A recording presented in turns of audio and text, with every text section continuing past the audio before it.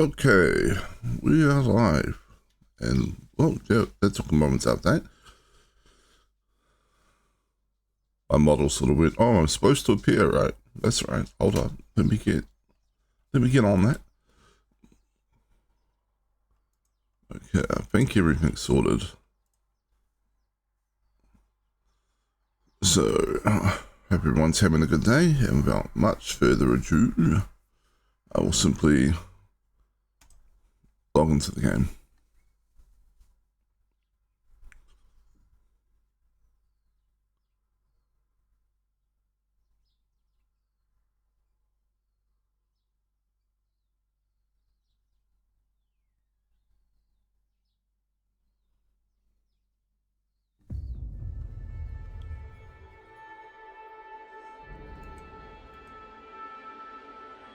All right.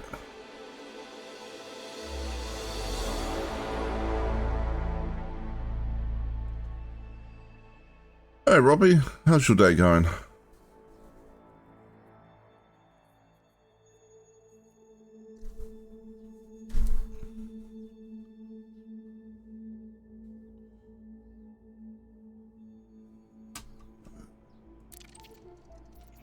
What have we... Alright, let's see. Private group session. Boom, boom, boom. Connect in. And yeah. Let's make sure I change this over so it's actually showing the game now that I'm loading in, because sometimes I am literally bad at that. Nice. You made it a lot further out and about than I have in the game.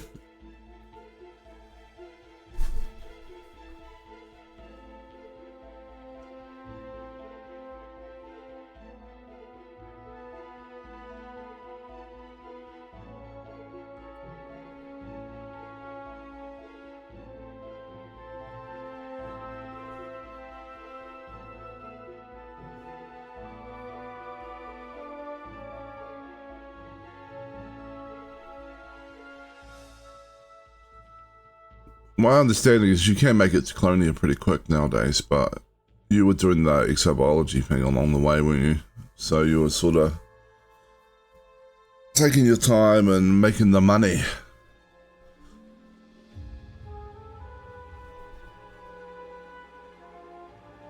Seeing the sights.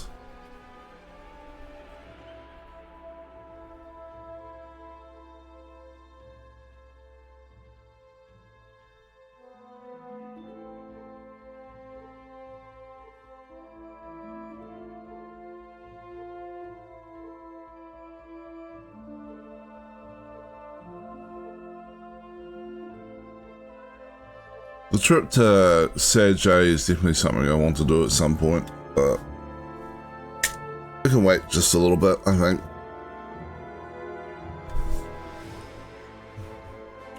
This takes forever to load.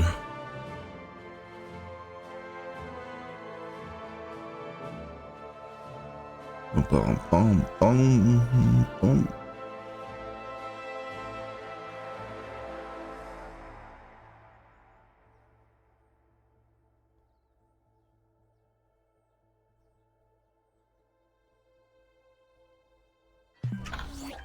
All systems prepared. Excellent. All the systems have been prepared. Prepared for what? I'm not entirely sure, but let's see. Has he done more on this? Not really.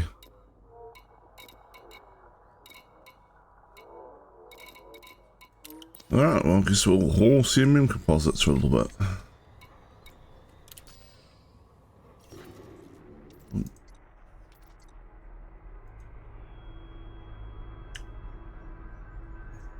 That's not what we want. We want this. I'm awake, I swear it. Kinda. Daylight savings just hit, so my sleep is a little bit wonky. But I'll be alright. Up we go. Landing gear retracted. Ship released. Engines engaged.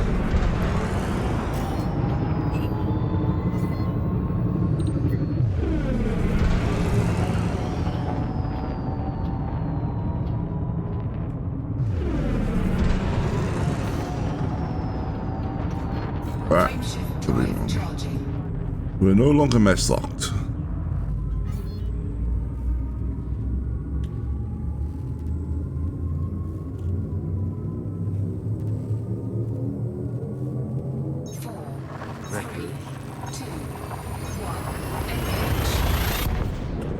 So during the daylight savings, I think I both simultaneously started earlier and later than I normally do today. Temperatures are at an acceptable level.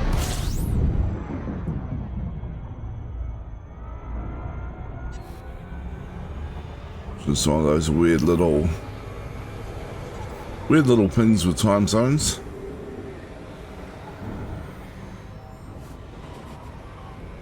Whee! Around the sun.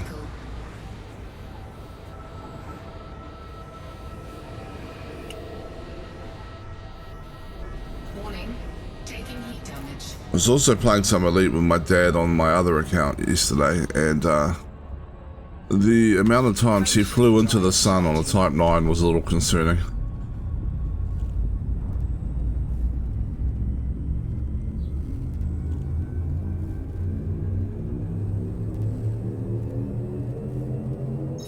Navigation for next system.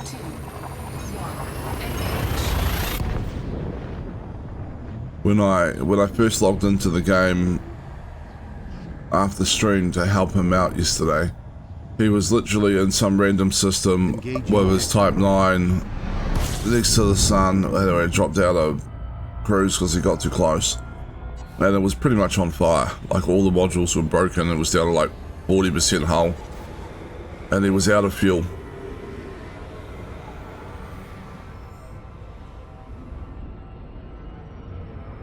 And he was like, "But I have a fuel scoop." And it was like, okay. I got him to jump back out from the sun, and this fuel scoop was literally like a grade 2 fuel scoop. It was barely scooping anything. And then while trying to scoop, he got too close to the sun again.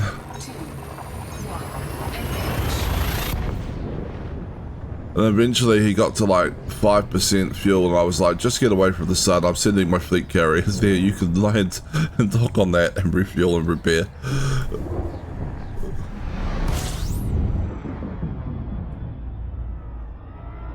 We had to do a reboot and repair on his ship because his auto docking computer wasn't working. It had been completely broken by the heat damage, and he was struggling with manually landing it, so...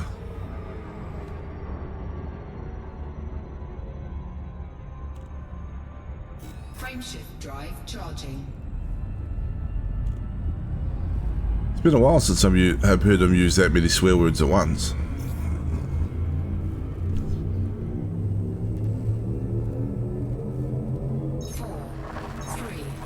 Two. Wow. Alright, there we go.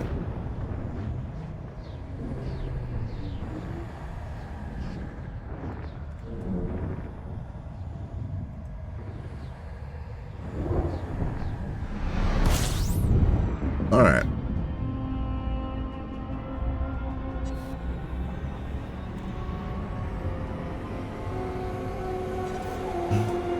Where's my there we go. Trailblazer Dream.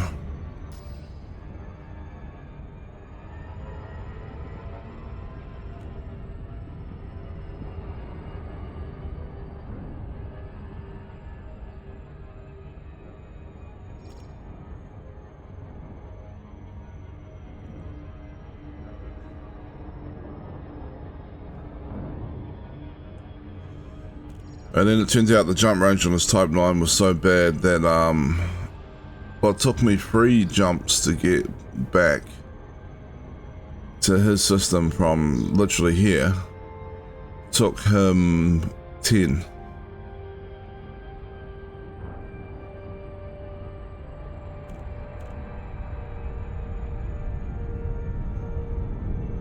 So, it wasn't the most efficient day of building his Oculus starport, but that's okay.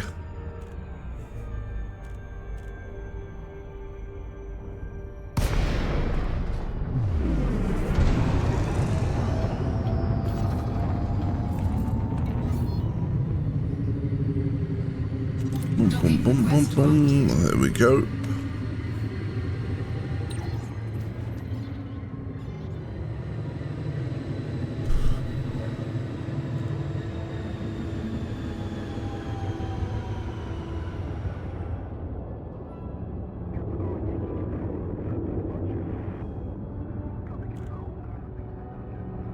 In fact, at one point, as Dad was trying to manual dock, I thought he had succeeded because the whole docking thing went away while he was right down the thing. It turned out he'd run out of time and he was starting to get fined for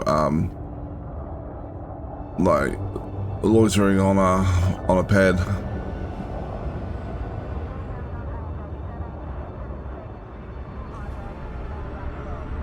Landing gear deployed.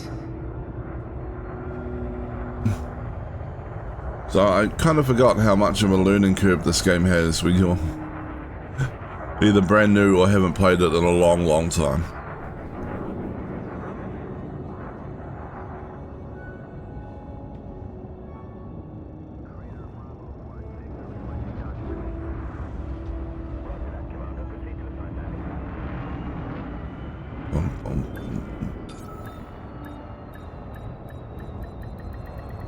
Docking successful. Engines disengaged. Alright.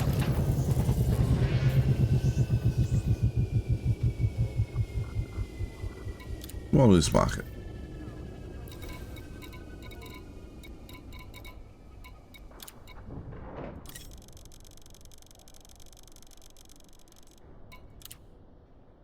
Cargo hold at maximum capacity.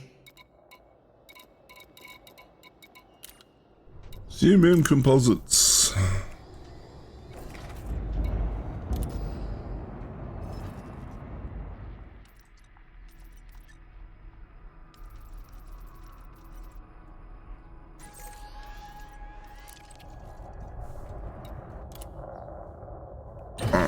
Up we go. Ship released. Engines engaged.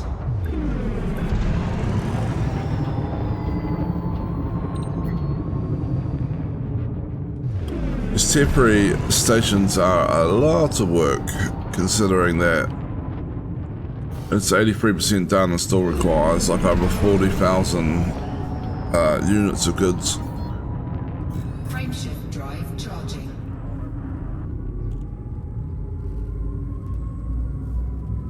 Definitely not recommended for a solo effort and with a 4-week timer on it. 4, 3, 2, 1. Engage. Checking systems now. Complete.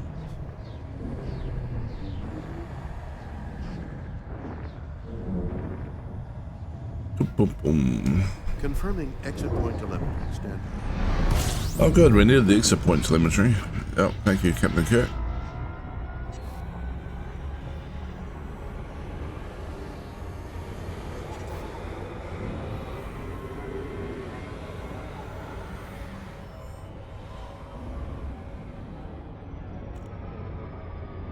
Frameshift drive charging.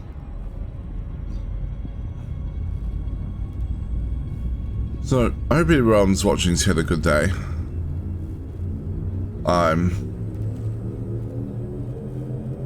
had an alright weekend so far. 2,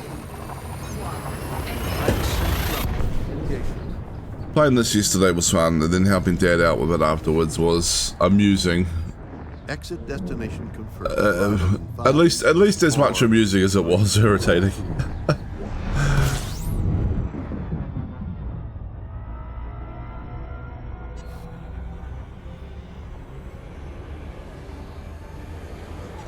And then I was playing some First Descendant to unlock some of the latest Descendants in that game, Frameshift drive charging. which was cool. I was like, yes, I've unlocked the most recent 2 Descendants who are super OP, and then I basically read that they're literally putting a patch in that day that already gone into effect that basically rebalanced all the Descendants, nerfed one of those, and made the rest of them better, basically. Well, not better than what they were, but Not better than what that descendant that got nerfed was, but like made them better than what they were, lifting them up to try and reach. So I was like, oh, okay. I was a little late to the party on that one, which is fine. Frameshift drive charging. Yeah, they'll go away in a moment. There we go. Oh. Ooh, a pirate, Jeff Bristow.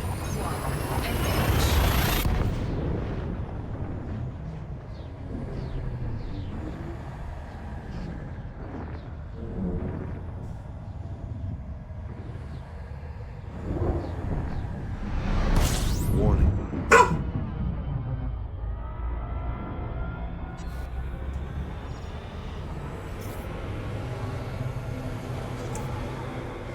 Why is my dog barking? Warning. Temperature critical. Hold up. Do you want to come in the house and the other dog's in the way? Is that it? She's lying in the doorway. Come here, Cal. Come on.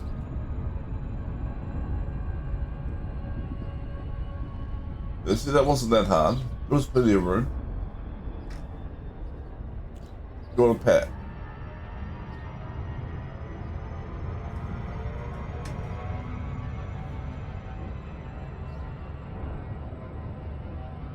There you go. Good girl.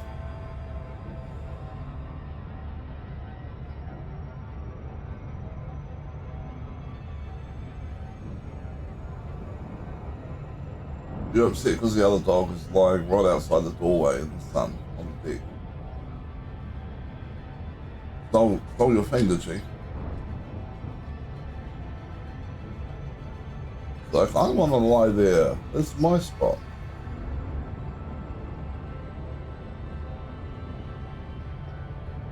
There you go, girl. Let me get back to my stream. Alright. System colonization ship. There we go.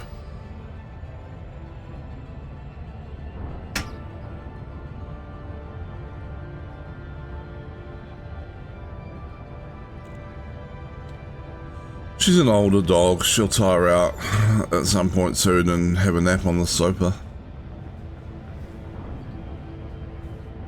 Right. As I say that, she jumps up on the sofa. So this doesn't feel right.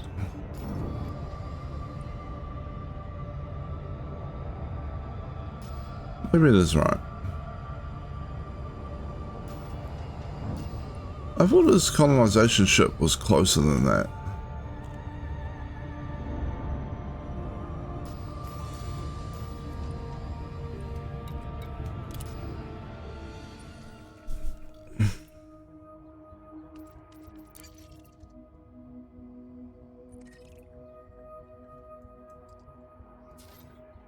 No, right system. Maybe it's because I was flying off in some random direction while dealing with the dog. That would make sense.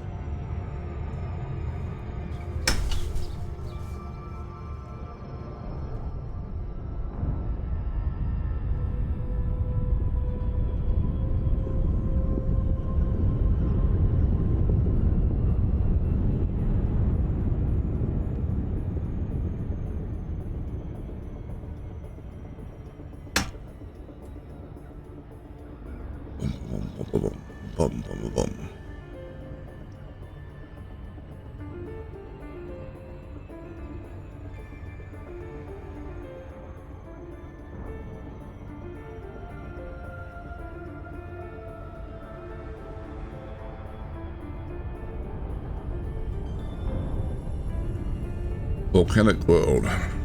It's very nice.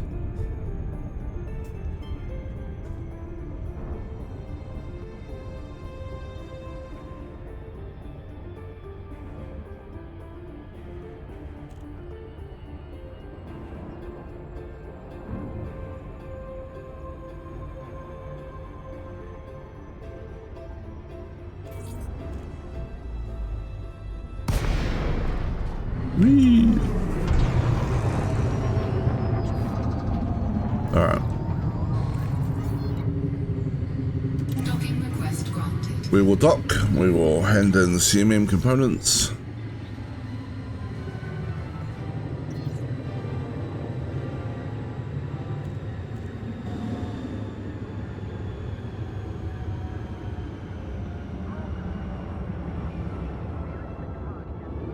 Bum, bum, bum, bum, bum, bum.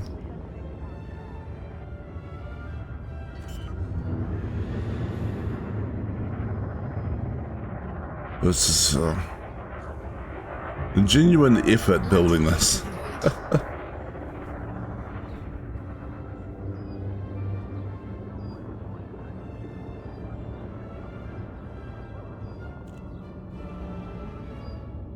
Bum, bum, bum, bum, bum, bum, bum, bum, bum, bum.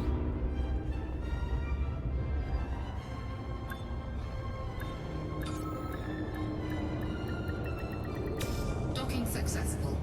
Engines disengaged.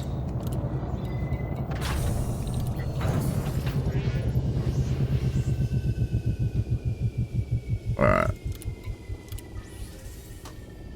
The little arrow does a little nudge when you do this. Oh, this does not move.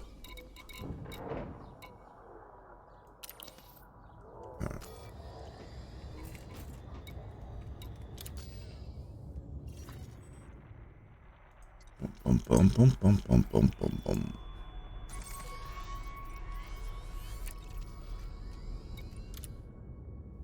Landing gear retracted. Ship release. Engines engaged. I'm a little bit tempted to start throwing in some runs to my new construction ship in the system I'm working on. Well, working on climbing anyway.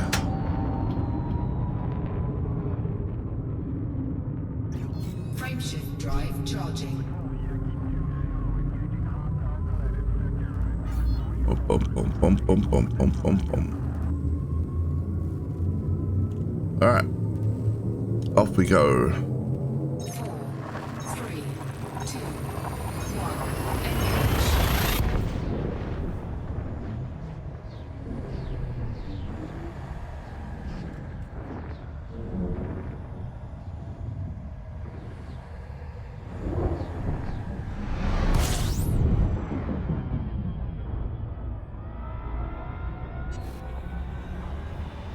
Whee! Around the sun. Back we go.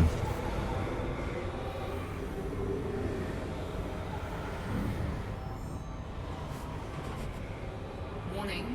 Temperature critical. Boom, boom, boom. Frameshift drive charging.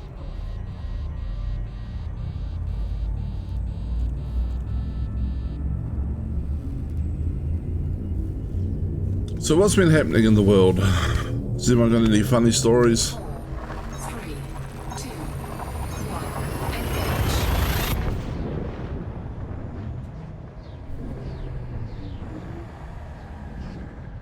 Haven't seen much happening down New Zealand's way the last couple of days.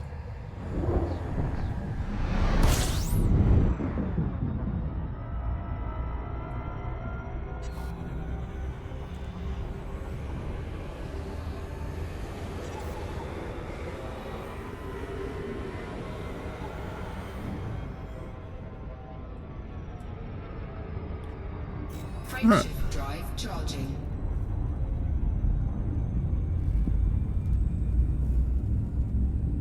Bum, bum, bum, bum, bum, bum, bum, bum, bum. Oh, my friend is a little hoarse this morning. I need a drink. 1. Frameshift Engage. engaged. No anomalies detected.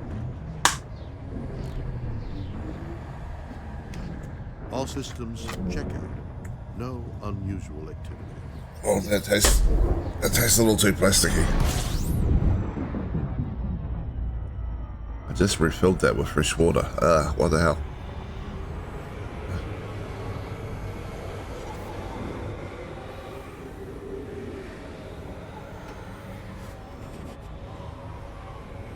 Warning. Temperature critical. Okay. Frameshift drive charging.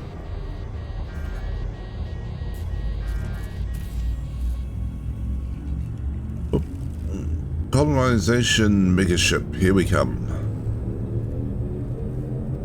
4, Vector. 3, 2, 2, 1. Engage.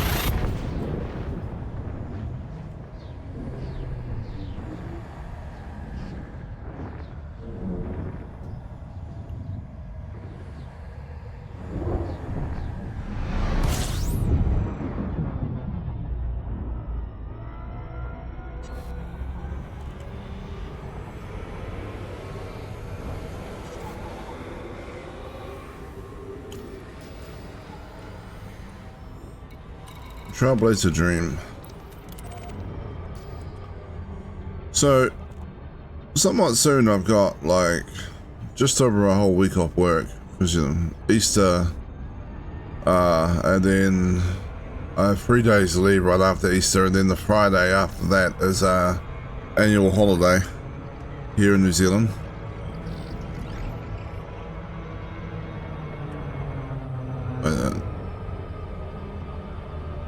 I think it's Anzac Day.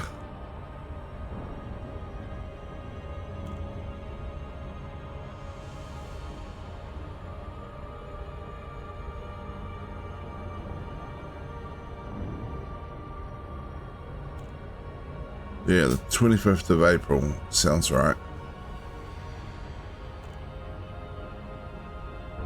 I'll double check that in a minute though.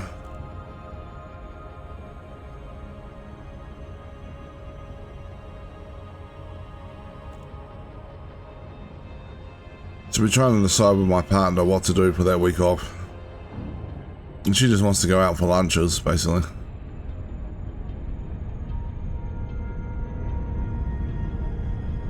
It's been a little while since we've been out for a nice lunch, so... Or at least a nice lunch where it's just the two of us. So that should be fun.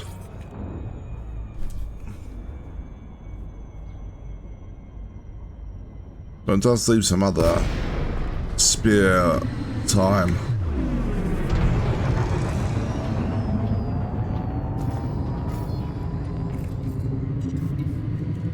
docking request granted. I might try and throw in some photography or something. See what happens.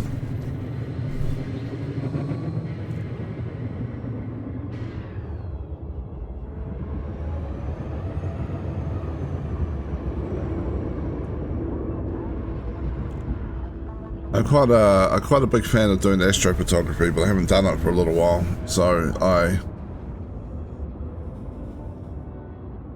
I was out just doing some practice with my star tracker in my backyard, which I'll use if I'm trying to use longer focal lengths or something. And I was getting so frustrated because I couldn't get it to work a couple of nights ago, and then I was like, wait, I need to calm down. I need to go back to basics. I've definitely screwed something up. What have I screwed up? And it turned out I had the whole thing round the wrong way.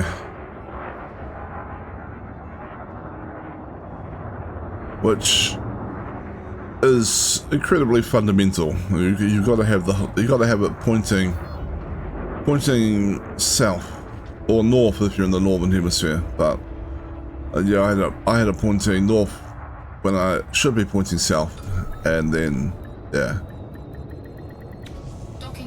Nothing I was doing was working before I figured that out.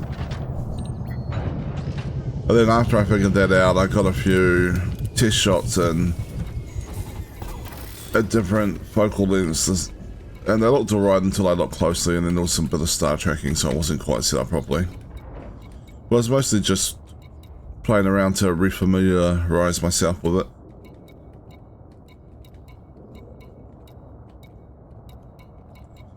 Might try and do some Orion Nebula photography or something in the next little while, although the moon is getting brighter, so that might get in the way.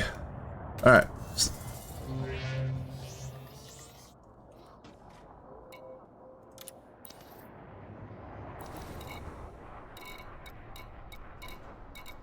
CMM Composites.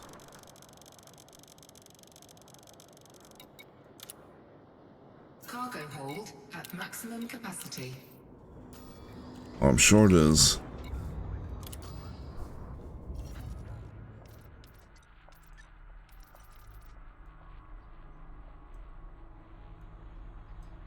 That's not what we want. We want Ed's Big Port.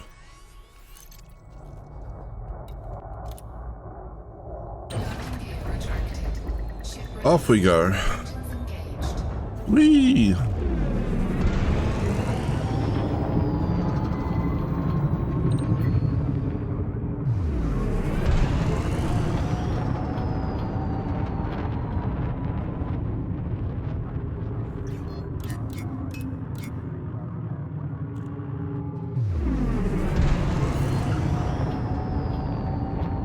Frameshift drive charging.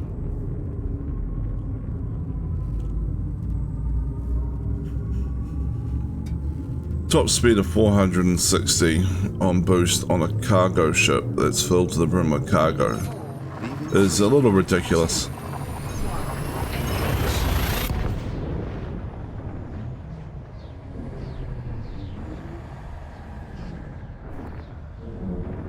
Scanning for anomalies, none detected.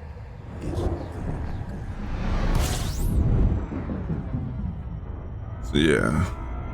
We got Dad's Oculus station up to about 20% done. His Coriol, sorry, not his Oculus.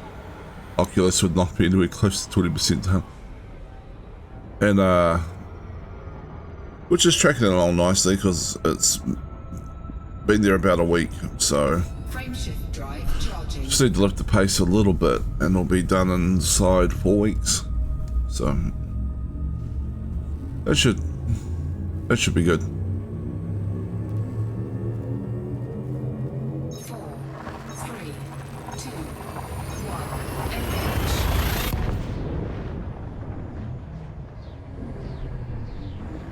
And yeah, hopefully now that he's got his Type 9 over there and he knows where to get the stuff from, the haul and bits and pieces, he will do a bit more of it himself, because he's delivered about 3% of that 20%.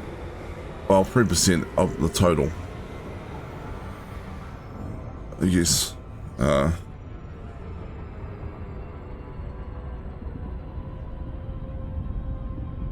Frameshift drive charging.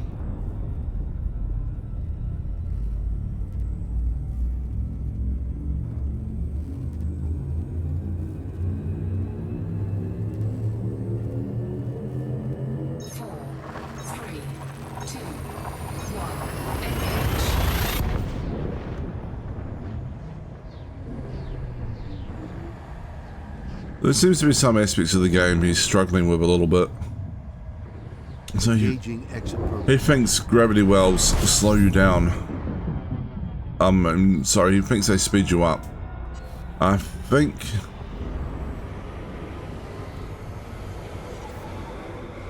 Oh, hey Ed.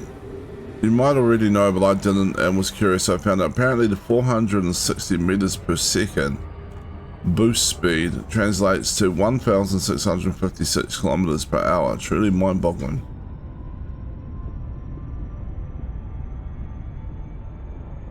True. That is pretty quick. Frameshift drive charging.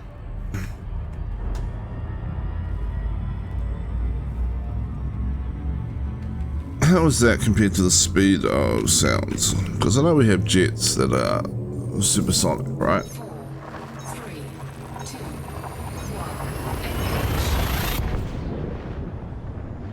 The speed of sound is about 343 meters per second. So we're a supersonic. Not that that means much in when you're outside the planet in its atmosphere, I guess, but.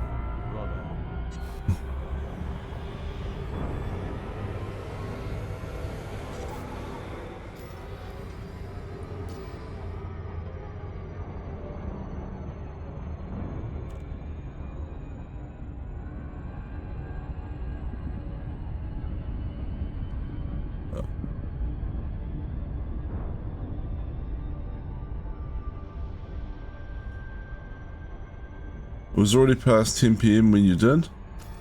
Ah. I started stream just after 8 AM my time, so it was actually earlier than what I would normally do, but it was, must have been the, like, I mean, I've been in stream for 45 minutes or so. Yeah, it's, daylight savings.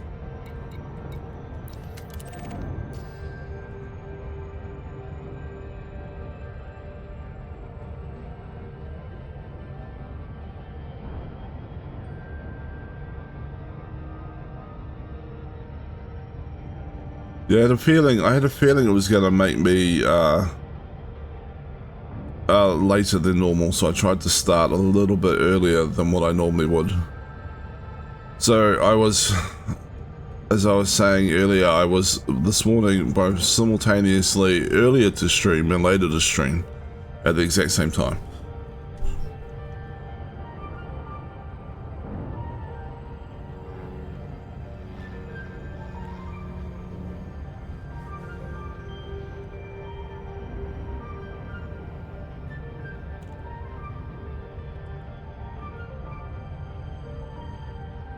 Oh, that's bright. I think it's, yeah, there we go. I slowed down at the exact right moment.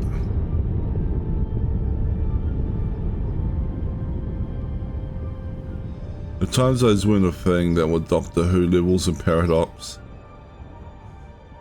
The time zones weren't a thing and everyone was running on like GMT time or something like that, right? It'd just be like every country would be like, yeah, I get up at like, you know, well, not every country, but countries would just have weird work hours and stuff, right? You know, I get up every morning at 8 PM. We'll get up every 8 PM every day. Have breakfast. Start work at 10 PM.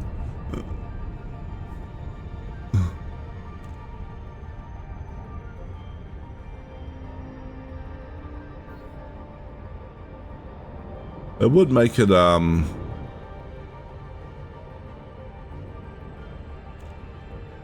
would make it easier to arrange stuff, though.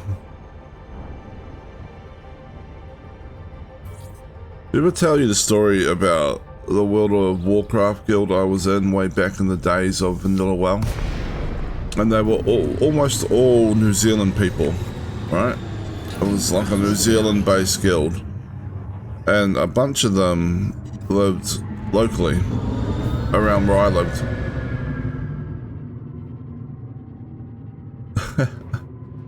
Yeah, you're pretty close to GMT time, so. Docking request granted.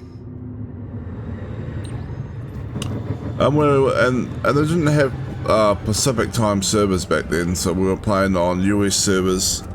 And then I got invited to a barbecue. At like the guild leader's house, which was like in a town like, I don't know, 45 minutes drive away. I was like, oh yeah, I suppose I can go to that. And I showed up at what I thought was the right time, only to find out the invites had been sent in real life for server time. Landing gear deployed. Like, I've never met such a bunch of chronically online people, and this is well before like Twitter and everything.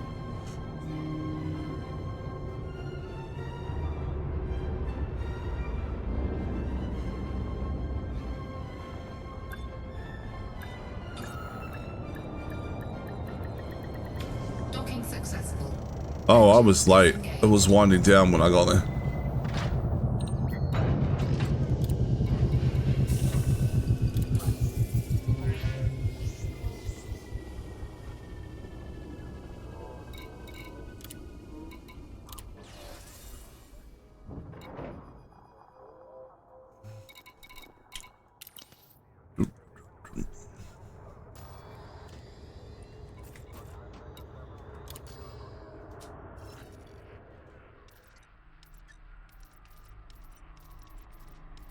It's absolutely ridiculous sending an invite to people. I didn't even specify server time as well, but somehow everybody else knew.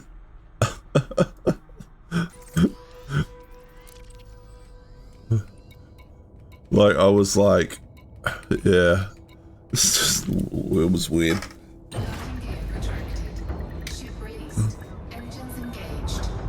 And they were like, why wouldn't you think it was server time? The guild's, like, schedules everything in server time. Like, you schedule everything in server time in-game. Why would I think a real-life event, which you voted local people to, was scheduled in server time?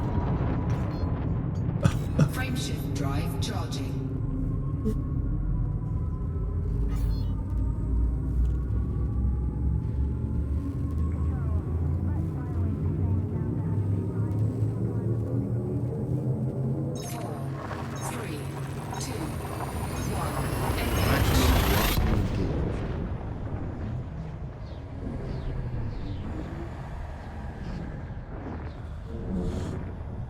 Key systems are at optimal levels. It was a- Readying for exit. It was a fun guild to be in, but only while the guild master was not really interested in it.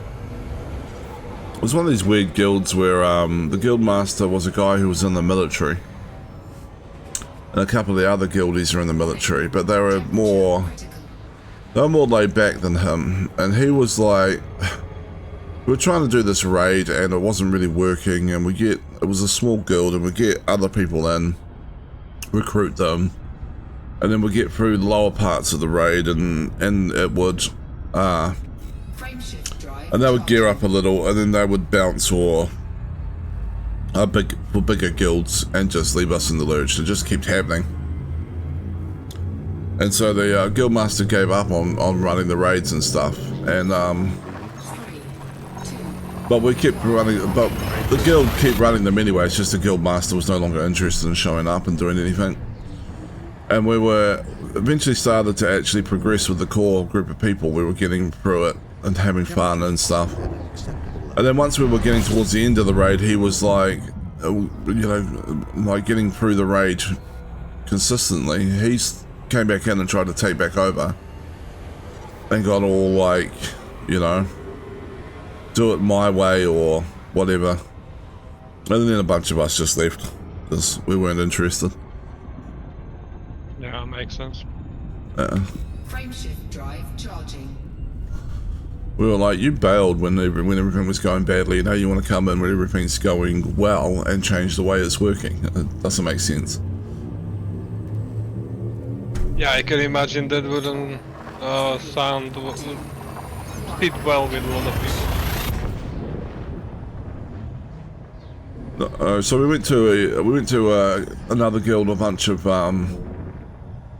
friends had gone to, and that was the best World of Warcraft guild I was ever in. Like the people were good players, but they weren't like sweaty, you know what I mean? Like they didn't get upset if something screwed up and the raid got wiped, or you know, or that, you know, we weren't making progress in a night when we were pushing new content. You know, we were just, you know, they were progressing through stuff, but they were just having fun while being good at the game at the same time. It was great. Gotcha. I stayed in that guild for like a little while, and then that like fell apart because people stopped playing and stuff. And I've never been quite able to recreate the same like experience again, and got bored of WoW after a while. Yeah, that kind of community is hard to recreate. Yeah.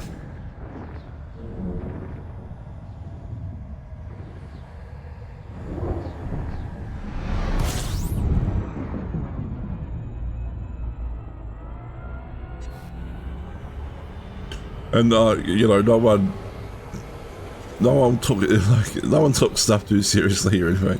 One of the things I remember was the actual guild master, who was one of the tanks. He was this little gnome warrior, right? Was dancing. There was like this raid where there were all these elite ogres outside the entrance, and they were change to be a faction that you were neutral with instead of being hostile to you, so they wouldn't attack you anymore. But you could still attack them if you wanted to. Alright. And so we were waiting for the raid together because it was a 40-person raid, and the guildmaster was dancing in front of one of them. Like, he had all his armor off and he was just dancing around. And I was playing a hunter and I was just like, And I misdirected him and I shot the ogre he was dancing in front of, and it just one-hit him. So, like, he didn't even know what happened. He was just like, why? What just happened? Why did it attack me? Why am I dead? Everyone was laughing, and it was just like, and he wasn't upset or anything, like, you know, like some people would get, they're sort of like, you know, all annoyed with stuff. Yeah.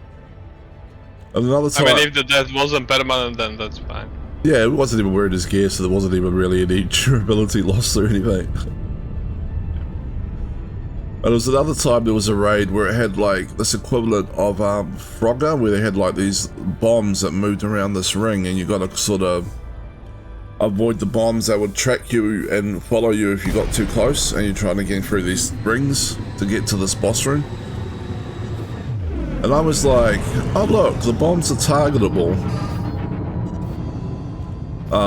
So, ooh, I've got a funny idea, and I waited till everyone else got through the ring, and I misdirected the tank that everyone was gathered around, and then I multi-shot the bombs, and they went after the tank. And so the tank was, they were just sitting there like this little group of people like discussing how to fight the boss, and next minute they just got all blown up. Didn't even see it coming.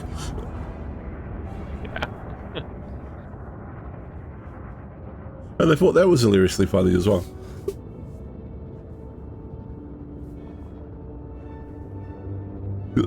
I did apologize. You were quite the menace to the group, is what I'm hearing. I saw opportunities to have fun. I would take them. Landing gear deployed. One time, me and one of the other hunters, who was a really close friend of mine, were like jokingly bantering back and forth, and she was going like, you can't misdirect kill me because I have feigned death, and I'm like going, I just got to pick the right moment, and she's like going, nope, not gonna happen. And then at one point she pulled aggro, she feigned death, and then she came off out of feigned death with it on cooldown, and I misdirected her and she got murdered. And she was like, alright, fair enough. I think she was trying there is a will, there is a way. I think she got me back, of course, at some point. Yeah. Of course.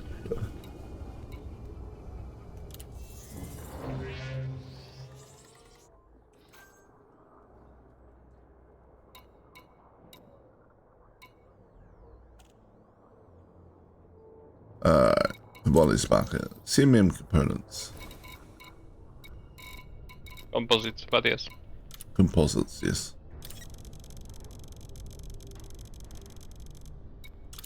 You missed the story about my dad and Elite Dangerous yesterday. What happened? So we had claimed this system, and Dad had used a small ship to do it because it was bouncing off for him. It was bouncing off a like a place that had an outpost, right? And then he was trying to get his big ship over there, his Type 9, and it does not have a very good jump range. It's not engineered or anything, and it turned out he only had a 5B frameshift drive, or a 6B frameshift drive, I think. Okay. And but he was like, it's alright, I put a fuel scoop on it. And then I was like, alright, that's cool, I'm gonna have lunch. And then I was like, so about an hour later I logged into the game on my other account, and he was basically out of frame shift, close to a star. His entire ship was pretty much on fire. Like, it was like 46% hull. Half his modules were damaged. His like power plant was reduced power. It just kept flying into the sun trying to fuel scoop. And it turned out he only had a 2A fuel scoop on a Type 9. So he wasn't getting a lot of fuel. Well, yeah. I was like, okay, well, you need to back out a little bit, and we need to, we need to get you some fuel, because he was literally at almost 0% fuel. I was like, so just back, just you need to jump out, and you need to like find the escape like spot for the Friendship Drive, and then just be close to the sun in Friendship Drive, but not inside that line. And then, yeah, so he scooped a bit more and he got up to about 8%, and then he accidentally flew into the sun again. Drive charging. And I was like, sitting there, I was like, I could get like repair limpets and fuel limpets and try and get over there. And I was like, no, screw that. I just basically went, just get a little bit away from the sun, press X, wait 15 minutes, and then dock with my fleet carrier. I'm sending it to you. Yeah. And then, yeah, he basically went into the fleet carrier and he was like, trying to auto dock, and it wouldn't work because his auto dock was completely fried from the heat damage. I was about to ask about that, yeah. Yeah, and then I was trying to talk. I was like, well, I mean, you don't have to go for a mouse slot or anything. It should be fine. And trying to get him to manually dock, and oh, that was so painful. And then after a little while, I was like, I thought he'd achieved it because like the lines went away and it looked like he'd docked, and then it went loitering warning, and I was like, oh no, your timer ran out. I was like, get away from the ship before it blows you up. Like, and then I was like, re-request docking, and I was like, hold on, let's do a reboot and repair. I remember that's the thing. And then we rebooted and repaired, and his auto docking computer came back online, and he was able to dock. Yeah. That's good. But his jump range was so abysmal that from getting from the mega ship, like Trailblazer Dream, to his system was 3 jumps for me, fully loaded. For him, it was 10. Ouchie. Yeah. That sounds painful. Yeah. Even not in it. Yeah. And he kept flying into the sun. Like, Oh yeah.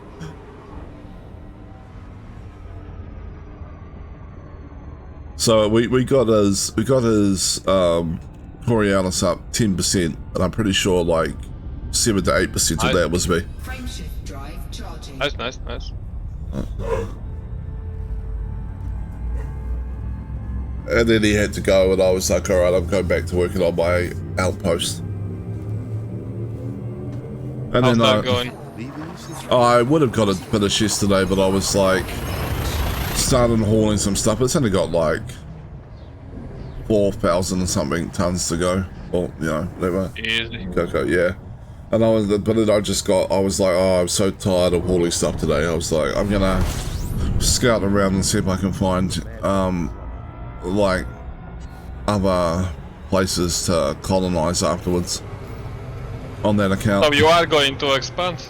Oh, okay, other account. Okay, fair enough. On that, yeah. The account's got 3 systems, but they're not huge systems. They're sort of medium-sized, I guess. I was like, Yeah, good. then I was like, I wanted to see if I can find a volcanic world somewhere around there, and I actually did. But it's like a system where it's on the second sun. It's like over 100,000 light seconds out. Speaking of systems though, I'm assuming you haven't seen the video yet, because it released like an hour ago, maybe 2. Nope. FDev have been making changes to economies Oh, cool. and told no one.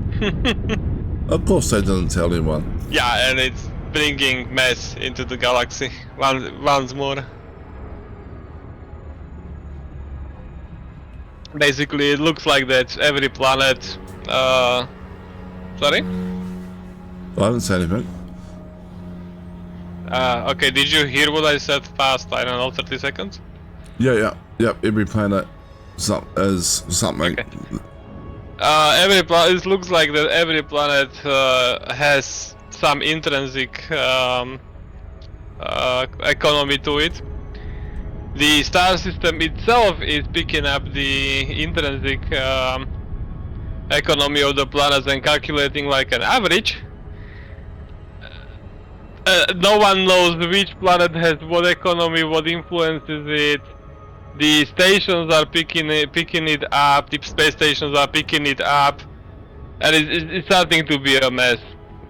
Funnily enough, it only applies to the new stations, not the already built ones. Okay.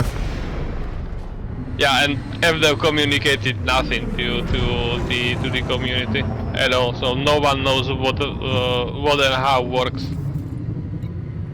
That is interesting. That almost sounds like a branch someone was playing around with that accidentally got I know, pushed to right? production, right? Like, Yeah, that's exactly how that sounded to me as well. The first thing that came up to my mind. Like someone was doing something and accidentally merged it to the wrong production branch. Yeah. This was supposed to go to staging if they had one. Yeah. But no, it's now it's production. God damn it. Yeah. You made some big changes to the economy in dev. All right, push that to test and we'll have a look at that. Which one was test again? Was it the one with PROD in the name? No. What did you do?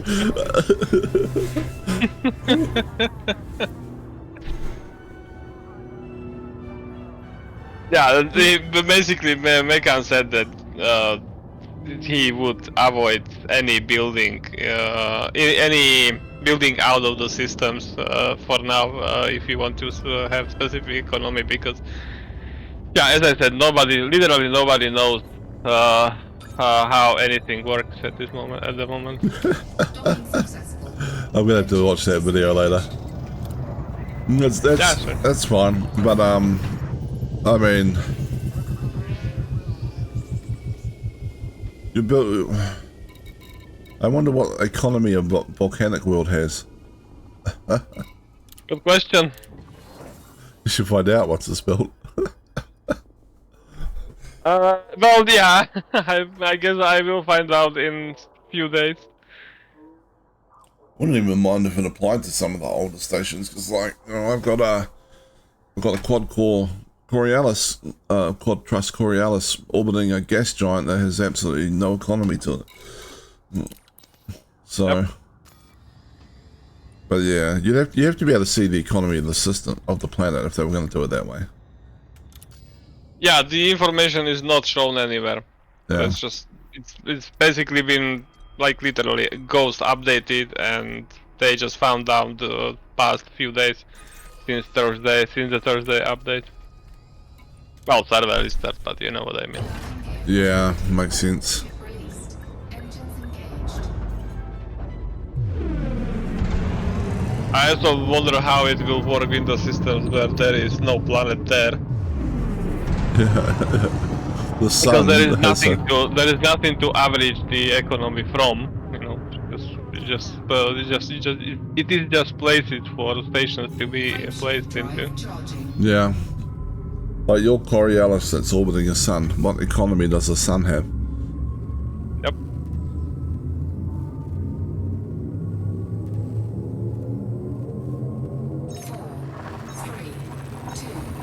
Posted the video in your chat. Yeah. Have a reference later. Thank you. Scanning for anomalies, none detected. Isn't there?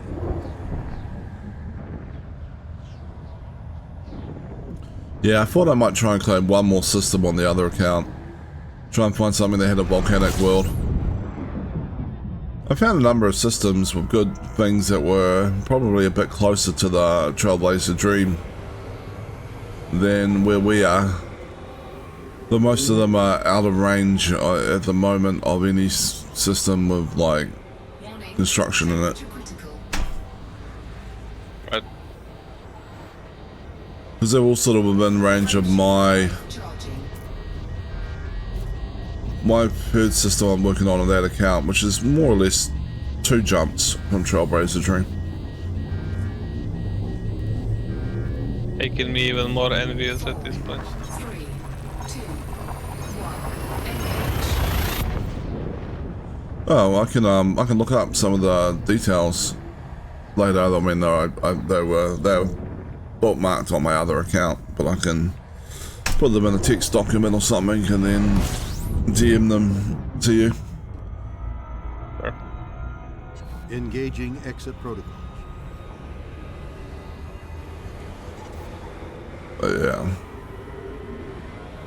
I did find one that had like 52 bodies or something as well, which looked pretty good. But no volcanic world. I was like, god damn it. Drive charging.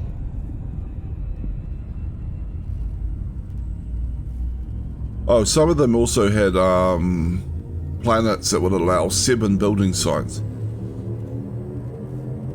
4, Interesting. 3, 2, 1. Which is the most I've seen You so far. literally, yes, yeah. As I was gonna say that you just said yesterday that's you've seen max 6, Key systems are at so that optimal would be level. even more that you Ready saw for yesterday. exit.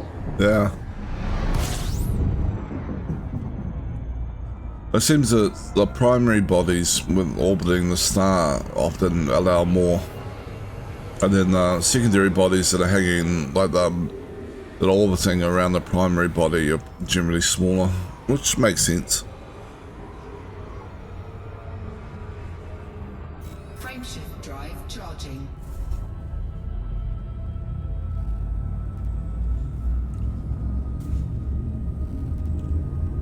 It's hard to think of a landable planet having much more economy than extraction, though. 2, 1.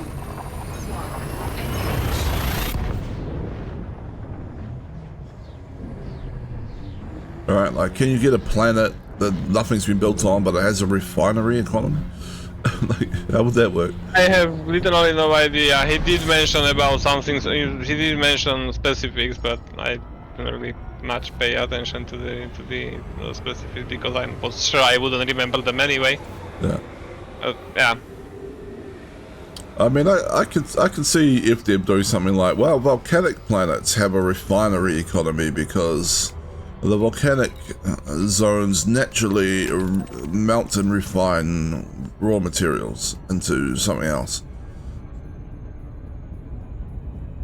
I mean, it'd be a bit of a stretch, but Yeah. also that would involve giving an explanation, which, you know, it's not really something FD was known for. Yeah. Unfortunately not.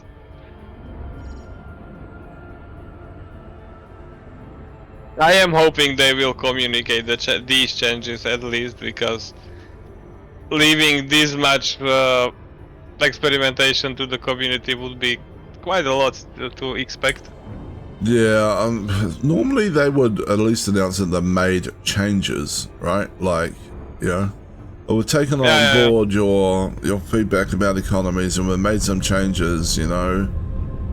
And then like a brief like 1 sentence description that's completely inadequate to describe it and be like, go check it out. It's like, you know. Yeah.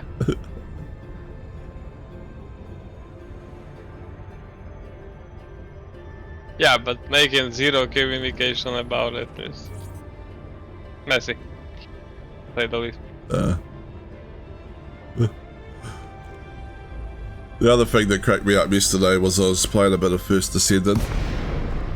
Alright, and I was like, oh man, all the Descendants have been power created by the last 2 that have come out, right? Innes and Serena, they are the names of these Descendants. Docking request granted. And they were like so much stronger than the others. And I was like, I'm getting pretty close to be able to craft both of those Descendants. So I should just grind that out a bit. So I went in there and I ground that out and I got them both crafting, and then I was like, alright, I need to find a build for this. So I was like, Innes build. And then it was literally an article from that day, like a YouTube video from that day, from people going, the new patch has been released where Innes has been nerfed. It's like, god damn it. But it was actually not the worst news in the world, but it's part of a balancing like change, and they've actually raised a lot of the underperforming Descendants up. Yeah. And I actually quite liked reading the patch notes was quite nice, because the patch notes had like a actual note from like one of the lead developers going, hey look, we realize that there's a problem with us having like releasing new Descendants that are power creeping everybody else, and we're trying to work on that. So we're setting these Descendants how they perform as a relative baseline. And we're trying to pull the more powerful ones down and the more underpowered ones up until everything is roughly around that baseline. And we know that in this patch we're making numerical changes, so like we're just changing like how much damage like abilities do and like cooldowns and stuff. But we do realize that there is some issues with like some of the descendants and how clunky their abilities feel, and like they like everything. Like other descendants are much smoother and much faster, and that's sort of like not to do with the damage as much. And then we will get to that, but we're just making these changes now. I'm going to see how they feel and go from there. And so they were quite clear about what they're doing, why, and what isn't and isn't included in their current like thing, and saying look, we're going to do it. And they're like, and we know that Serena is overpowered, and we are going to fine tune her in the future. And like, and then they sort of, but we just didn't want to like hit her up and nerf her immediately after she's been released, because she's like literally only been available for like a couple of weeks. It's like, yeah, okay, that's kind of fair. Yeah, it is. Yeah. So they were very clear in their patch notes about what they were doing and why, and I appreciate that. But it was also just like the irony. I'm like, I've just been like, because like to get this descendant, you had to run this like this ship, and it's just the same thing over and over again, and it was like getting annoying. But I only had like one bit left to collect, and I was like, I should try and grind that out. And then luckily I got it like random drop. At maximum capacity. Like, and I was like, oh cool, I can just craft it now. I was like, finally, yeah, craft one of the overpowered descendants, and it's like, this descendant has been nerfed. I was like, god damn it. Yeah. I mean, I'm sure she's probably still strong as hell, to be you know, fair, but yeah, not quite what she was. Landing gear retracted. Ship released. Engines engaged.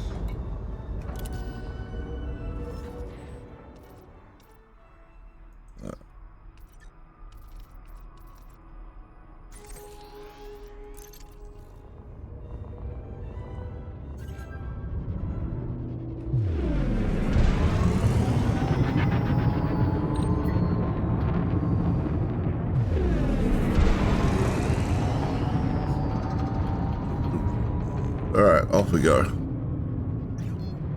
Oh, now off we go. Frameshift drive I always charging. mistime that mass lock thing.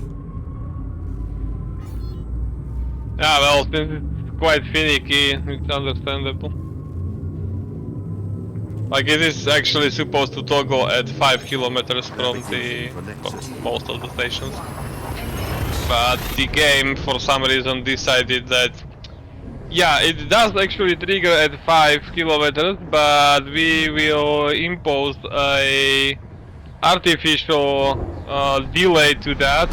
So yes, the timer does trigger at 5 kilometers, but you will get to jump at 5 points, insert the decimal point numbers based on how fast you're moving. Yeah.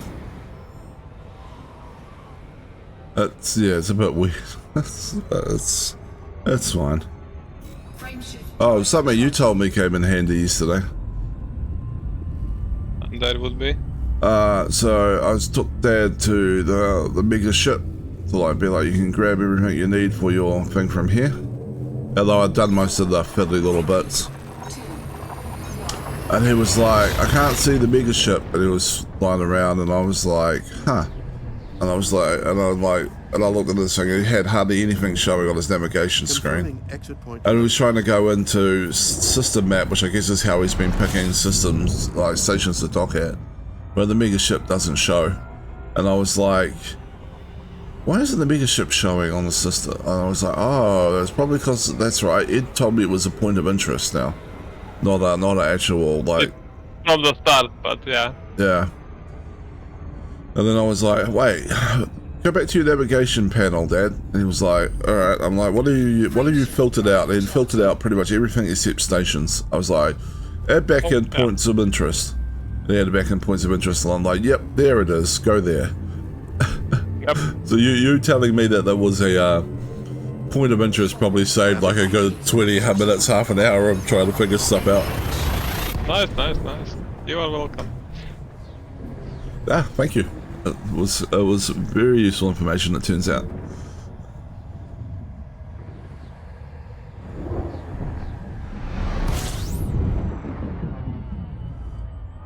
But it is weird that you like have a mega ship and a system, you can't see it on the system map. You have all these fleet carriers that show up. Yeah, that is kind of weird, yeah. I agree with that one. And I was going like, maybe It's also why I cannot bookmark it to, Yeah. you know, not have to go to the left puzzle to select it when I want to go to it. Yeah. Dad was asking if he could bookmark it, and I was like, no, you can't bookmark the mega ship. And I was like, probably because it is like, yeah, Point of interest, yes. point of interest, yeah. And so it's like, on the plus side though, you know, it didn't get impacted by the lockdown, so For Yeah. anomalies, none detected. Is warning, fuel low. That is the pretty much only upside to it. You know, as a point of interest, it didn't pick up it didn't get in the influence, but the system status. yeah, and that has to be almost deliberate from FDev to, because of the lockdown that was on the exploration community goal. Oh yeah, Yeah. I'm like 99.9% sure that influenced it.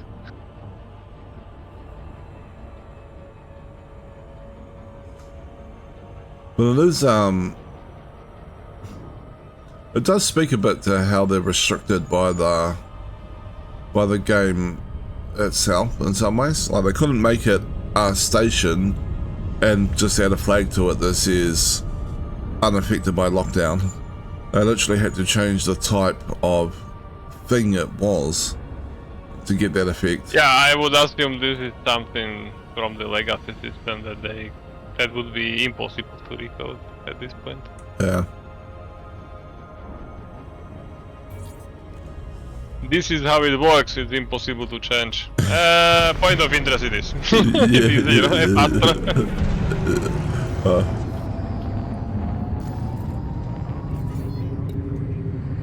Docking request. Sometimes I wonder whether whether some of the systems they have are just like compiled binaries, and they cannot either lost or cannot recover the source code for that, so they are just stuck with whatever was coded 10 plus years ago. Yeah, maybe. Or maybe they just had maybe they just decided to some old developer that's been there for a while and he's lost interest. And they're like, hey, can you make it so the mega ships are not impacted by lockdown? And he's like, yep, that's easy enough. Point of interest. Done. Go to lunch. Yeah, I mean, I can see that happening. Landing gear deployed.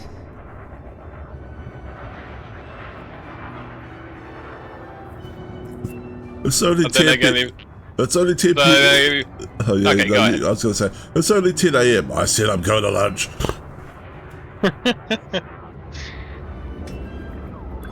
yeah, what I was gonna say is that I cannot imagine that developer being employed for much too long, Docking for much longer.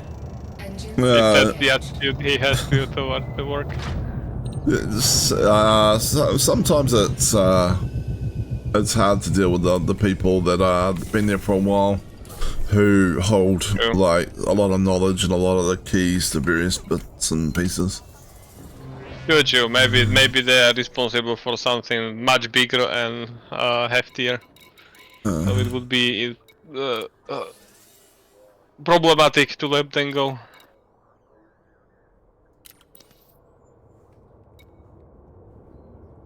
May not even be his fault. He's like that either. Like, when we were talking about someone fictional, but like, Engines engaged.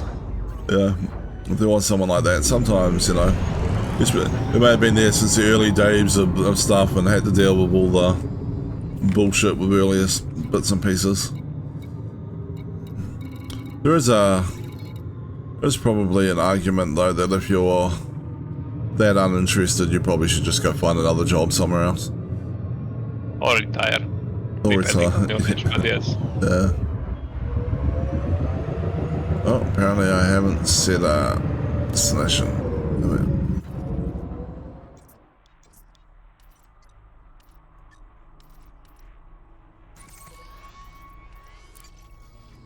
Then again, might be hard to retire if the knowledge about the underlying system is only present in your head. Yeah. Which is pretty much exactly what is going to happen, because I don't think Frameshift drive charging. anyone bothered to create any documentation. Yeah, hard to know. When I started, when I first got my IT degree and I started a job, I was working as a business analyst, right, at a government place, Frameshift drive charging. government department here in New Zealand, and I got introduced to a senior business analyst to talk me through how everything worked there. He was my mentor for the first couple of weeks, and he was like, alright, so the process around here goes like this. It's like, right, you know, the business wants something, they come to us, we create business requirements, you know, they get signed off by the business, we then go to our development partners and go, we want to make this change based on these business requirements, and then they come back with a price, and we go, oh, that's an eye-wateringly high amount of money, and we go, is there any way we can make it less expensive, and our development partners will go, well, we can always cut out the documentation, and that's why nothing around here is documented. Yeah. Okay. Drive charging. I was like, yeah, okay, that sounds great. Yeah, that's fine. I'm sure that's not going to bite anyone in the ass later. I mean, I think it would have been a little sarcastic, but 2, 1, engage. Yeah, you can't really be sure with developers. They may be completely serious. Exit destination confirmed. Arrival in 5, 4, 3, 2.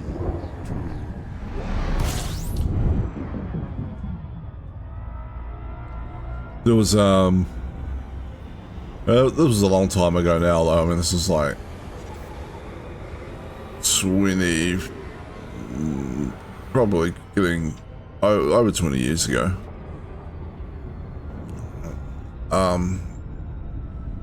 But there was some funny stuff that happened there as well. It's quite interesting. Charging.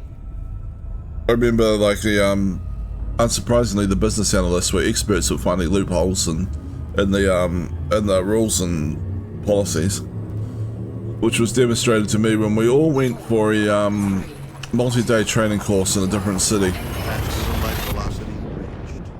Alright, so like the entire business analyst team was sent to this training course, and so we would go there, we check into this hotel, we've all got like our own rooms and stuff, Point 11. and then we go down to have dinner.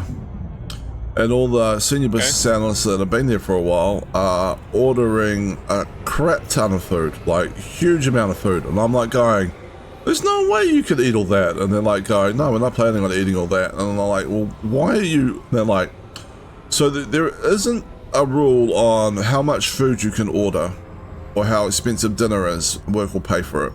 They went, there is a rule that you are allowed to order alcohol with dinner and work will pay for it, but it can't be more than like 15% of the total cost of the meal. Oh, come on. So Okay, I know where that's going. Yeah, so they're ordering massive amounts of food so they can order more alcohol under the rules and have work pay for it. I was like, God damn it, like, I mean, I'm pretty sure that loophole got tidied up pretty quickly at some point, but I would imagine so, yeah.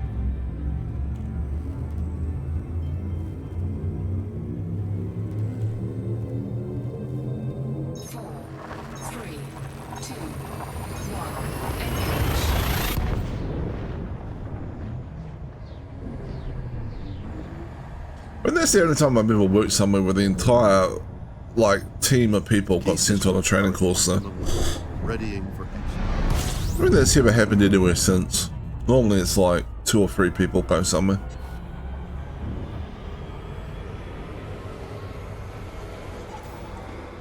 True. I don't think I've worked anywhere since it has a, such a big team of business analysts.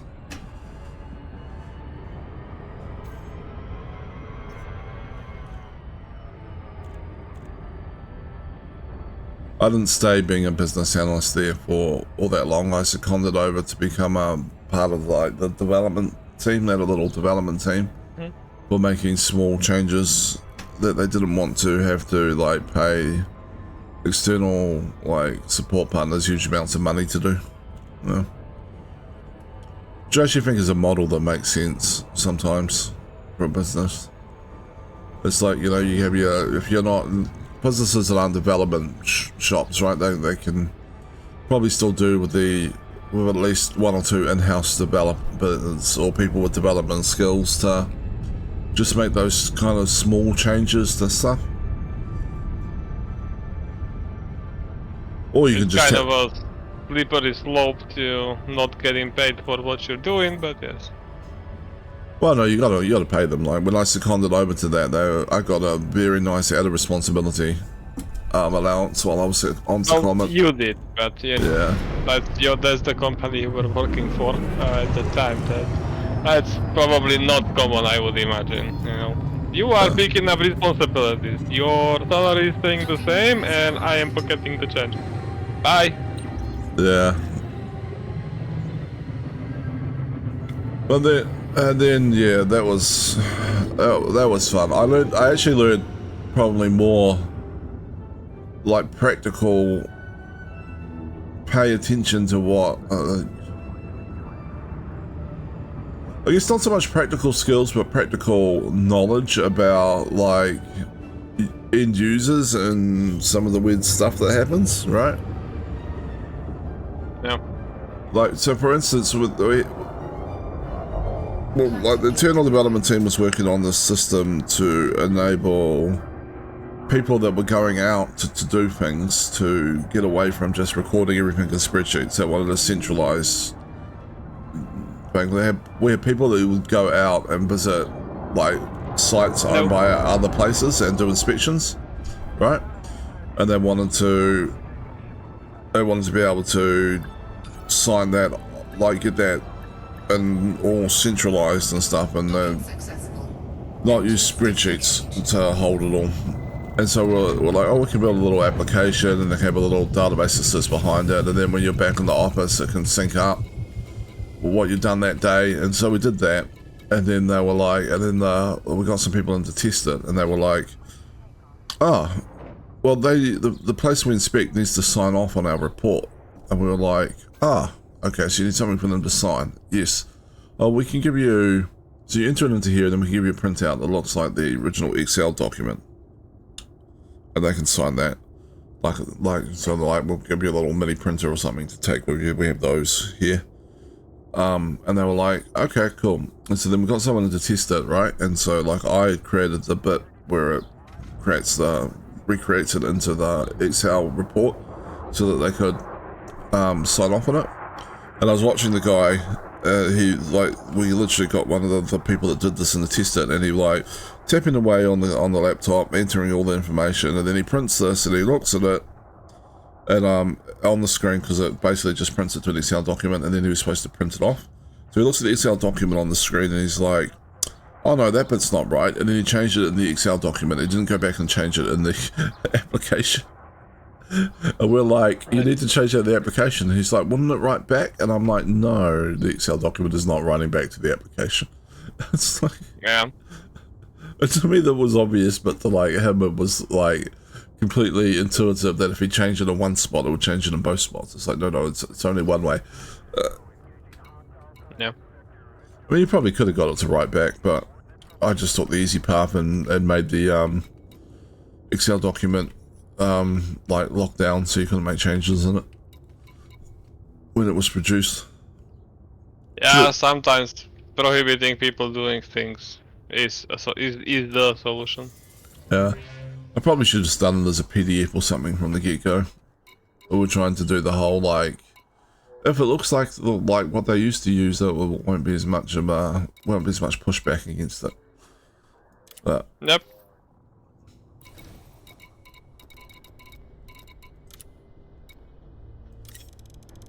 and then the ironic thing is that we've been using the people that did the inspections locally to develop this application, right? And what they didn't tell us was that they have their way of doing it, and every person that does it for us in different regions also has their own way of doing it. So when it got rolled out, like the other like people that were going out and doing these assessments in different regions were like, well, this isn't how we do it. Like this isn't what we enter in. This isn't like the fields for you. And like we were like, well, we tested this with like this person here and this person here do assessments locally, and they said this is. And they're like, oh no, we all do it differently. So yeah, of course you do. Damn it. Landing gear retracted. I am going to assume you weren't watching the screen when I zoom past. I probably missed that. Probably good thing because it looked very close. I have shields, it's fine. Well, you do, but I'm not sure it would either one of our shields would hold at the speeds I was going at. Like I would have blown that for sure. You would probably lose shields in the least. This.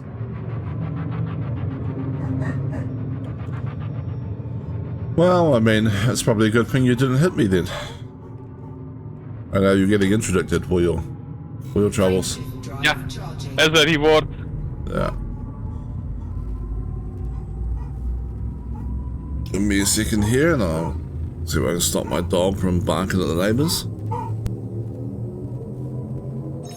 Vector 3, 2, 1,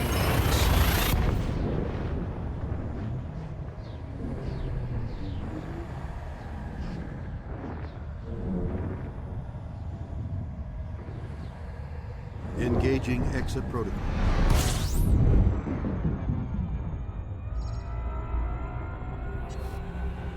And got back in time to not fly into the sun. There we go.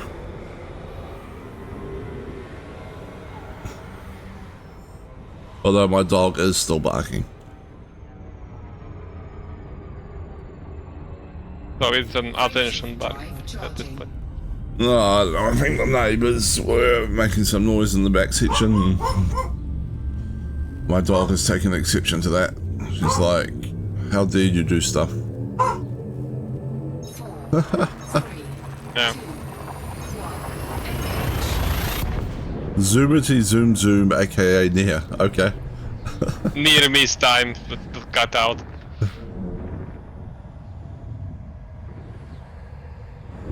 The full title is Near miss time. Alright.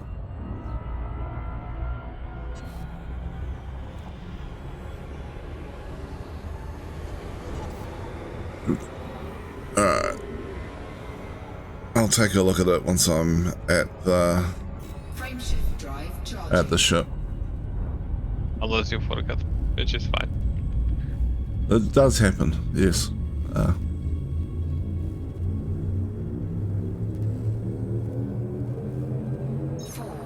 3, 2, 1, engage. Yeah, it was a little three-man development team I was seconded into. So you had the team manager who spent half his time doing development work as well. Myself and one other developer. The other developer was kind of interesting because he would never attend any meetings. If you booked a meeting with him, he just wouldn't show up.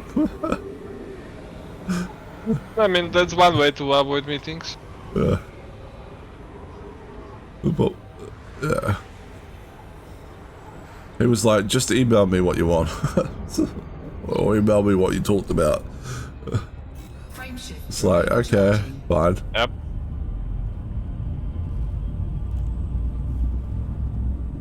But it did frustrate other people sometimes. I found it funny, but... 4,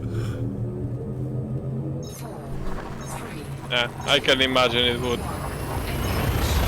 Like, it's not always desirable to not have the visual confirmation that what you are requesting it has actually been understood correctly. Yeah.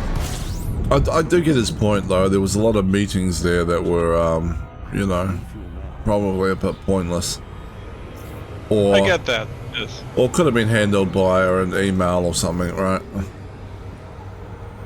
Yeah. Oh, this could have been an email meme.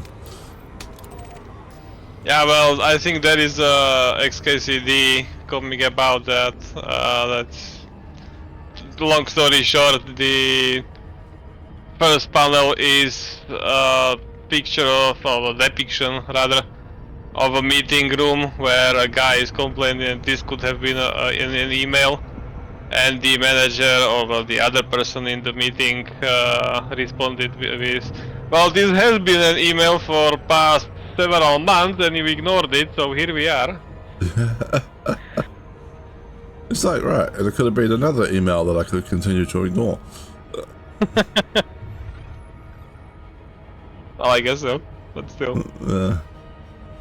One of the ones that cracks me up about meetings is there was this someone asking in a help forum whether or not they could bypass the time limit on a free version of Microsoft Teams meetings, and people are like, what, like a lot of people are like, what are you talking about? It's like, well, we use a free version here, like, and it has a 45-minute time limit. So like if your meeting goes over 45 minutes, your Teams meeting goes over 45 minutes, it just instantly disconnects everyone.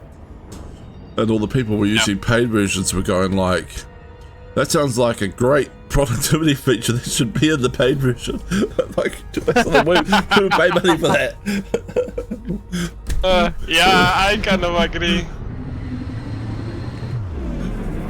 I have been in meetings that dragged out longer than necessary. Yeah. Because the person just like to listen to themselves.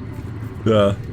request granted. You book the meeting for half an hour, and once it gets to 45 minutes, like, you know, it just cuts off automatically. It's like, Yep. sorry, you have exceeded your time, but goodbye. Yep. Exactly.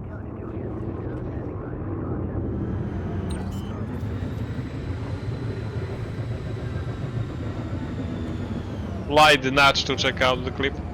Sorry. London. Yeah. Alright, we're auto docking. Let's check it out now.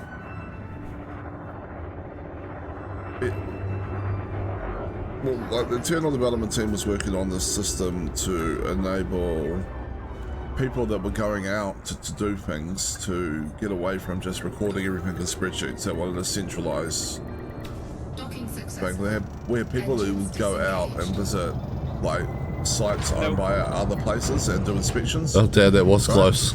And then wanted to Looked They much wanted to be able much closer to on stream. sign that. It didn't like, look that. as close when I was flying. But yeah. I like that the exhaust fumes were still visible when you were talking. Yeah, I completely missed it. Too busy yapping. Yeah. To be fair, that's probably a good thing because on your stream it did look like shit your pants moment. So. I wouldn't have reacted quite that badly to it. I know. I'm just, I'm just making fun. I have shields. Yeah, again, I am not entirely sure they would bother, but yeah. I'm not entirely sure they would stop me taking hull damage, but I think that probably would have stopped me from getting destroyed.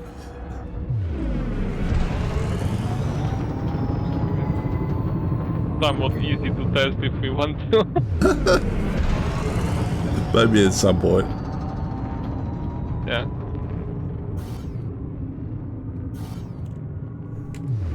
But to be fair, they are not the strongest shields around. Frameshift drive charging. As, Yeah, and I was going at pretty much full speed. Yeah. As demonstrated by my little mishap a couple of weeks ago where I met the ground while docking. And the shields just went, no.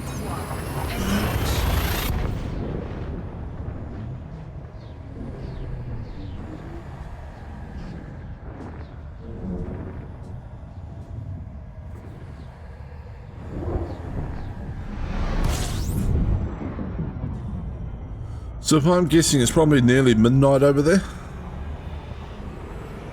Yeah, 13 minutes to midnight. Yeah. So it's 13 minutes to 10 a.m. Yeah. So we are off by like 14 hours now.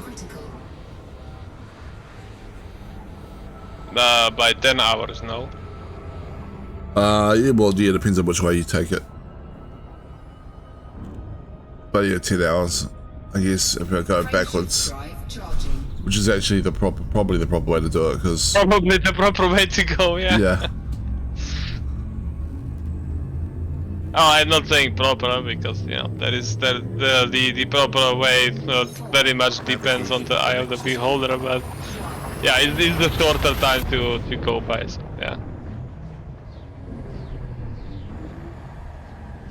Yeah, I just mean if I'm trying to work out what time it is over there, I'd have to... Like, in my head, it's just easier to add, like, you know, go, wow, go to 10 PM and add 2 hours, so.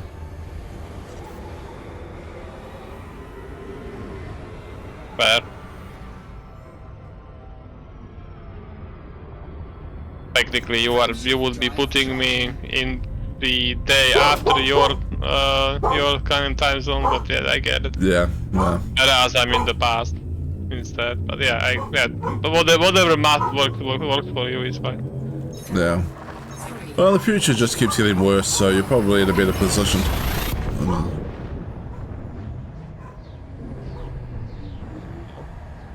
Yeah, probably. Would be nice if you know, gave us sneak peeks of what's gonna happen, but there we are. You are contractually obligated not to. Yeah, it's the time paradoxes, yeah.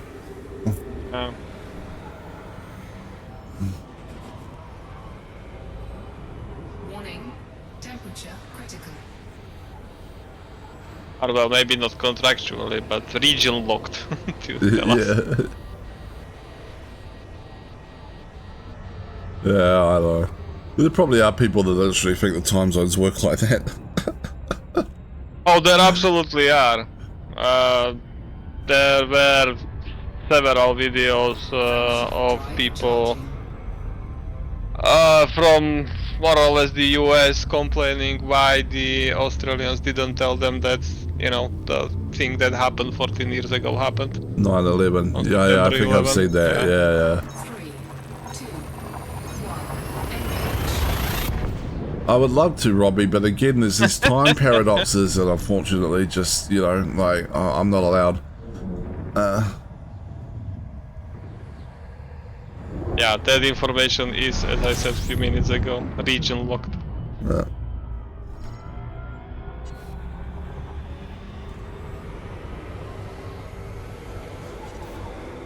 Did you ever see, seen like, World's Dumbest Criminals and stuff, like lists of... Yeah, I think so, yeah. Well, apparently in the US, and I'm guessing Robbie can confirm this, so it might be a state by state thing, right? There was like lottery things where like they just you get a number on a lotto ticket, and then like they'll have a list of numbers, then and the prizes they've won like up somewhere. I remember seeing this video of this lady who went into a store, and she was looking through the list of numbers, and she got halfway through, and there was like a ticket number that won like $250 or something. It was exactly the same with hers. It said hers ended in a 3 and it ended in an 8. And so she was like, aha, genius idea. And she gets a black pen and she changes it from a 3 to an 8 on the end of her ticket. And then she goes to claim the money at the counter. And the guy at the counter spots it and he's like, okay, I need to get my manager to sign for the money. Hold on. And then he goes into the back and he rings the police. And the police show up and like arrest her. But then one of the police officers is like, oh, we're going to check my lotto tickets while I'm here. And he's looking for the list of lotto ticket numbers and he just starts laughing. And she's like, what's so funny? He's like, if you got to the end of the list, your ticket number would have won $10,000. But you defaced your ticket, making it void, and attempted to commit lottery fraud by claiming a different number. So... Okay. Wow. Yeah. She got like halfway through and went, oh, I can change it from a 3 to an 8 and win this small amount of money. She just read to the end of the list of winning tickets. It's like...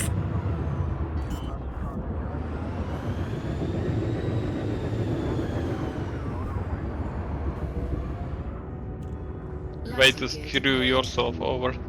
Yeah.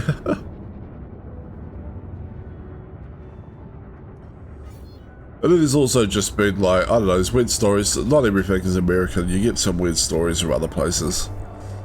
Oh, I'm sure. There are dumb people everywhere. Yeah. One of my favourite ones is from Australia, actually, that there was this was like from the 1990s, I think, or early 2000s or something like that. There was a guy who was training in martial arts over there and he got to like brown belt or something like that. And his martial arts instructor said to him, oh, you're at a level of skill where traditionally you'd be able to fight large wild animals. And he was like, cool, and then he wanted to test it out. So he actually broke into the Brisbane Zoo and climbed into the tiger, tiger enclosure late at night. So there was several floors. Yeah. I don't think that's what he meant, this instructor, but yeah. Continue. Yeah. So there were several flaws in his logic. Like, first of which is that tigers see much better at night than he does. Secondly, the tigers weren't really interested in fighting him, just eating him. And thirdly, his martial arts instructor might have been slightly full of shit. He basically... Yeah.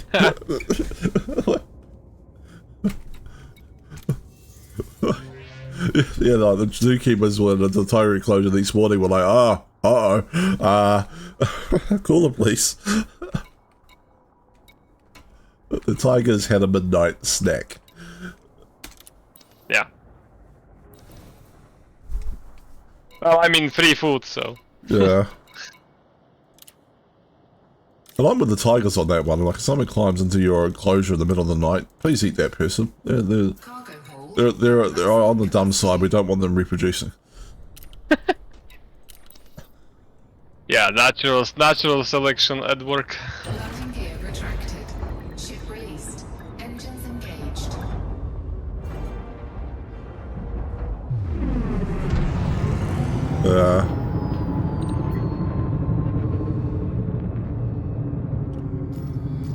But I always feel like the police pretend like they have a hard job or something, and then every time I watch like a show about like you know, like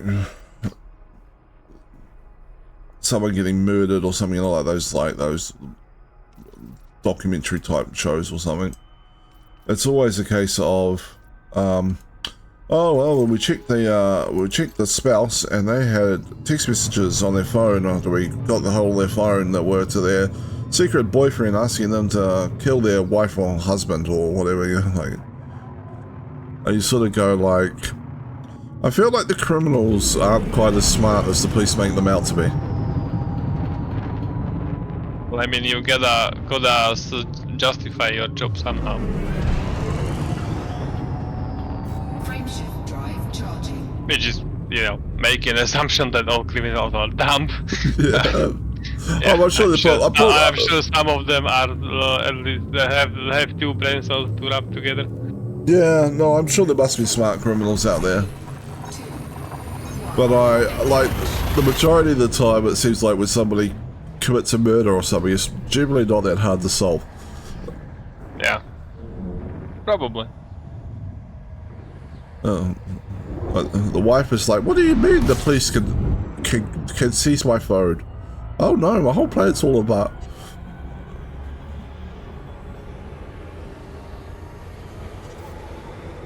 Yeah, I think you mentioned a few days ago that there was a woman that assumed that the police cannot track disposable phones.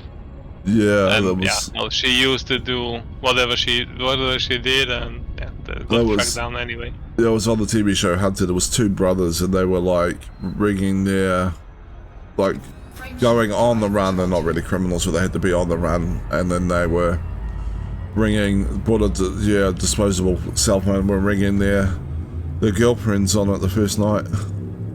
Yeah.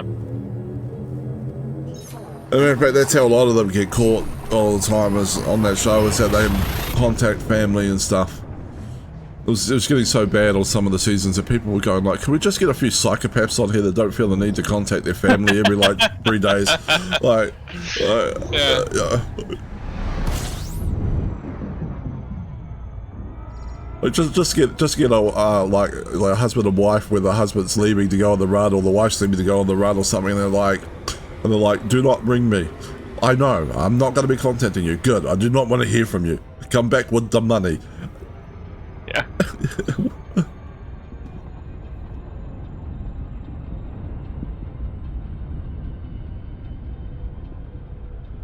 Frameshift drive charging.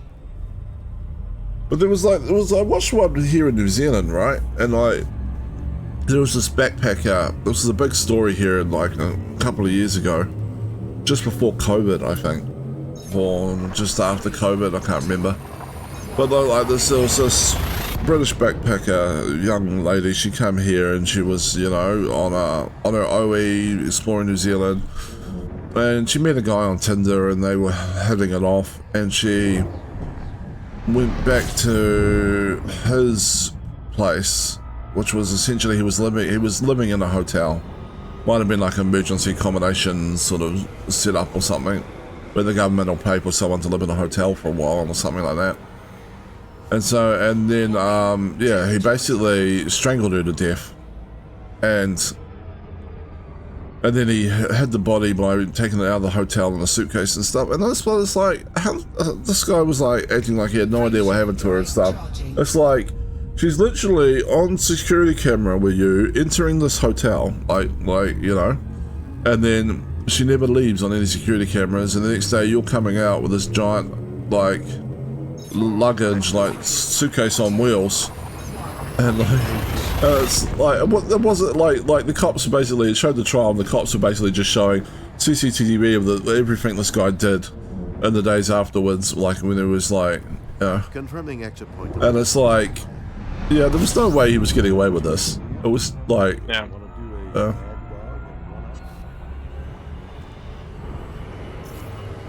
And then the thing that really pissed me off though was like some people started blaming her, like in the news and stuff. Like, oh, why would you go back to a place with a stranger? You know, that was risky. It's like, she literally she went to him with a hotel where she was on security camera. Like, she's probably thinking, no one would murder me when I came in with them on security camera. That would be stupid. You know, it's like... Stupid it was, but Yeah. he underestimated the level of stupid. Yeah, right. But it's like, you know, people on their OEs look to have a bit of fun, and, you know, hooking up with somebody is a very common thing that happens. It's like, I don't get to point the finger at this lady who, like, where it turned tragic for her just because, you know, it turned tragic. Like, people do this all the time. Yep. Targeting highest. Oh, Ooh, an interdiction. Some pirate is about to blow up. yeah. He's in a third lance. He's only dangerous rated though. Awaiting further instructions. I am of the half mind to drop to you to lure the pirate that is after me. Kill them as well. Sure. Gaining heat. I have to kill this one first, though. No, you can do 2v1. Easy. Possibly. Man, I really just missed a lot quite easily. God damn it. I'm probably gonna do this. There we go. Taking heat damage. Warning. Heat damage critical. Integrity compromised.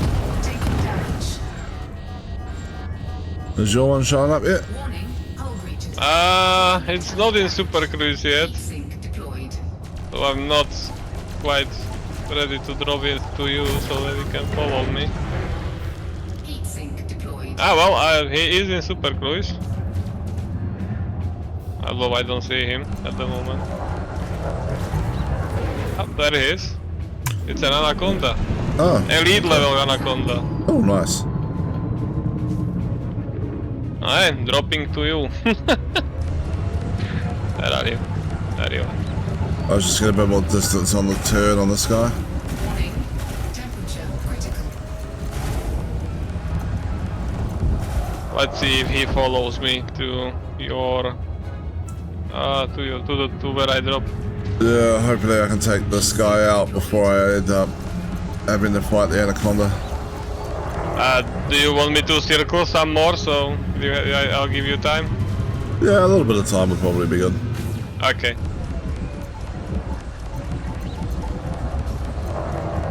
This guy's quite fast, so I'm gonna have to boost turn, I guess, to try and get a bit more distance with the missiles. Yeah, sure. I'll keep my pirate entertained for a while longer.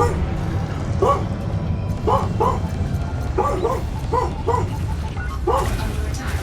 Warning. Temperature critical. Target shields offline. Target shields are offline. Frameshift charge detected. Oh, my target's trying to run away. We can't allow that, surely. Heat sink deployed. Definitely not. Oh, he might get away. He's pretty fast. Took me a while to turn around on him. Yeah, he jumped out. He'll probably show back up shortly. He'll be after me next time, mate. They jumped out the system. They are not in Super Cruise. At least I don't see them. Just give me a second here. My dogs are going ridiculously nuts at the moment. Enough! Come on! Inside. Hey. Inside.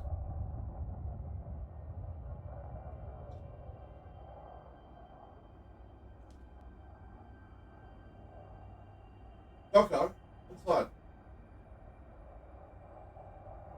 Coco. What you got? Come here.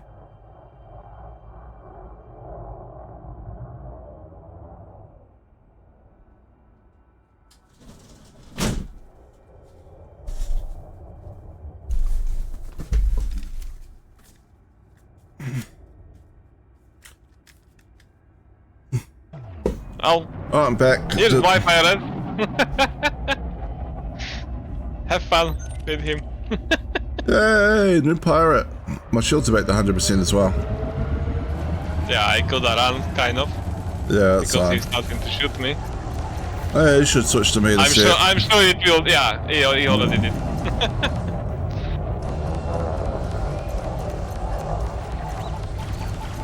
Under attack.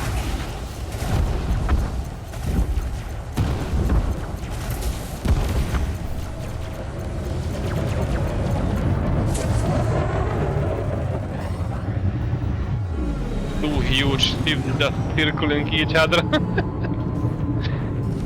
Yeah, pretty much.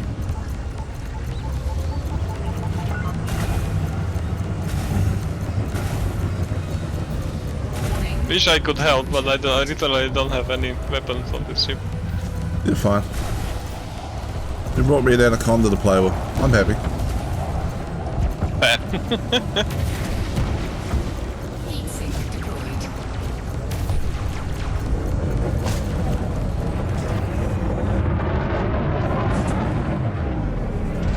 At least this one doesn't try to run. Or not yet, anyway. Hope I didn't jinx it now.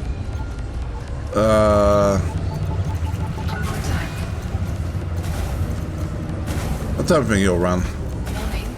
Temperature critical. If he does, he should be much slower than me anyway. True. If you target his thrusters, he won't be able to boost.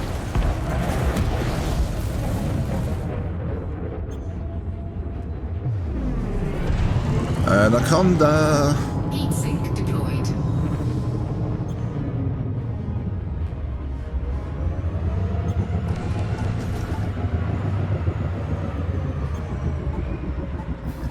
He chaffed, but it does not stop missiles.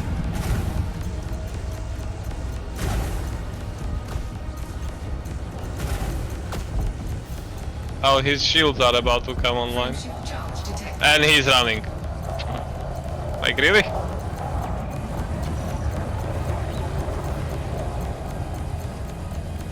Is he running though? I got the message that friendship signature detected. Yep, he's running. Yeah, too big to miss. well. Lot. Oh well. That was still fun. Yeah. Even if they both got away. Yeah. I have to put some weapons on this so we can kill them if this happens ever again. Well, they've just been slightly smarter than the average pirate and been like, well, this is a go my way. I should bail. That is true, actually. I kind of respect it. It's smart. They're like, ha ha ha. I wasn't expecting this. I'm gonna run away. Yep.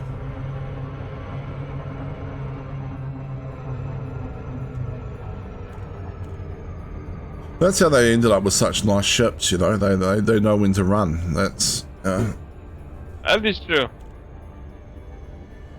They got to live another day and earn some money in the process. yeah, not like the pirates and the adders that are like, we're down to 10% hull, but I think we got this. Are you sure? It's still at 60% shield. No, it's fine.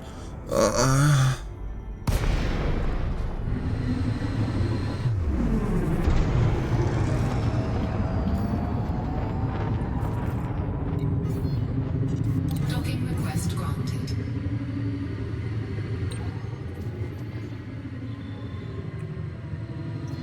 Hello there. Hello.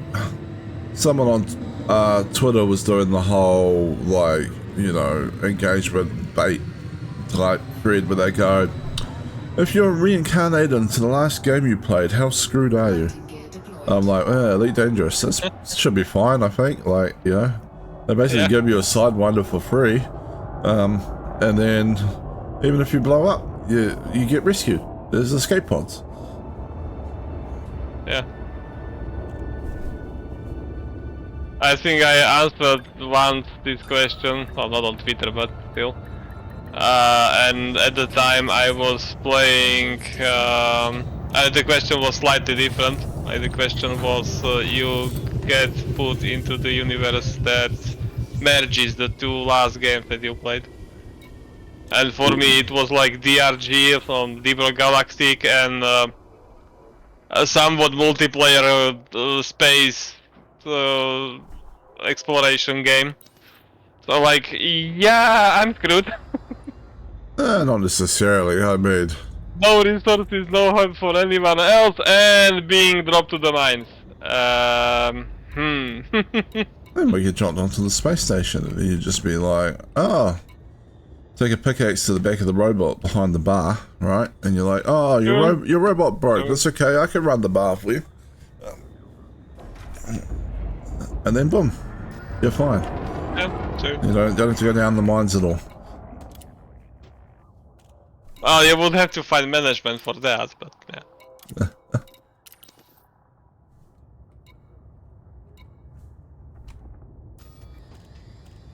You know, someone has to supply the station with beer. Correct.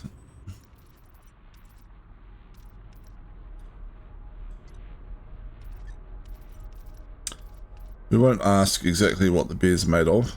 I'd rather not. Yeah. Yeah. Because the answer would probably be the bugs that we killed in the mine. I was thinking more along the lines of like some of the weird shit that you get asked to bring back on secondary missions. Yeah. How cool! I got to see myself jump out. Honestly, doesn't happen often. Considering we are visiting the same locations, it's kind of strange. Yeah. Frameshift drive charging. Have you ever Granted, been, you are not always looking at me jumping out. That is true, but still. have you ever been bounty hunting and a ship tries to run and you blow them up right as the jump window opens? Yes. 3, 2, 1. Doesn't happen often, No. but yes. Yeah. It's always kind of funny when it happens. It's happened to me a couple of times. And Yeah. they're jumping out, and then they like ship goes to zero, they just blow up, and then the whole jump thing just opens. It's like, it's like. Yep. Yep. I pretty much exploded going into the warp window. Yeah. Oh well, hyperspace window. It's not really warp. I wonder what comes out the other end of the hyperspace window. Bits and pieces, you know, Bits bits and of pieces. cargo. Yeah, just water. An just, eye, a few fingers. the escape pod that's rapidly falling towards the sun. Frameshift drive charging. Guy in the escape pod's going, I think I made a mistake. Yeah, the rescue rangers better come quick. I'm starting to cook. 2, 1.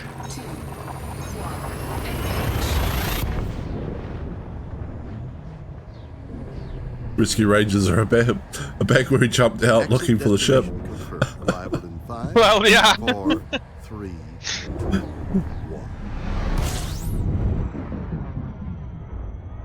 Well, we found his head and his right leg. Where is the rest of it?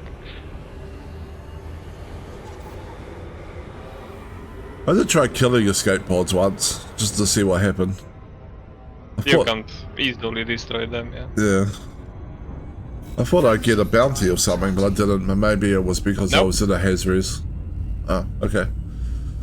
Oh, Well, to be fair, I didn't. I don't remember whether I shot an empty escape pod or a full one. That is true. oh I definitely So blew up maybe an it- occupied one. Oh, okay, fair enough. So you don't get a bounty. Nice. Good to know. Well, you'd have to try it in a normal res, I suppose, with the police flying around and see what happens.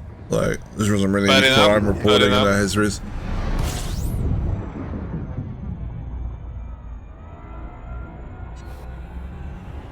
Wee. So should we do this for the rest of the stream, or should we try go earn the skins that are there for the community goals later? We can go do that if you want. It sounds like a good break from hauling stuff. Frameshift drive charging. Yep. I mean, I was asking you what you want to do, but yeah, sure.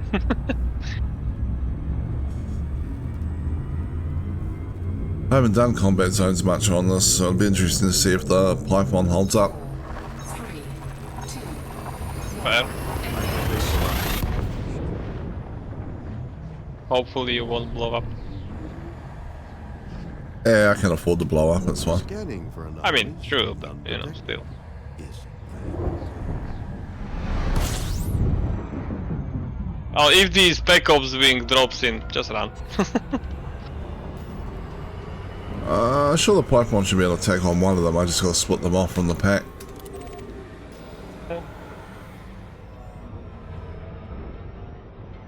They might target me anyway, since I will be in a bigger ship. You know, easier target to hit. That is true. What do we need to do to get the paint jobs? Is it just participate or? Let me check.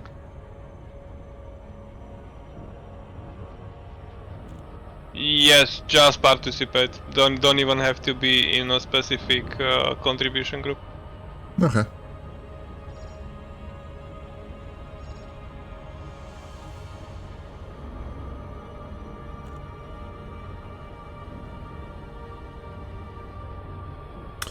I guess the other question is, how far away is the...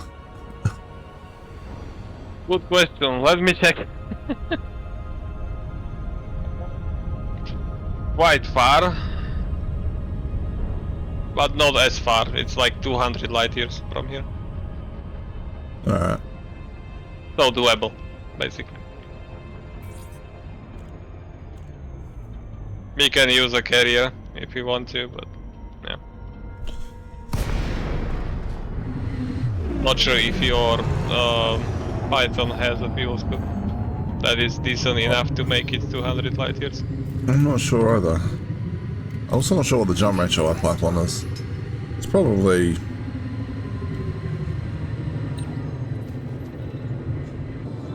I don't think it has a fuel scoop on it. I wouldn't have put a fuel scoop on it, most likely. It doesn't mean I couldn't put a fuel scoop on it and then change it back over when I get over. Yeah, no, I get it.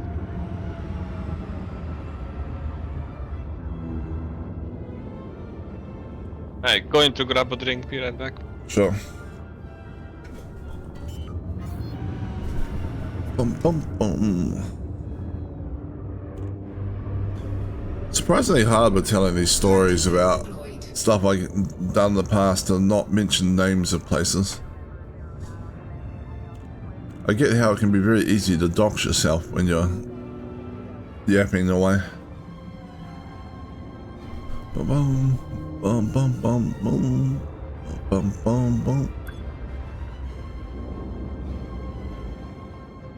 Bum, bum, bum, bum, bum, bum, bum. Docking successful. Engines disengaged.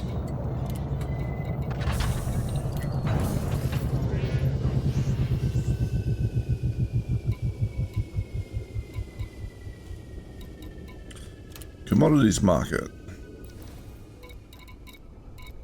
What are we after? Oh right, CMM composites. Cargo hold at maximum capacity. And I'm back. Welcome back. Also, yeah, it's very easy to forget to not mention places that you have been to when you Yeah. are just describing the story. Yes. Keep catching myself and going like, and the place that just a government department, and then there's people that would go out to look at, and it's like I was trying not to, trying to be vague enough. It's like, Yeah. I'm sure you have caught yourself in the last second a couple of times. yeah, it's always been the. There's been occasional times where I caught myself saying something I shouldn't, and managed to stop myself. There's probably once or twice I've managed to say something I shouldn't and not stop myself as well, but... Probably.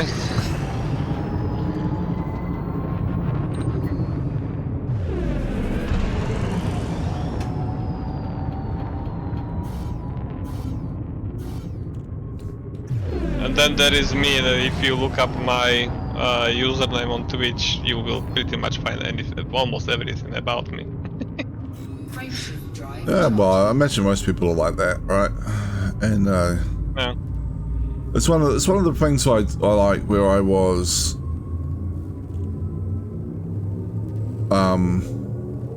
setting up to start streaming. I was trying to keep it in mind. It's like, so it's like, you know, like, so a new account on Steam and a new, you know, account for Elite Dangerous and a new, you know, just makes it easier not to accidentally reveal something.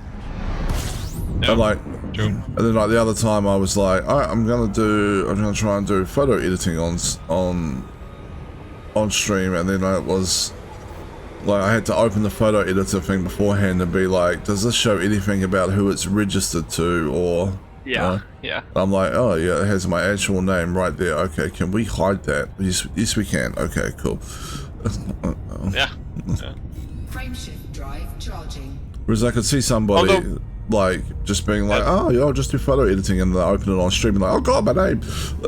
It's like, Yeah. I'm sure it has happened to people. 4, 3, 2, Well, I was going to say, funnily enough, you would be kind of hard pressed to find my actual birthday, because I have been Confirming putting, exit and this for is a delay. known fact, like I'm not doxing myself. I have been putting the wrong, or well, incorrect birthday name to pretty much every single site I register on that requires it. And I was laughing a few years ago because it came back to me, and a person in a game that thought that knew my birthday wished me a happy birthday on the day that I was putting deliberately everywhere. And I was like, thank you, but not quite. Frame shift. Yeah. Charging. Birthday can be hard to track down on people. I'm pretty sure. I don't think there's that many places that would display your birthday. The only thing would be a Except few. Facebook, hello, hi, bye. Yeah, But I hit that, but you know, that's not everyone. Facebook will definitely. Well, I mean, I was going to say Facebook will notify you when it's one of your friends' birthdays, as long as they haven't said to hide that. So yeah, Yeah. that would work. There's a kind of a funny story about this as well, actually. So my mum wanted to go on a holiday, but she didn't want to spend a lot of money. And there's places where you can like hire like accommodation that's run by the Department of Conservation here. So like they run all the huts and backcountry huts, but sometimes they'll have huts at road ends and stuff. And so there was a road end that she was gonna just stop on the way, and there was a hut you could hire like a bunk room and right. Right. But she booked it last minute, and she didn't realize you needed a code to get in. So they sent her the code, but she was already on the road and didn't have access to internet by her email. And then so like she got to this hut, and it was road end. It was like 7-8 p.m. on a Friday night, and she was trying to get into this hut, and there was like she's like, it's a key code lock. And then she was like ringing out the Department of Conservation, and they're like getting an after hours service, and they were like, well, someone should have sent you the key code and the email. And she's like, I'm at a road end in the middle of nowhere, I don't have access to my email. And then she's ringing me up all desperate, going like can you get into my email? And I'm like, oh, what sort of email is it? And it was something that would have a web locker, and I was like, okay, what's the password? And she's like, I don't know. It's saved on my laptop and I can't see it. And I was like, you can probably extract it, but trying to talk her through that is going to be a pain in the backside. I was like, okay, hold up, I'll ring you back shortly. And so I just went, right, it's your email address, let's try to log in, reset password, security question. And it's like, what's my father's middle name? And I'm like, do I know Granddad's middle name? He died when I was pretty young. I don't think I ever learned his middle name. As a kid, that's not something you're interested in. And I was like, it was just Granddad. And then I was like, he did write a book, though. So he is a published author. Alright, Google search. And then I rang my back. I was like, your key code to get in is this. I reset the password on your email. It's now this. She's like, how did you get into my email? I'm like, don't use a security question where the answer is public information. Yeah, well, so you would have to somehow know that that your mom's dad was an author, but still. Yeah. Yeah, it would be like a little bit of research on the person whose account you're trying to get into, and that would have been relatively easy. So.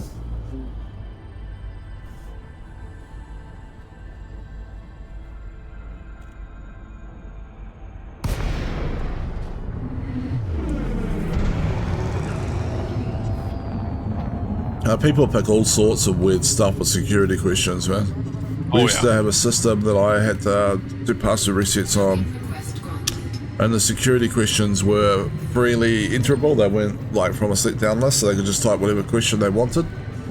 Oh, some of those. Yeah. One person security question was like, what's my age? And then they rang up to reset their password 3 years later. It's like, and I was just like, then they gave me their age, and I was just going, yeah, well, I mean, this account was created 3 years ago, so the minus 3 years that matches. That's fine, I guess. But I was tempted to go, like, I was tempted to just go, I'm sorry, that's not the answer we have on record.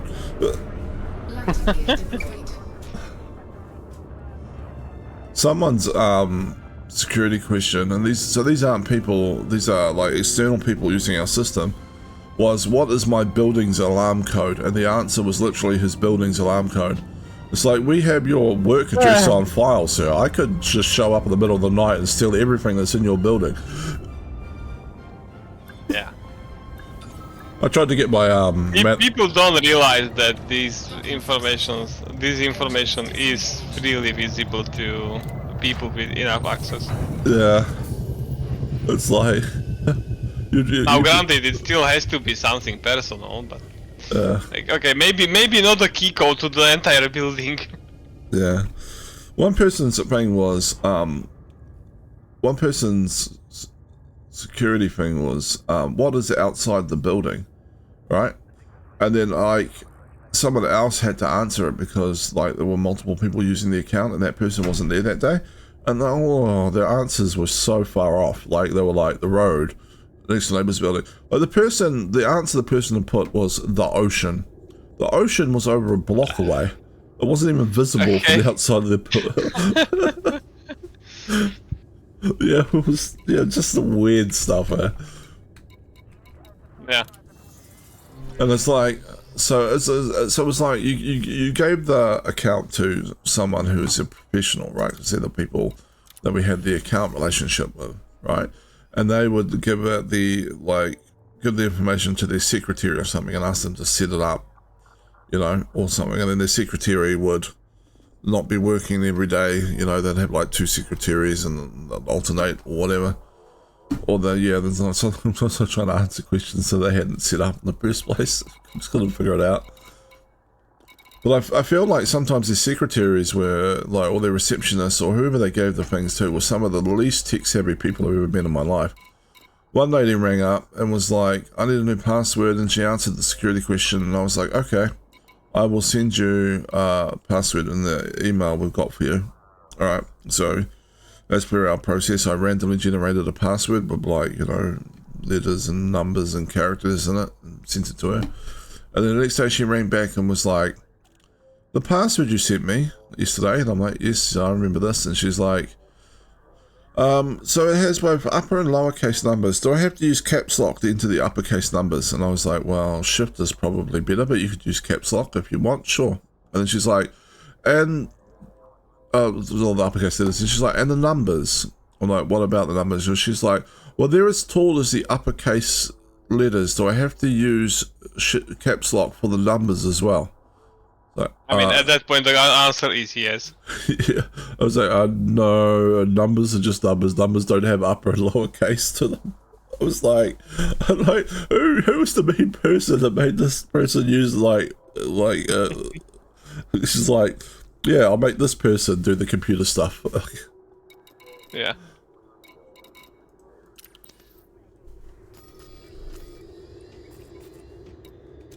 I mean, to be fair, sometimes you don't have a choice, but yeah. Yeah. Maybe it was an attempt to upskill the person. I'm not sure, but... Landing gear retracted. Ship released. Engines engaged.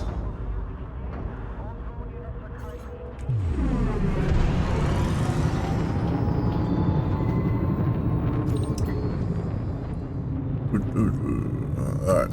4 jumps to go. Yeah, lots of fun stories working in IT sometimes. Oh yeah, I'm sure I have many of them as well, but I can't think of them at the moment. Do you know what my absolute favorite story is?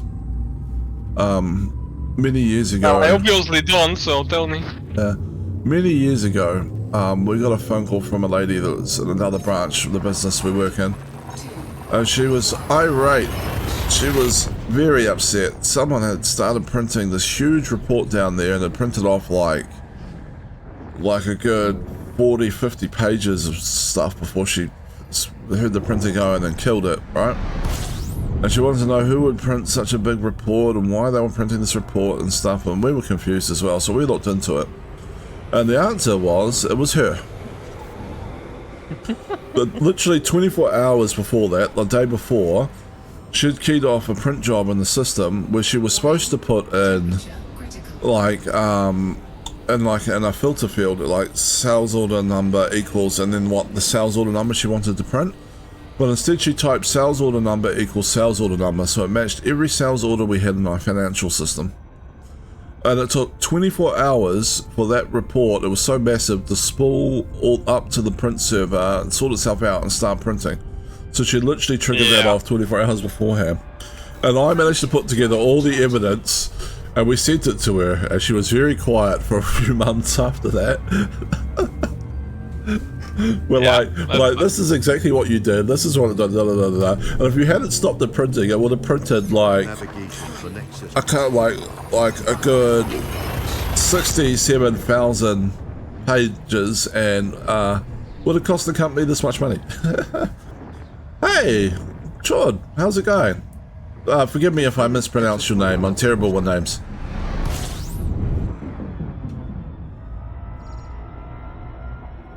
Welcome to the stream. When me and my friend Ed here are playing some Elite Dangerous, we are working on a very large starport, building it for him. Got the name perfectly? That is unusual. I will take that. Frameshift drive charging. How are you going today anyway?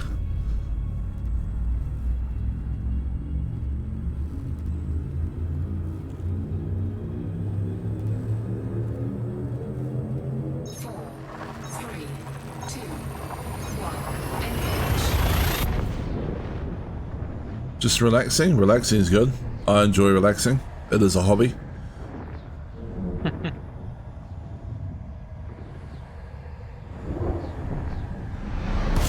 Comfy day.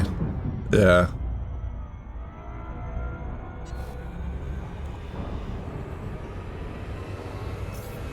It's nice having those comfy days, right? Like, you just relax.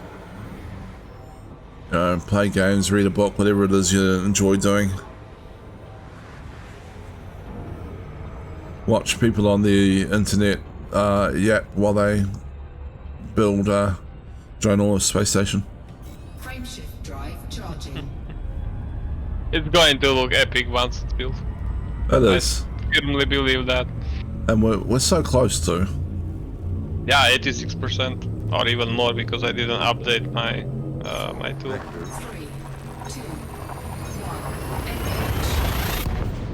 1, Be right back? Yep, sure. It's actually 87%. 87%. Yeah. I mean, we're still not going to get it finished today, but, I mean,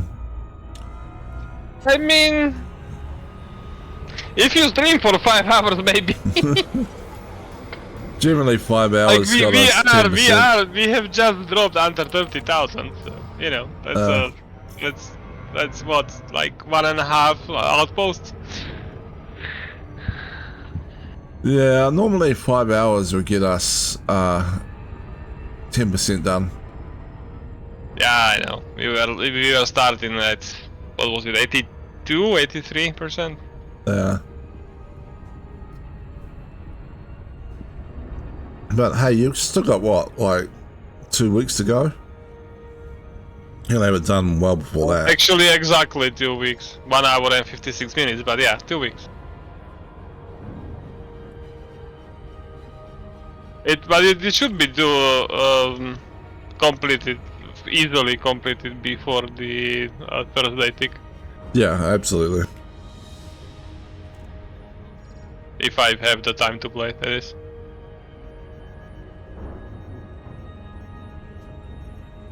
Be interesting to see how much payout it gives you on the Thursday. Me too. Yeah.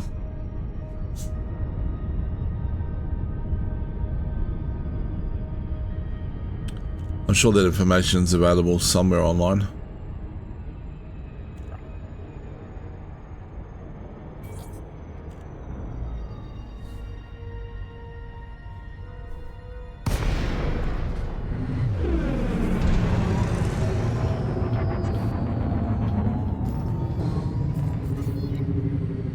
Docking request granted. Alright. Oh, we are docking.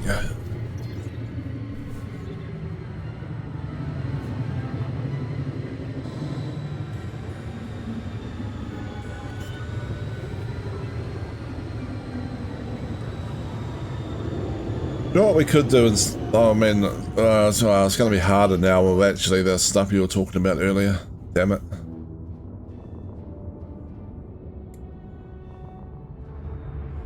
I was going to... Okay, clearly you've thought through something. Please explain to the audience. Yeah, no, I'm just thinking that through. So I was going to say, you were trying to look for another system that was closer to the mega ship, right? But I was going to say, with what we knew about system economies, we could have set something up pretty quickly that would give you steel and titanium and some of the other big stuff up in that area, and then would have reduced some of the load. But then I was like, but actually, if the economies have been all screwed up by whatever they've ever done, that may not work. Yeah, might be slightly harder than necessary. So it was probably just build a extraction hub, a refinery hub, and then build some reasonable starport above it. But now, who knows?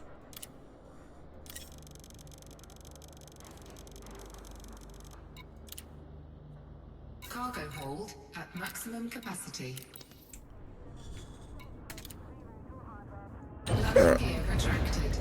I shall drink my horribly plastically water because I have a bit of a bug in the back of the throat there.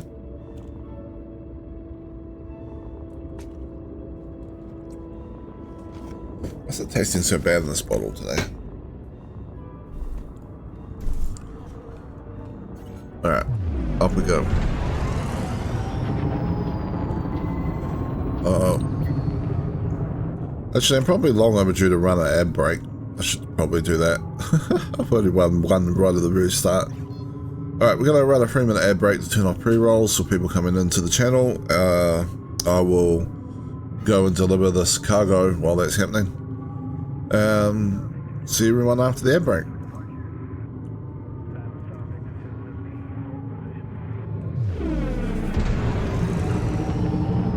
Every time someone says, who knows, the urge for me to start singing the Louis Armstrong song, nobody knows nobody knows the trouble I've seen, rises in me. Nobody knows my sorrow. 4, Yeah. 3. Nobody knows. Okay, I'm not going to sing because I can't, but yeah. I'm not a regular singer either. Take after my dad. I don't know that this is necessarily true. It might be exaggerated a bit, but I was told that when my dad was young and barely out of school, he used to live in a flat with a bunch of people, and the flat was immediately behind a shooting range. Okay. And they would drive motorbikes into the flat and park them in the hallway. Okay. Because they didn't have an outside garage or anything. And there was only one rule about noise in this entire flat, which was under no circumstances was my dad ever allowed to sing.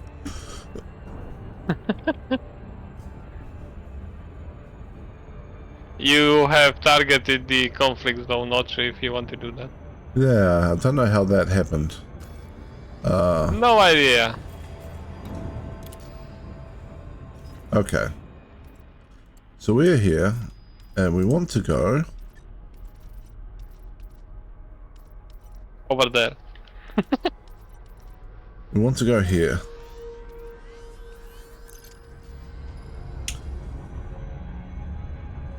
That was kind of a We good... are here and we want to go over there. That dad story was probably one I should have saved for when I wasn't in the middle of an ad break. Maybe. Oh well. Too late. Frameshift drive charging. After people are probably using ad blockers anyway. Yeah, and it only applies to people that would have gotten pre-rolls, or everyone gets them that you when you run them manually. I don't know how that works. I'm not quite sure. Like, other people have had air brakes before when I'm watching stuff, and I'm not running an air blocker, as far as I know. As far as I recall, on Twitch. And, Are at optimal levels, readying for exit. and I haven't got ads. So sometimes I think it only displays for some people on the channel. Or... Fair enough.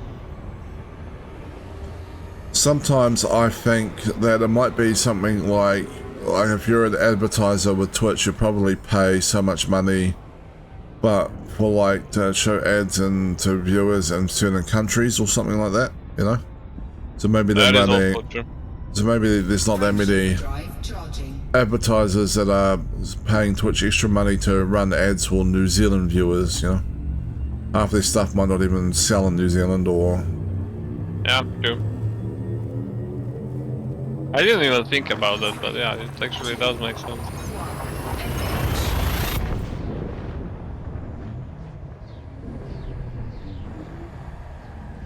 I do get ads occasionally, but yeah. I mean, me too. But, Confirming. I usually, if I get ads, I get the pre-roll ads. I don't remember the last instance when I was on a stream to which I wasn't subscribed to, and I got ads when the channel said that they are running ads. I don't remember the last time when that happened. Yeah, it might be the same position as me. Like maybe they're not like paying much. Maybe there's not that many advertisers paying to advertise in your country. I mean, I have gotten local ads. Like, if I get them, the pre-roll ads, I do get like local ads. Like last time I got an advertisement that the Slovakian branch of Hornbach tried to run. I don't know if you have that in New Zealand. It's basically like a store that sells next to everything when it comes to homemaking, like plants, you know, door frames, doors themselves, screws, etc., etc. It sells just everything. We have Mitre 10 Mega and Bunnings are the two big ones that do that kind of like hardware home. Yeah. There's a few others as well, but they're the big two. Yeah. And I think Bunnings... I think this is like a German company, so I would be slightly surprised if you had that in New Zealand, but you know. I think Bunnings is Australian owned and came over here. I'm not sure about Mitre 10 Mega. It might have been a local thing, but it's pretty big as well. Yeah. Hull integrity is within limits. But then you got like the general shopping stuff, which is, I guess, like the Walmart type experience. I guess like we have what's called the warehouse, and then we also have Kmart. You can sort of go and buy like clothes or TVs or whatever you want, kind of thing. They're not always the best value. They're not always the best quality though. No. This jump's taking a long time. Maybe I'm going to Clonia. Apparently not. Mad Dog situation. I refuel now.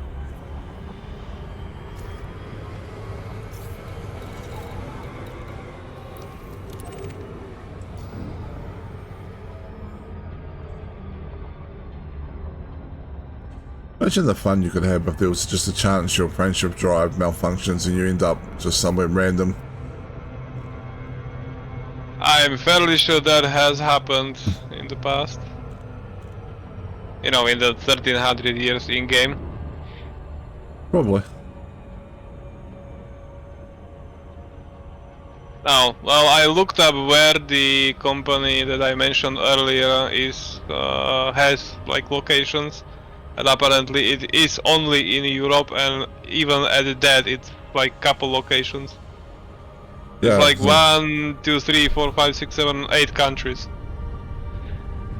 Really, 8 countries is still pretty good. But that I will agree with, happily.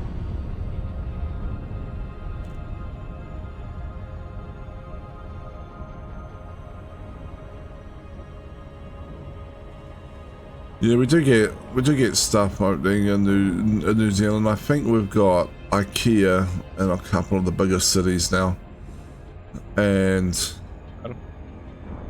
like Taco Bell is showing up in a couple of places apparently. So the overseas companies do start making inroads here.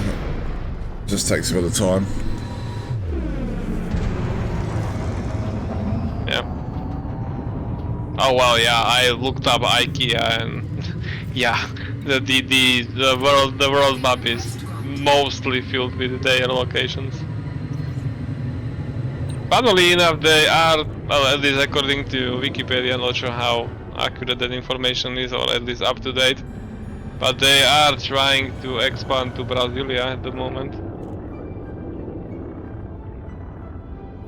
This is interesting. Huh. At least for me. Oh, Brasilia, I mean Brazil, of course. Yeah, no, I understood. Yeah, I just looked, I just used the local local name for it, for the country. Yeah. Apparently they sell world maps as like decorations in IKEA, and they don't have New Zealand on them. Yeah.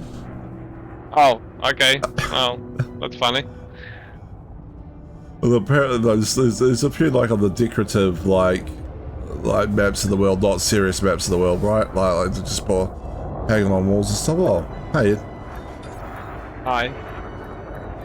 You like my idea? Yeah. Disengaged. Oh, you do? Nice. Yeah, as I was saying, there's a few that like these are like decorative or stylized maps that are just missing New Zealand completely. And then people in New Zealand get upset when they find out about them, and I'm like, no, we should lead into this. Like, let's get ourselves removed from every map, and then we like mention the tourist slogans. You know, like come visit New Zealand, a location that's not on the map. I mean, it would probably be a quite decent tourism lure. Yeah, and also like you know, Trump probably wouldn't tariff us because he you know, like he wouldn't be able to see us on a map. So he'd be like, that country doesn't exist. I think there was. Yeah, actually, I looked at the world map of IKEA locations slightly better, and New Zealand is still marked as future locations. Future locations. All right, maybe they were planning to bring IKEA into like Auckland or something. Fair enough. Loading gear Anyway, retracted. off we go. Engines engaged. Oh. Saw you jumping in. Huh. Yep. And there's apparently there was even one where like someone had trouble for a while. They were like traveling through somewhere in the Middle East or something. Some people from New Zealand, right? And they were like going through like a border check between countries, and the people in the country were like, "This is not a like." People at the border were like, "This is not a real passport." And they were like, yes it is, it's a New Zealand passport. And they're like, we've never heard of this country. And then they were literally going like, show us on the map. And the map they had did not have New Zealand on it. Because of course.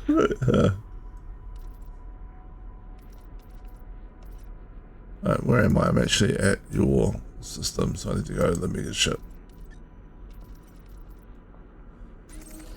Just make sure I did actually hand in before I run away. Yeah, I think it was eventually resolved with like an internet search or something, but yeah. Yeah, I mean, I would imagine so, but still, it's quite funny thing to happen to someone. Frameshift drive Yeah, we've never heard of your country. This is a fake passport. It's like, why would I fake it? Why would I, like, if you're gonna fake a passport, why would it be from a country that apparently doesn't exist? Yeah. It'd be like me trying to travel somewhere and be like, yes, I present my passport, I am from Wakanda. They'd be like, we've seen that in the Marvel movies, that checks out. Confirming exit point 11. I mean, I know you are joking, but something tells me that that would actually happen in real life. There was a skit I seen where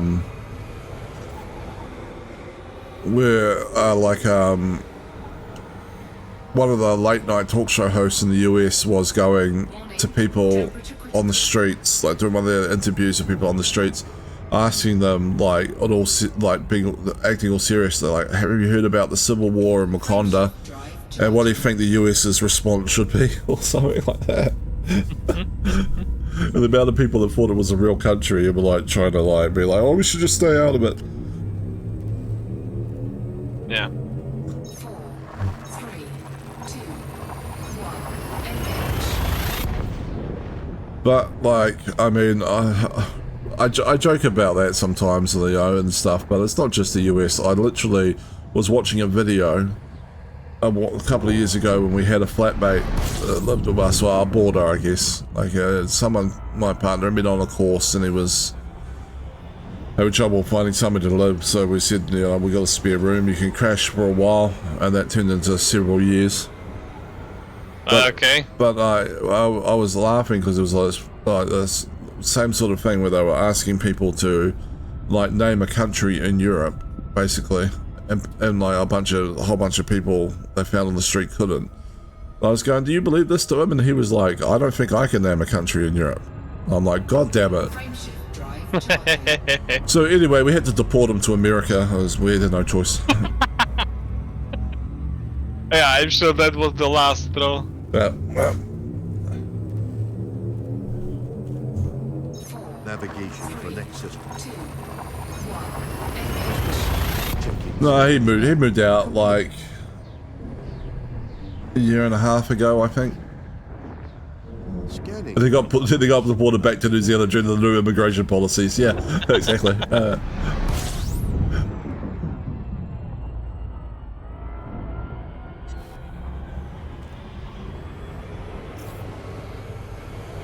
But so yeah, like there's a distinct lack of education that's happening in various places, and I don't think New Zealand is Worldwide, yeah. as immune to it as we hoped, Frameshift based on that drive conversation I had.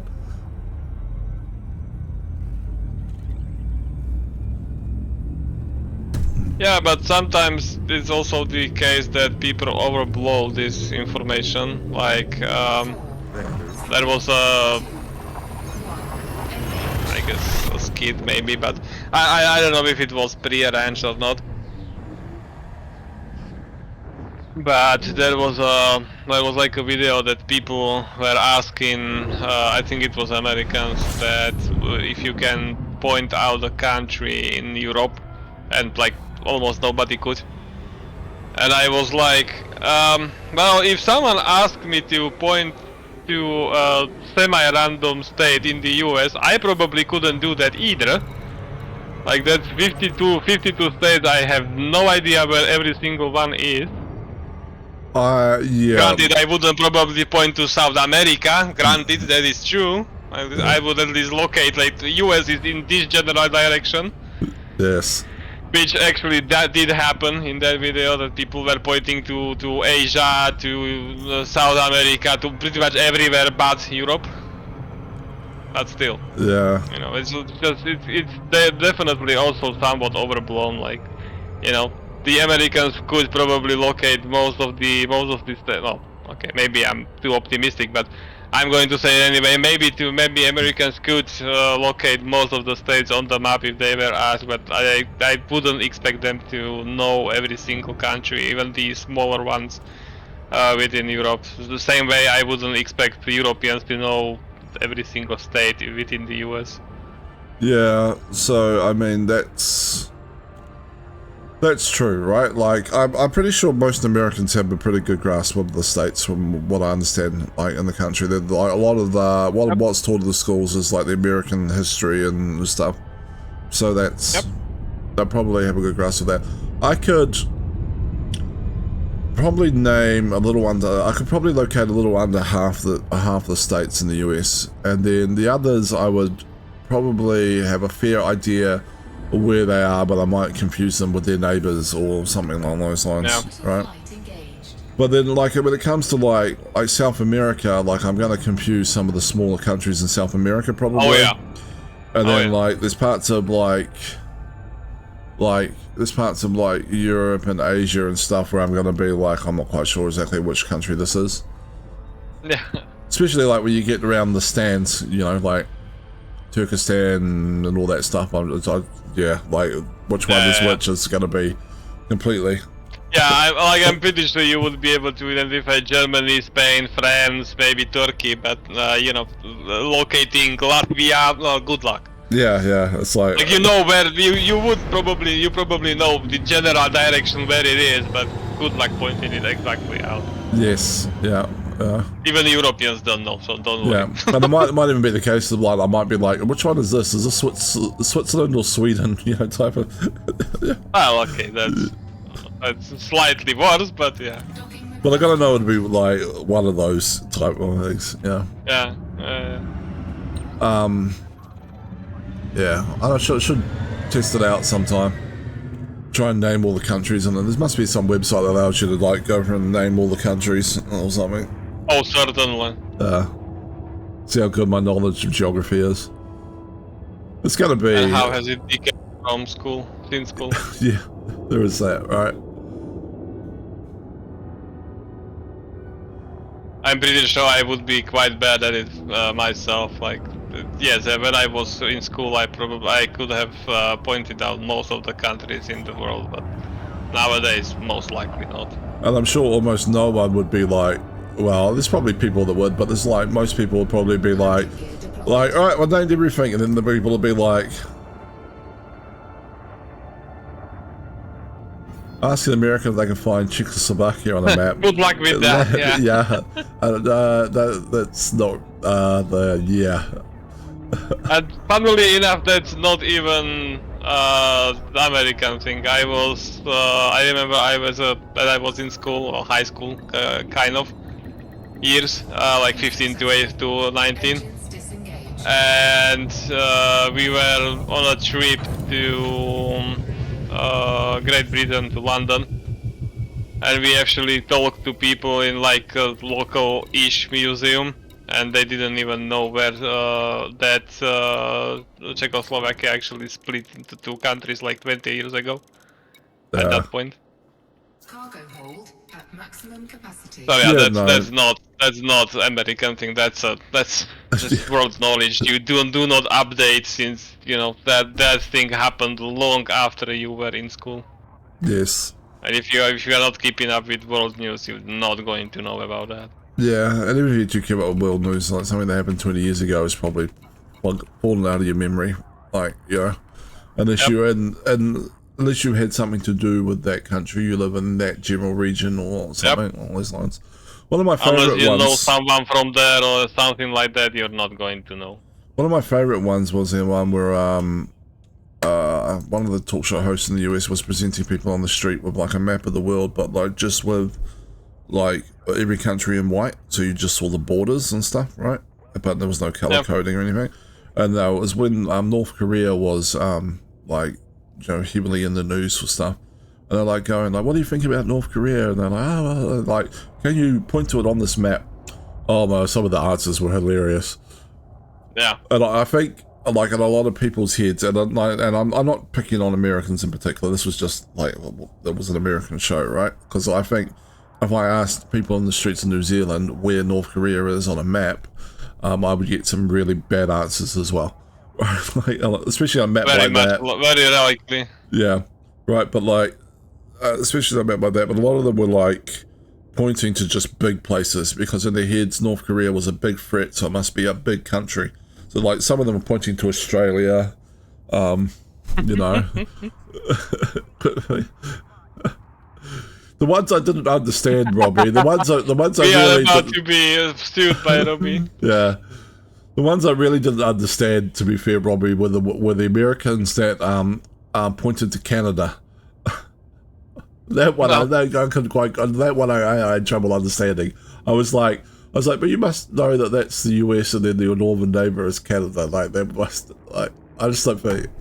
I think they looked at a map of the world without like any information on it, and their brains just short-circuited.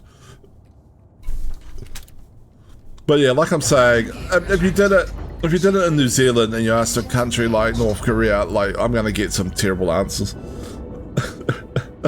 Absolutely terrible answers. People will be pointing to all sorts of places. Some will be pointing to the UK, or I don't know, like they're just like just in general, I think a lot of people's knowledge of geography isn't very good. They know countries exist, and they know they're out there, but then if you go to them, can you position it on a map? And they end up very much not being able to. There was a funny. Have you ever seen the UK show? Yeah. But have you ever seen the UK show, Would I Lie to You? Where what was the name again? Would I Lie to You? I think I've heard of it, but I don't quite know what it's about. I'll bet I can probably surmise from the name, but... Yeah, so it's like you got 3 panelists on each team. Like 2 teams, 3 people each. And then their goal is to tell a story about something that's happened to them or something on those lines. And then the other team can ask questions, and then the other team has to decide whether they're telling the truth or it's complete bullshit, right? One of the ladies on the show was like, I went to book a holiday, which I thought was going to be in Spain, and I didn't realise that I was flying to South America until I was on the plane for over 12 hours. Okay. Well, I think I literally went to like Puerto Rico or something like that, and they thought Puerto Rico was going to be in Spain in a short flight from the UK. Yeah. And yeah, it was like they were on the plane for a long time. They go, this plane flight's taking a long time. That story turned out to be completely true. Yeah, I mean, to be fair, people... I'm not sure if it was an interview in the US, might have been somewhere else. But there have been a video that I've seen that people were saying that like there is no Spanish-speaking countries that have white people. I was like, are you aware of the entire country of Spain? Yeah. Yes, yeah, I've seen that. There's this a misconception there that like, yeah, I don't think they understand where Spain is. Some of the people that say that. Yeah. So Spain is in like Latin America, right? Yeah. Not even close. The other one I saw that was cracking me up was there was a guy who was doing like a master's paper, I think, on like immigration patterns and stuff around the world. Really want to visit Norway and Sweden? I would love to visit Norway and Sweden actually. They look very picturesque. Well, I'm sure there's plenty of other countries around that are just as picturesque in their own way. Oh yeah. Like Patagonia in South America looks amazing as well, for instance. I had a chance to go to Sweden, but unfortunately couldn't make it at the given day that was offered to me. Otherwise, I would have went. Yeah. It was the offer was actually to go beyond the Arctic Circle, which would have been even more fun. Yeah. That would have been cool, actually. I mean, literally and figuratively. Yeah, literally and figuratively, yes. Yeah. But yeah. But my friend has been to... I'm not sure if it was Finland or Sweden, one of the two. And she was like, it's quite interesting country because like you have basically a singular road that goes pretty much across the entire country, and all you see along the road is like, okay, well, here is a small village of couple houses, then several kilometers of nothing but trees, and snow, and then the next village of couple homes. It just repeats ad infinitum. If it works for them. Yeah, she was just visiting, but yeah. Oh, you mean for the sweets? Right, okay. Yeah. Fair. You do wonder where the supermarket is, though, then. In the woods, I guess. You know, locally supplied. Just walk out the window. I mean the door. Sorry, not window. Yeah. Or maybe even window. Like, you know, just open the window, cut down the tree that is growing next to it, and go make a shelf. Yeah, there was yeah.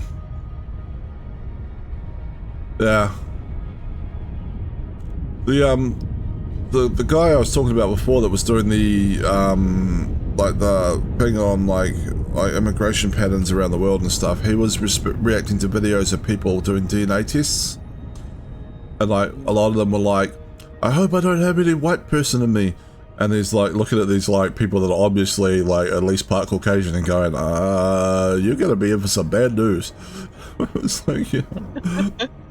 And it's like, and one of them was like one of them was like it was just interesting facts that were coming out of it.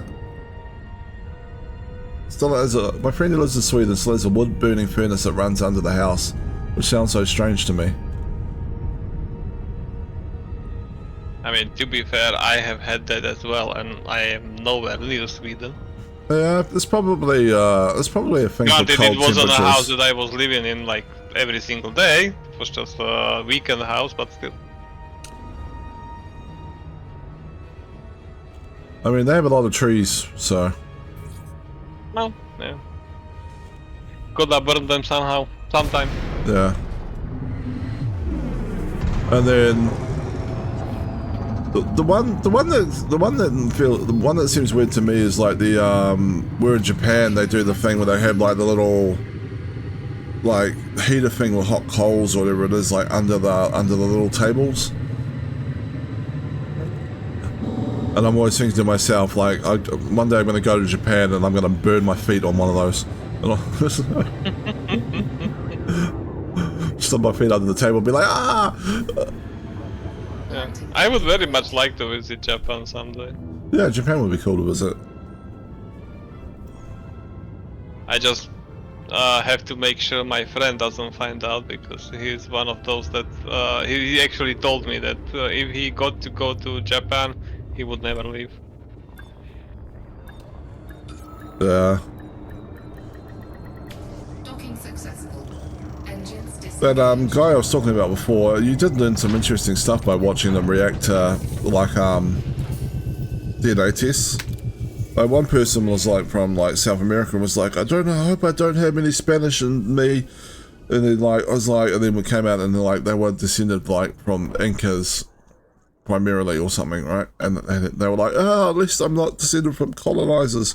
And the person was like, you may want to have a little bit more of a look into Incan history, because they basically enslaved everybody down there before the Spanish showed up. It's like, when the Spanish showed up, most of the people that were enslaved by the Incas joined the Spanish to try and overthrow them. And then later on were like, shit. That didn't work out as well as we hoped. Yeah.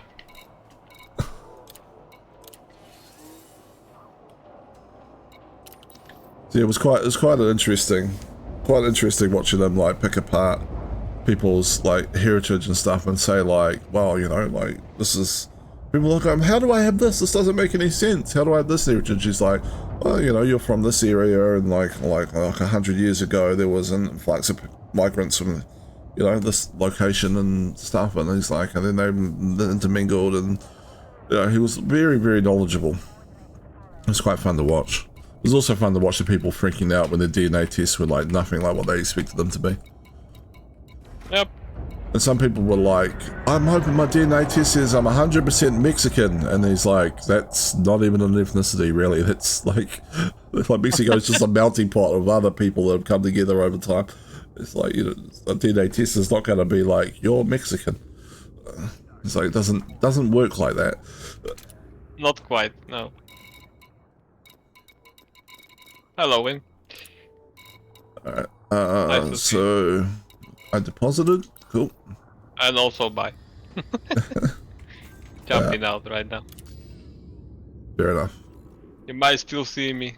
Oh well, I went because to. I'm I looking went at to the left. the. Oh, yeah. Yeah. How dare you deny me this opportunity to observe myself? I'm joking, of course. It's not narcissistic at all. Don't worry, you're fine. Not at all. Yeah. That's perfectly normal behavior. There's a lot of places in the world. My dinner in the crack pot. You mean crock pot? Maybe not. I'm hoping he means crock pot.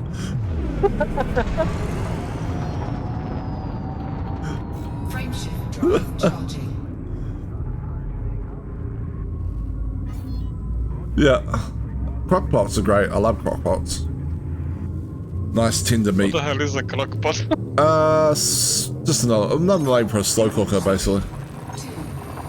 Oh, okay. Fair enough. I know what that is. Yeah.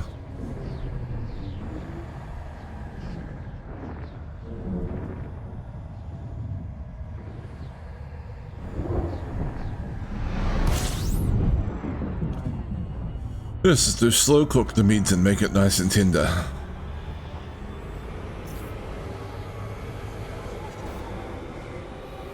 Kielbasa, potatoes, carrots, and cabbage. Nice. Warning. Temperature critical. My Okay, well, dinner. now I'm hungry. My dinner last night was a bit more simple. It was just homemade cheeseburgers. Fry up some patties, step on some bun with some like onion and cheese and like aioli and tomatoes and stuff. Now I'm getting hungry, damn it. To be fair, it would. It's only 11:13 a.m. Yesterday it would have been 12, so it would have been lunchtime. Kind of makes sense that you are getting hungry. It's getting to be midday for you now. Yeah. Doesn't make much sense for me since, you know, it's past 1 a.m. but still. I don't know. Sometimes I get snacky when I stay up late. Cool.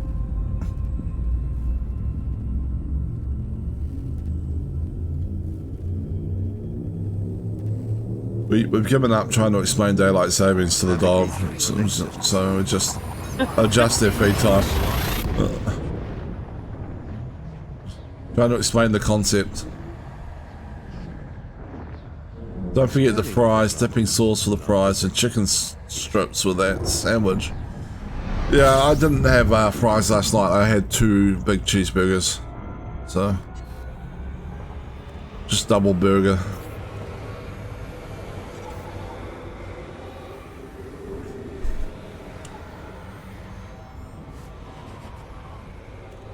But a burger and fries is good.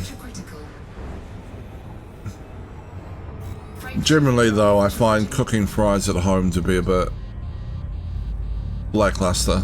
I always end up either undercooking them or overcooking them a bit. Oven baked fries, they're just not as good as deep fried fries. Yeah, I had a fryer at home and like oil fryer, and the fries usually came out pretty good. Yeah, we had one for a while and would use it.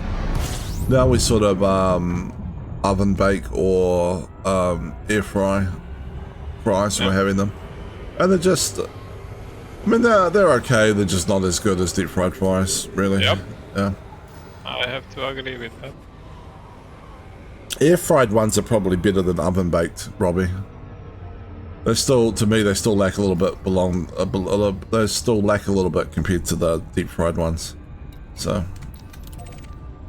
You know, all that oil and...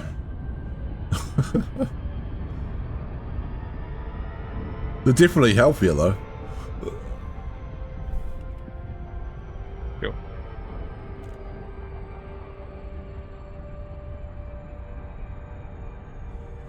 Yeah.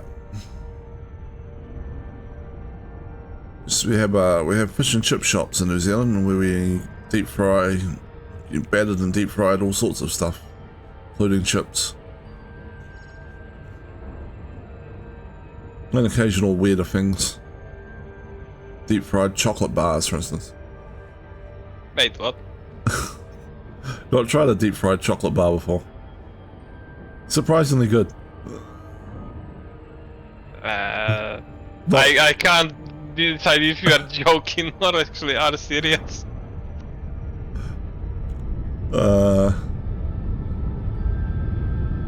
It's been a few years, but I am actually serious. They do deep fried chocolate bars at the fish and chip shop. You get deep fried chocolate bars. How do you even do that? I don't know how they do chocolate it. would melt. I do not know. I think they might batter it up first or something so the melted chocolate stays inside the batter. Hold on. It's generally, we've got a chocolate bar here called Mars bars. So it's usually the Mars bars. Deep fried, there you go, deep fried Mars bar. That sounds so weird to me.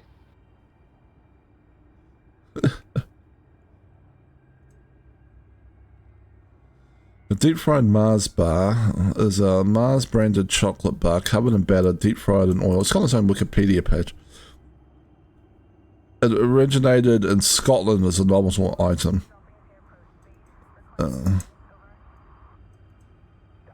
Various mass media began reporting on the practice in the mid-1990s, often as a critical commentary on how unhealthy the Scottish diet was, and so, of course, the popularity of the dish spread. Because of course. Yeah. The dish is prepared using standard commercial Mars bars. The chocolate bar is typically chilled before battering to prevent it from excessively melting as it is deep fried.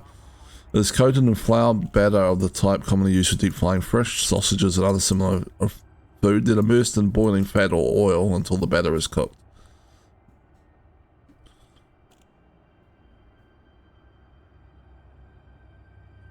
Yeah.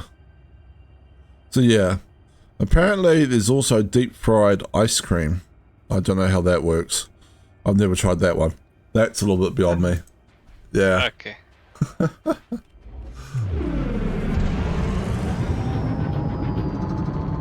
Deep fried Oreos. Some people shouldn't be allowed in the kitchen. Yeah, there's like if you give people a deep fryer, they will deep fry. Or they'll try and deep fry almost anything, basically. I mean, that's normal, that's just people, but, you know. At some point you should probably ask, should I even do this? Landing gear deployed. List of deep fried foods. What have we got? What's the weirdest thing on here?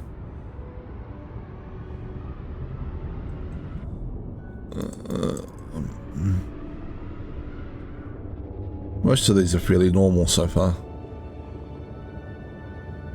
Beer chips, apparently American brand of thick cut kettle style potato chips can be deep fried.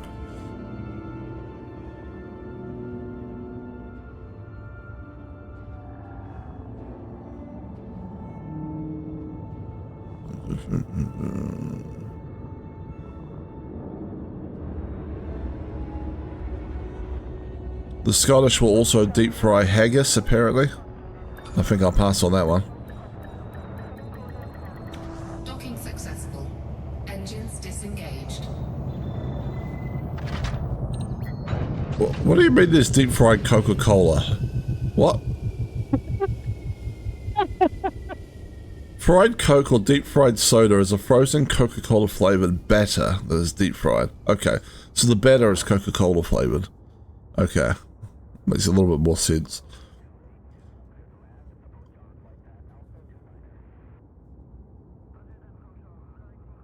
Ooh, fry bread. There's a restaurant a couple of hours away from where I live in the place we stayed at one time that has really delicious garlic fried bread. Maybe you think of that. Damn it, I want garlic fried bread now. What else is in here?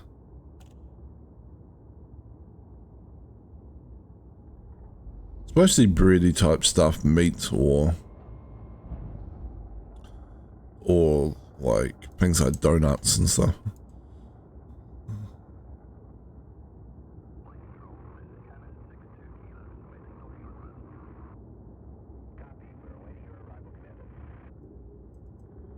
Some versions of deep fried pizza. Okay.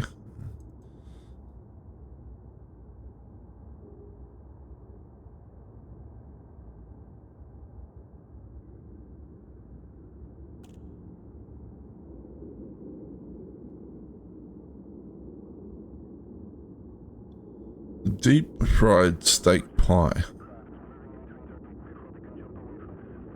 What? It doesn't. Okay. Fine.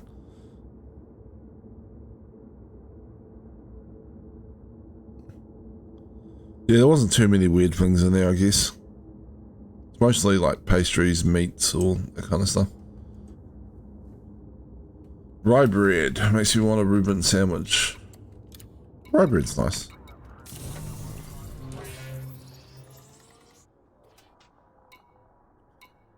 Alright, commodities market. Do we wanna go and do the community goal stuff after this? Cargo hold at maximum capacity. I wonder, do I have time to do one more run? Nah, I'm going to my carrier and switch ships. Can actually sign up. Mission board unavailable, but community goals are available. Okay. Hydrate, you bastard! Hydrate! Hydrate! Oh god, the plastic water.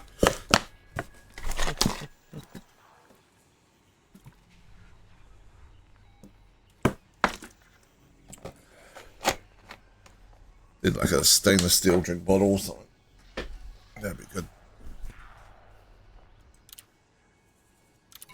Right, so we sign up for both. One against the other. Yep. So far, it seems like the Federation side is progressing better. The Feds just have free weekend. It's, you know, the Imperials have 3 weeks. Yeah, I'm sorry, Dark. I'm full of microplastics. I'm a hazard to sea life.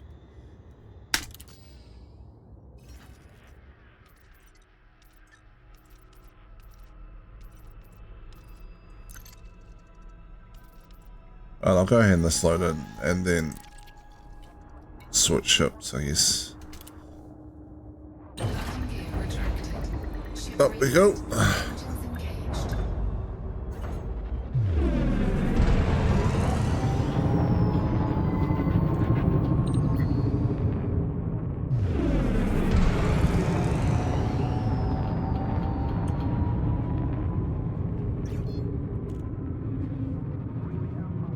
Frameshift drive charging.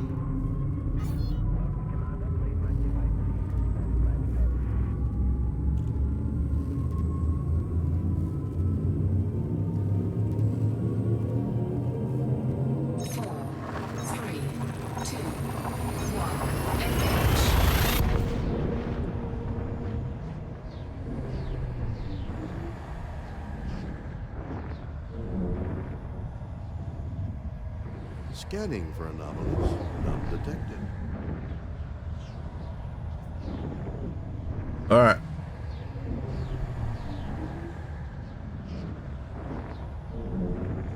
What we should do is we should take Federation ships to fight for the Empire side, and then take Empire ships to fight for the Federation side. What do you reckon? Sure. Or we We are going to do one conflict zone each, so it doesn't really matter. yeah. So, or we can just take the Python. I'll just send the Python Mark II to both.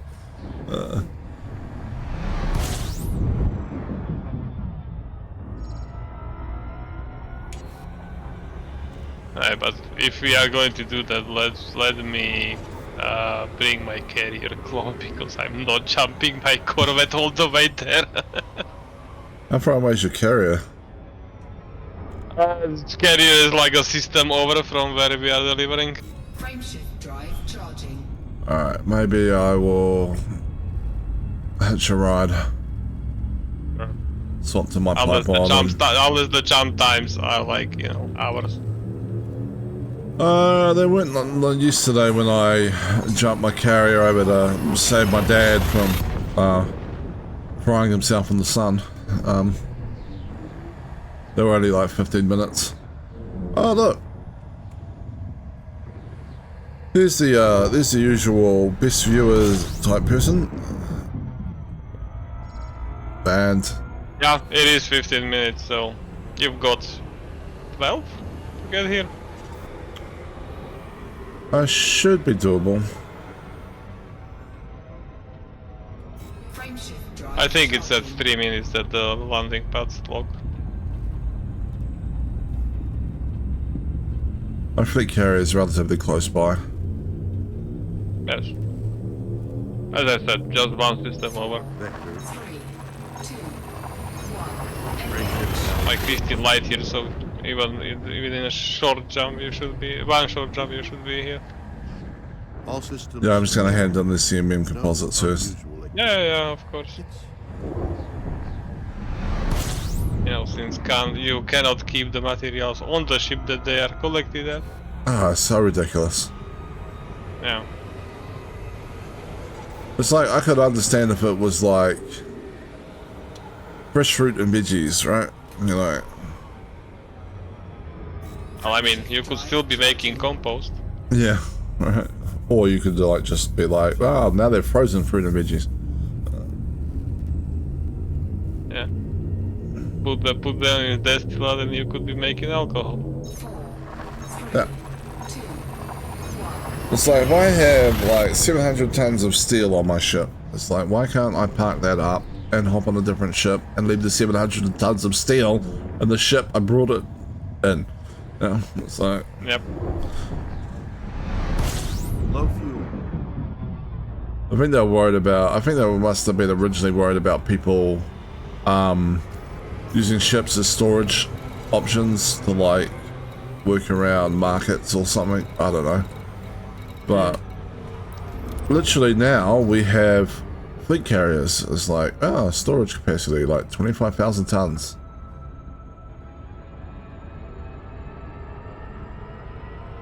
There's no such thing for parking though. You mean there's parking? You can park a spaceship.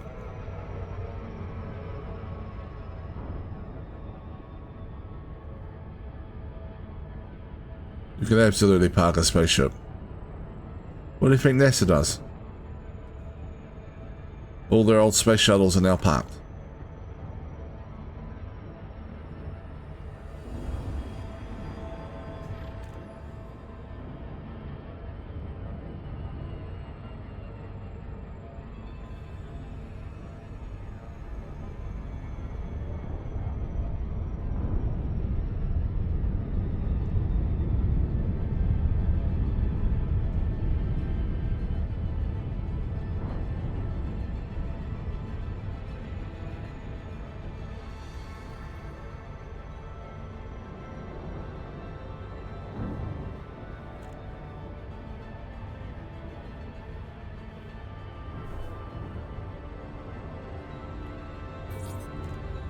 Alright.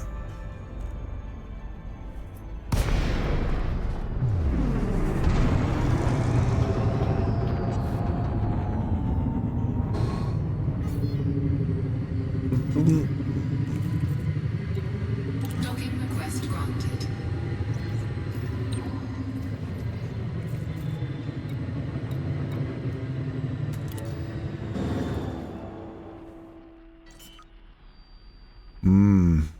I don't know. Do they ever say parking in game, Ed? I'm sorry, what? Landing gear deployed. I said, do they ever say parking in game? That's questioning my use of the term again. Oh, okay. Well, they say docking, but you know, still. And technically, you can park your SRV. There is no docking for SRV. Docking successful. There you go. You can't. They do say parking in the game. It's confirmed. Not necessarily exactly they don't, in terms of you know. spaceships, but yeah. I don't think there is the word parking is actually used in the game. I'm a petition FD to change that, just so I can be like, haha, look.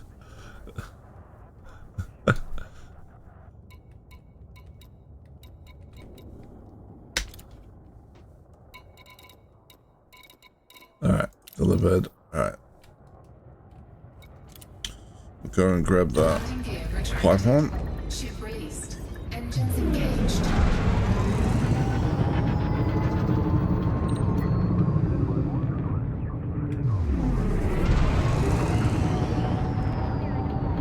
Yeah, you've got 7 minutes. Frameshift drive charging.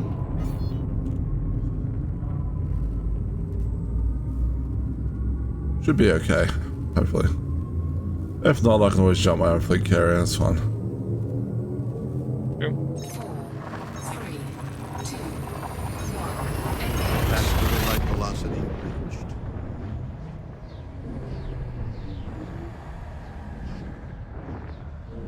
We shall do the combat. Key systems are at optimum levels, readying for exit. It's gonna feel weird flying the Python again. It's gonna feel twitchy, I bet it.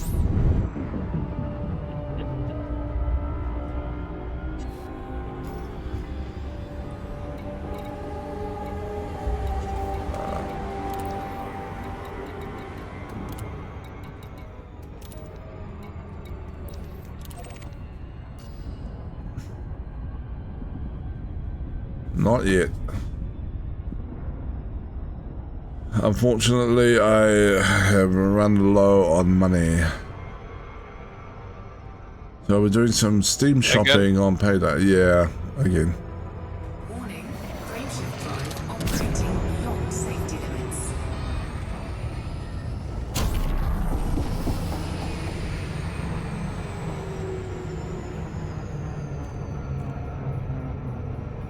Well, you know, my partner doesn't work, and so I'm supporting the two of us and basically the entire house because we don't have a board or anything anymore on the one income, so it gets a little tight sometimes. It's not I a wasn't asking you to go this deep if you didn't want to, but hey, well, there's some Win Arctos lore. yeah, well, you know, like.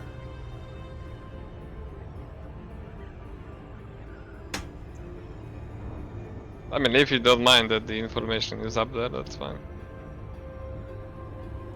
I don't mind people knowing my partner doesn't work. She's struggled with some stuff that are like, you know, like, yeah, it's conditions created from like childhood trauma and stuff.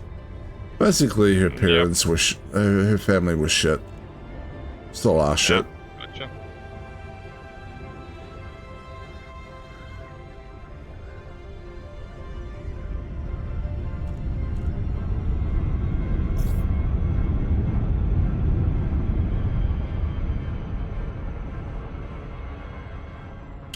There's a certain irony there. She might be the better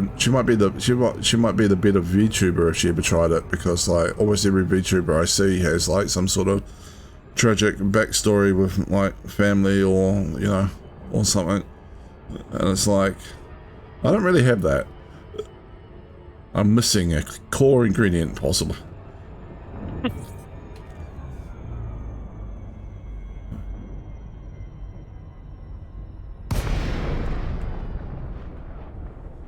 One day I'll have to be to my parents, I'll be like, damn it, why were you decent?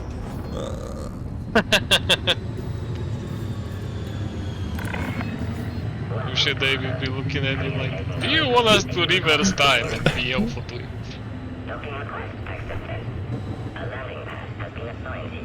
You know, the usual line of parents, we have brought you into this world, we can change that. Yeah. I'm probably generalizing a fair bit. I'm sure not every VTuber has like some sort of traumatic like childhood story of bad parents. I'm sure, but Yeah. it's funny. There does seem to be a fair number of them that, like, you listen to their streams and stuff, and you're like, oh, okay, yeah, there's another tragic childhood. Alright, auto docking, not parking. It's auto parking. Is this not like a parking bay similar to a garage? It's a hangar, which literally isn't a parking garage. No, hangar, or whatever it's pronounced. You know what I mean. There we go.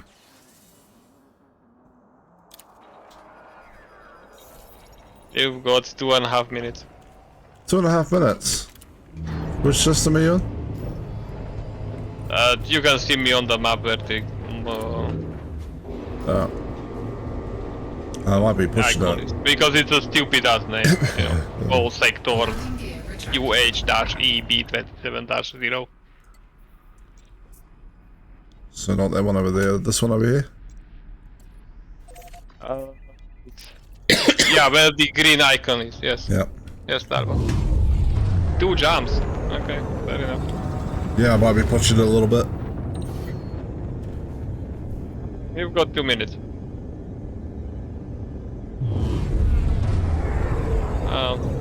Hopefully I am next to the star. Not really. I got 5,000 light seconds from the jumping point. Did I cancel and restart? Nah. Or will you bring your carrier? Yeah, if need be, I'll just bring my carrier if I miss your Okay. your ship one, that's fine.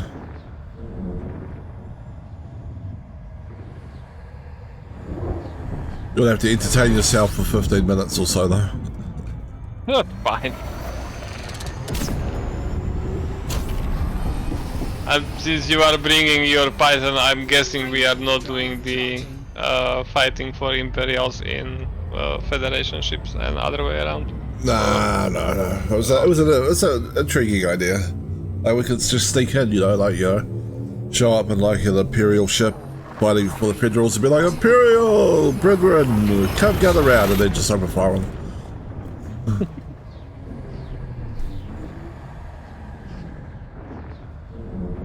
Entertain yourself for 48 hours. No, they fixed the jump window problem.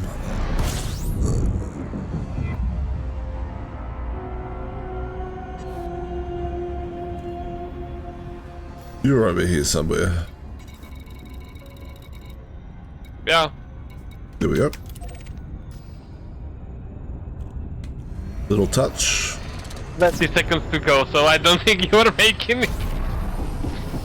Ah, I can do it. Probably not. Probably not. 5, 4, 3, 2, 1. Yep. So close. Oh well. That's fine. Where are we going for this anyway? Let's have a look. Transactions. Yes, I was saying that's what I was doing, not asking you to do it. Sorry, there, Captain Kirk. Social, to the Chi Iridati system. Okay.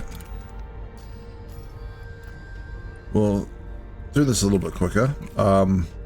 I apologize to everyone for the sound problem that's about to occur. It's something to do with the carrier management screen, and not my fault.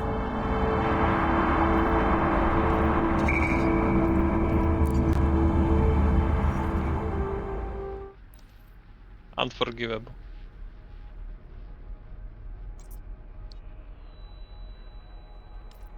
I don't think I've ever gone BRB dark and then been back the next day. That would be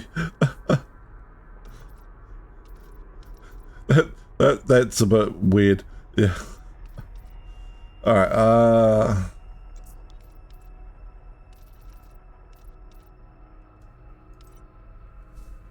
what was it? Gee.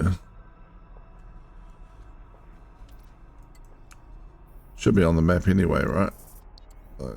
Somewhere over here.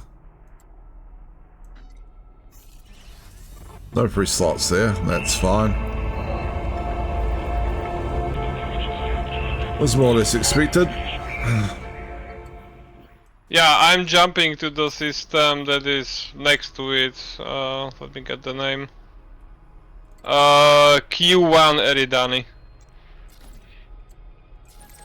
It's right next to it. I'll just jump here, that's fine. Yep, there we go. Oh, you actually... yeah, you're jumping to the same system that I just said. Yep. Q1 Eridani. Alright.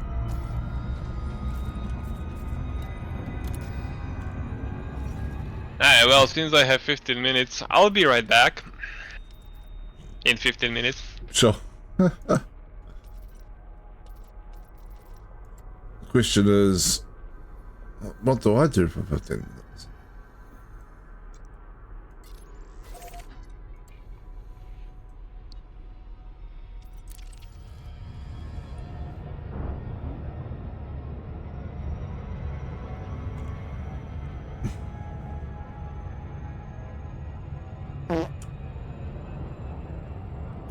Who's farted in chat?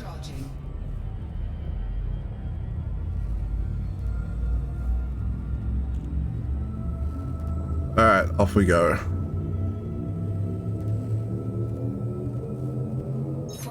Yeah, I often blame the dog for my farts as well. I'll even do it when we're on holiday and the dog's at home.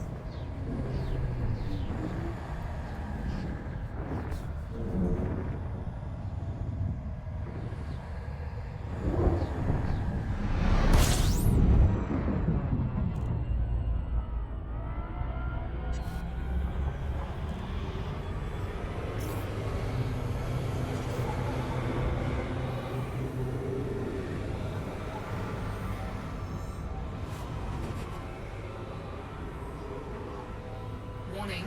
Temperature critical. We've been feeding the dogs, or even better when you Dutch home them with the doggo partner and yourself. I do not do that, no. No, we've been feeding, we changed a number of months ago to feeding the dogs dry dog food because it's just cheaper, right, for like a fortnight of dry dog food than it is dog rolls. And we've been feeding them Tux dog biscuits, and then because you often find them on special around places, and they're pretty good. The dogs are probably in better looking shape than when they were on the dog rolls. Like they're more, like, especially the smaller dog seems to be holding her weight on a bit better with it. And but then the other fortnight I was like, I can't find Tux dog things on special anywhere, so they were like way more expensive than normal. And I was like, there's this other brand that was about the same price as what I normally pay for the Tux, the same size, much smaller, same size bag, much smaller dog biscuits, but it should do for the fortnight. Oh my god, never buying that again. The dogs just so much gas when they were on that. Such stinky farts all day long. It was terrible.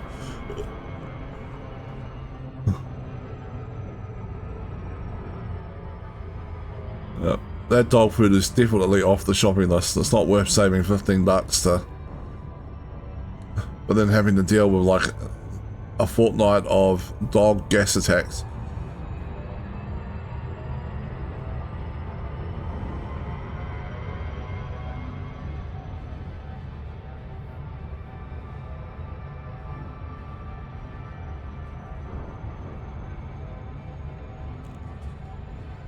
Alright. Need to show my fleet carrier. I haven't gotten around to, because money's been a little bit tight, I haven't gotten around to buying a, like a ship kit or anything for it, like people often do. So it's just the standard default fleet carrier. It's the best rewarding smell to spend on. It absolutely was not. It was horrific.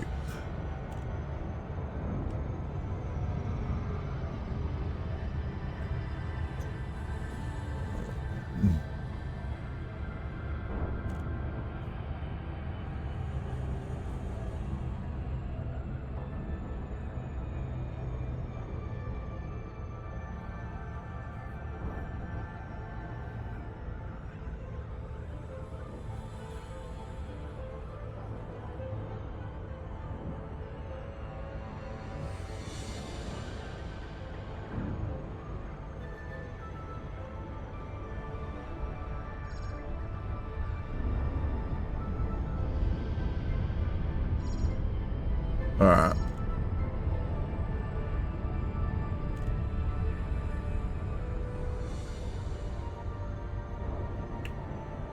Ship feels so much better to fly in. And they got the new Corsair coming out, which is probably looks even better than this ship for medium combat. Slightly less firepower, but way better power distributor, and also really oversized thrusters for the size of the ship, and more internal space as well. So you could run shield cell banks and stuff. Definitely gonna have to give that ship a go for combat.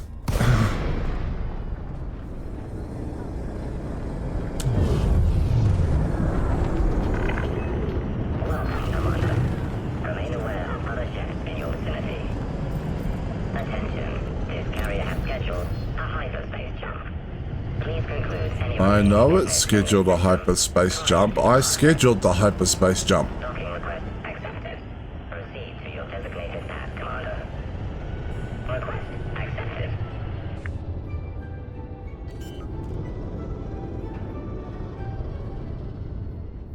Landing gear deployed.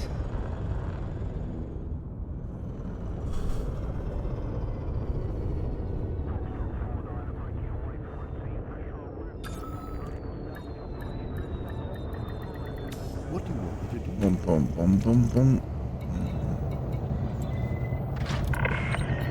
Docking confirmed. Okay. Shutting down. Welcome to this carrier, Commander.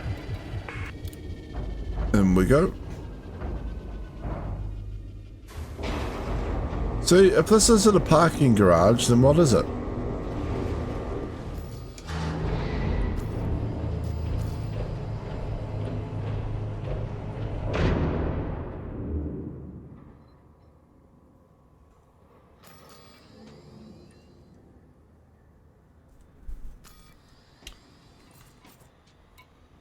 I wonder if I can find my other accounts systems on this map. If I go back to...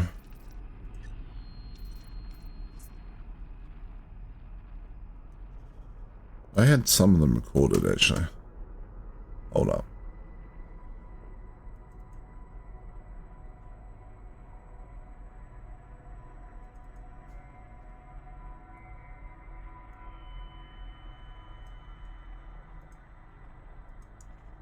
Doesn't make much difference because I probably won't be able to see the actual.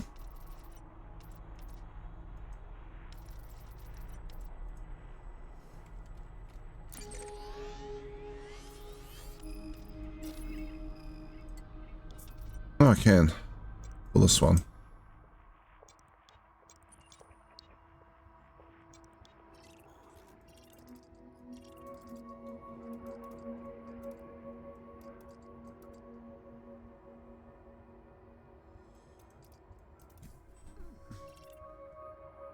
So got a few planets that are buildable here, and they've got this big one here with 5. Should be good.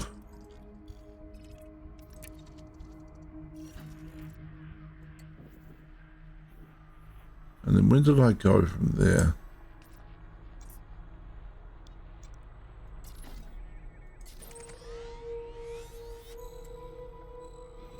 Oh, this way somewhere?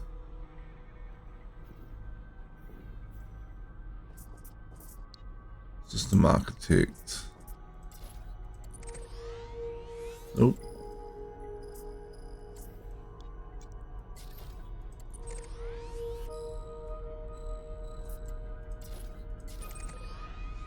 Nope.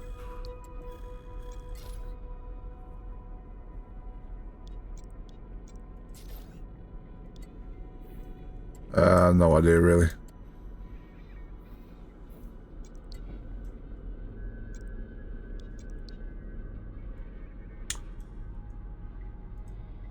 So I've almost finished claiming a food system on my other account. I have this one as well. Actually, see the... I can't see the system map for this one. There's smaller systems. This one's got a couple of places you could build on. And it's got like a few ring planets and a couple of asteroid belts.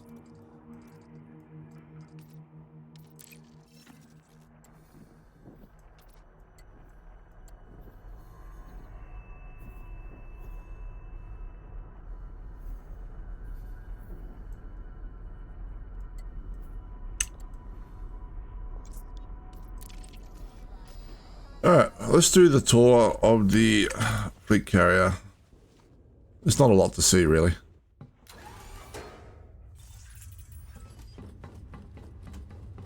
Where we go? This way. We'll be departing in 5 minutes.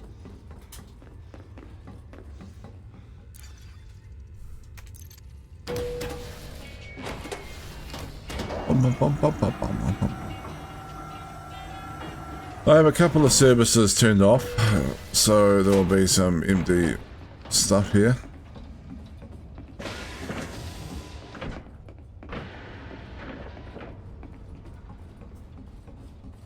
Yeah. Most of the stuff's empty, actually. There's one of the services here I didn't buy, and the other two I got turned off. I'm just running the bar at the moment. Hello, I'm your boss. Surprise inspection. What are you doing? What is this?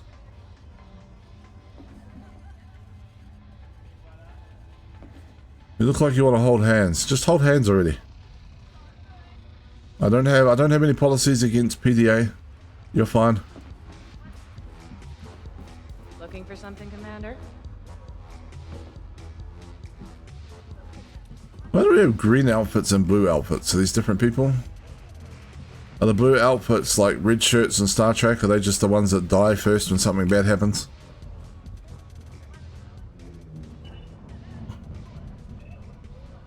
What you reading? I'm the boss, you have to tell me. What do you mean it's your off hours? I don't care.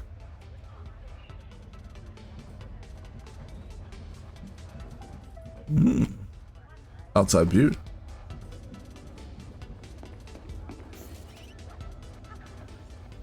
We've been overworking our employees, I think. Look at this. Just sleep on the sofa. This guy should have retired by now. Why is he still at work?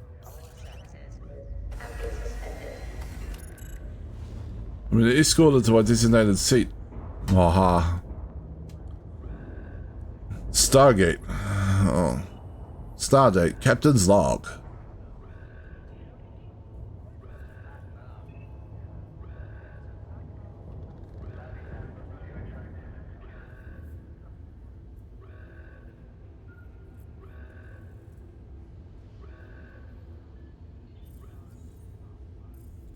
Landing pads retracted. Hangar bays secured. It is a good view of the jump from here, to be fair.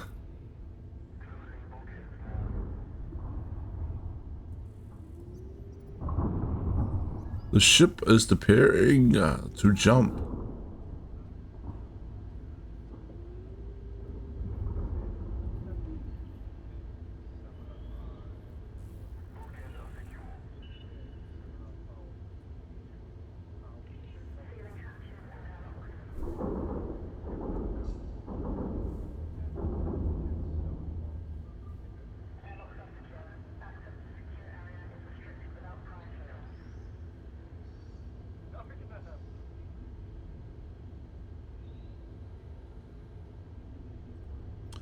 I'm not sure what this spinning thing in the middle here is telling us, but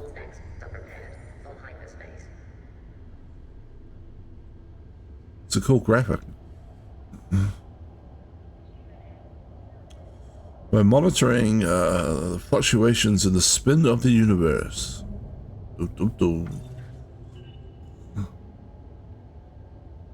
Absolutely. I'm sure nothing bad would happen to you. There's definitely no lightning that will hit you.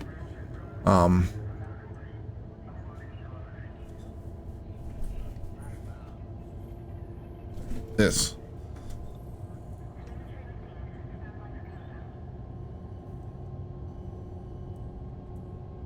Why is this guy down here using a tablet to enter stuff when he's sitting at a thing with like a keyboard and big screens and stuff? Like, what's he doing on the tablet that he can't do on the main screens?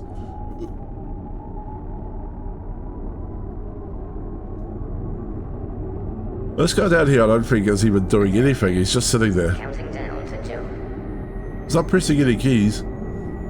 5, Should I be worried? 4, 3, 2, 1. One guy's comatose and the other one's playing games on his tablet.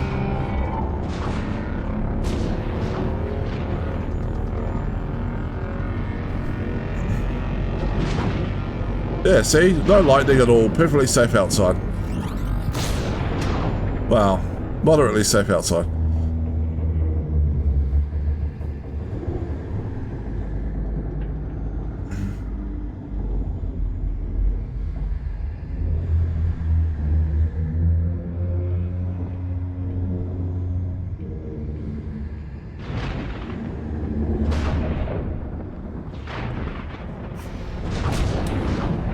I am curious why you don't get lightning storms when you jump a normal ship, though.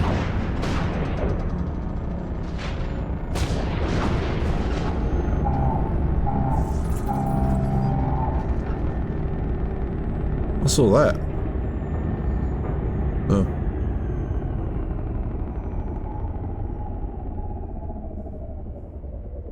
Alright. Well. And now leave your seat. Was I locked in before? Oh.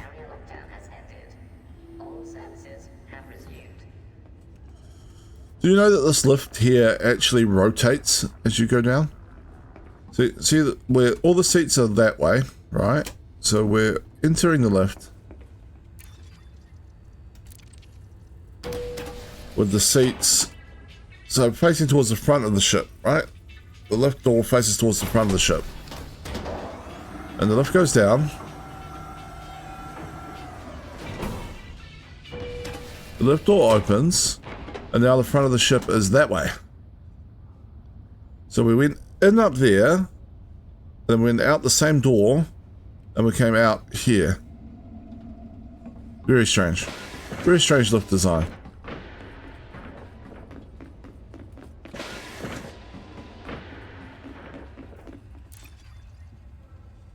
Yes, pipe on that too.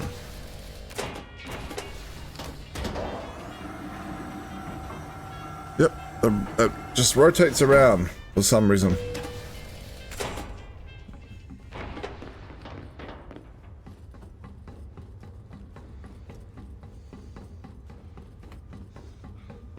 What it should do when you go to the elevators is it should ask you what ship you want to go to, because like I've got like a whole heap of ships on board. It should just be like, well, you know, it is a fleet carrier. Which ship would you like to use? But no, you have to go back to your ship and then change ships if you wanted to do that. Not that we want to do that.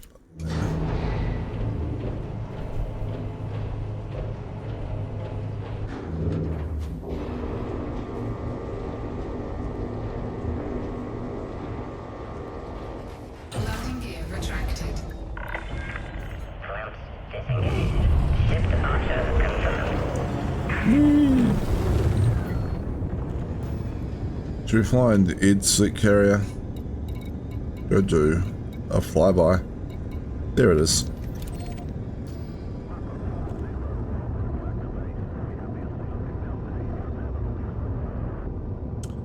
It's on the other side of the planet, isn't it? It is on the other side of the planet. Frameshift drive charging. 4, 1. Engage.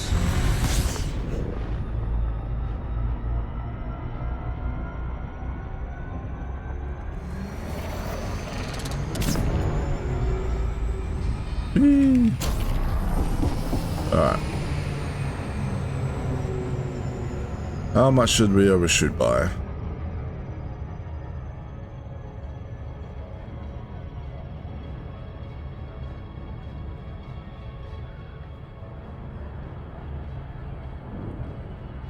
Boom, boom, boom, boom, boom.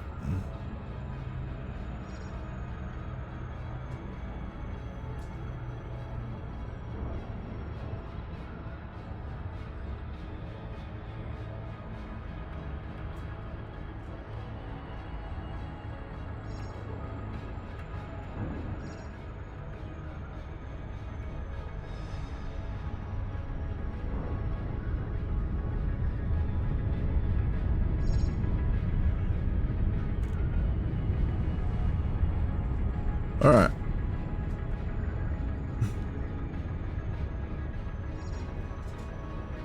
We will find Ed, and we will do loop-de-loops around his fleet carrier. I'll wait for him to get back.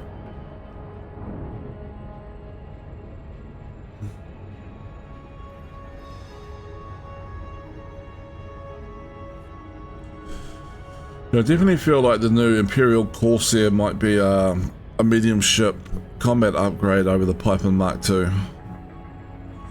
Just with the amount of internals, the better power distributor, and the bigger thrusters.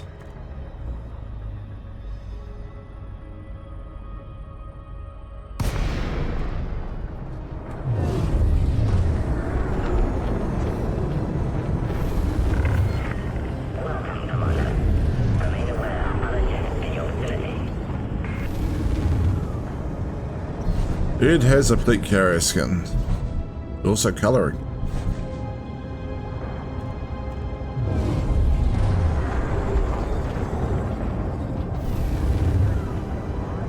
Fuck. Hello. Hello. I see you are exploring my area. Indeed. I'm flying around it.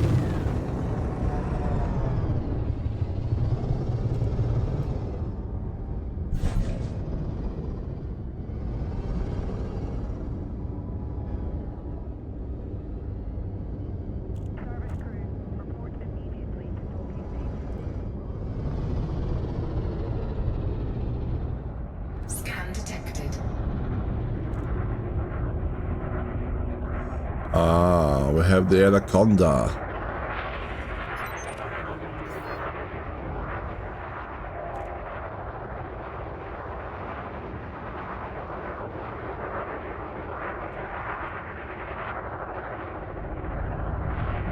And should we go? Sure.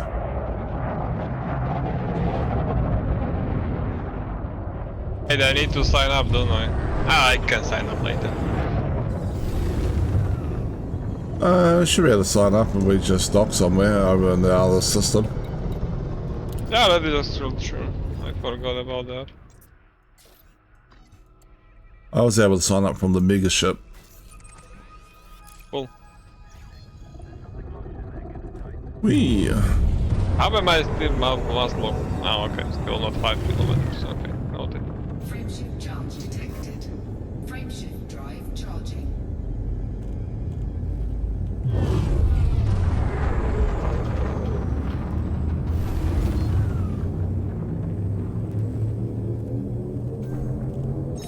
Navigation for next system. 2, 1. Engage.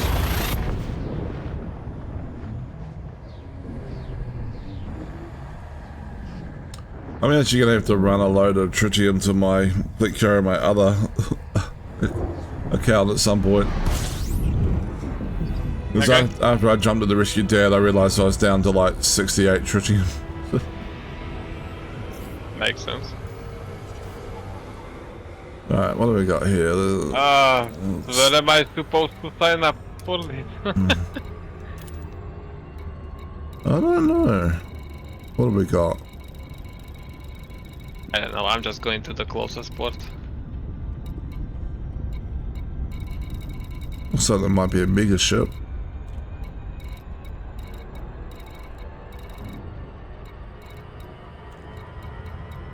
What is the mega ship? Even this in dust. Oh yeah, the mega ship. Yeah, that's what I'm going to. I'll come check it out.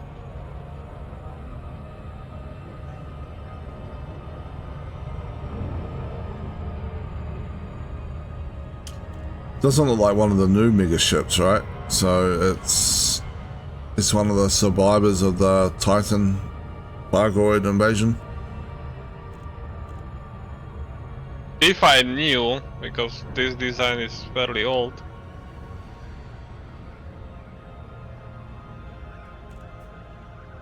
Unless I missed what you said. In which case, sorry. I was saying, yes, it's definitely not one of the new mega ships, so it's got to be a survivor of when the Thargoid Titan came in and a lot of the mega ships got destroyed.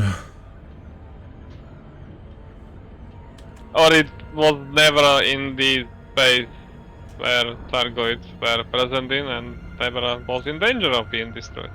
That is true.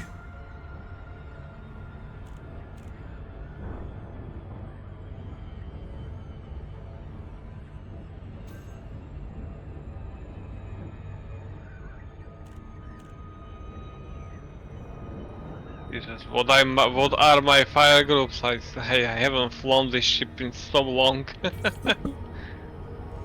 Yeah. Okay, I have railguns, multi-cannons, bughounds, beamless. Okay, I have everything. Duly noted.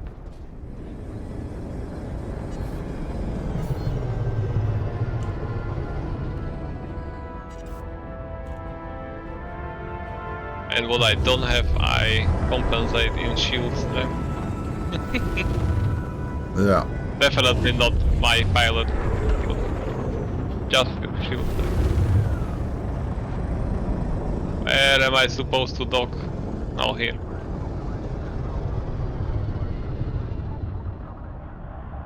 The biggest mega ship, but the docking pads are on the very back. The smallest part of the entire mega ship. Yeah. Like why?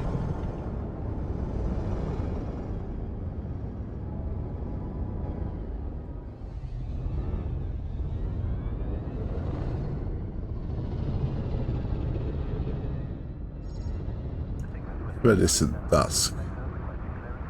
Hmm. Is there thrusters or is that a weapon? Scan detected. That means the front of the ship is over here.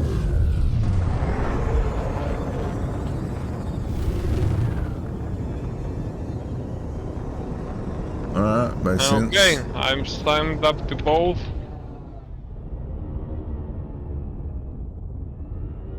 Let's go to conflict zone. Which one do you wanna do? I don't know. A whole bunch of low intensity ones. Do we want to do low, medium, or high intensity? I guess is the question. That's exactly what I'm asking. But what do you want to do? Low, medium, or high? Let's try medium. Okay. Closest medium intensity one. Sure.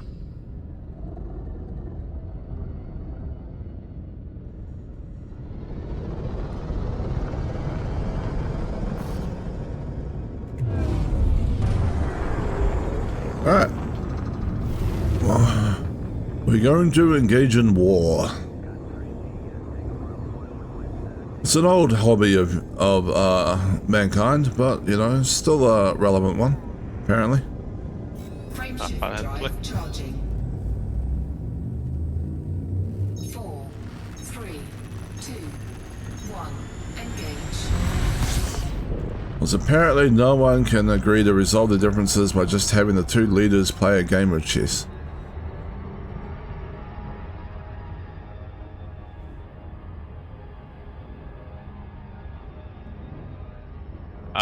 Wrong conflict zone. I think. Well, you're up there ahead of me though, aren't you? Well, we are supposed to earn social Eridani revolutionary bounty Oh, okay.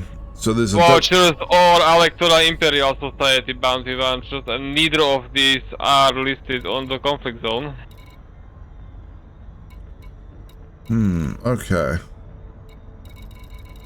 Yeah, found one. There is 200 and... well, actually in the same location, kind of. There is a...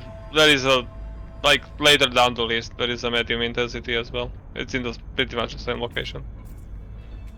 That's alright. Oh, Just what I'll two do light is I seconds will further. gauge Or teammate just follow that me. block. Yeah, and follow you. Yeah. That's it, probably the easiest way.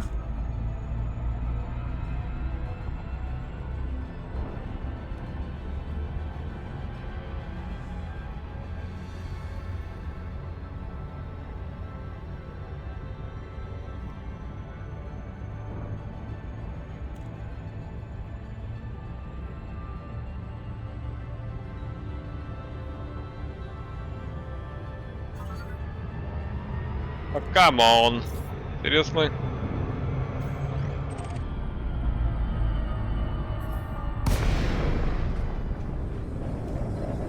Funnily enough, I can kill this person because it is D.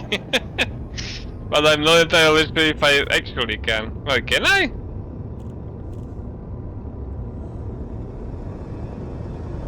I don't know.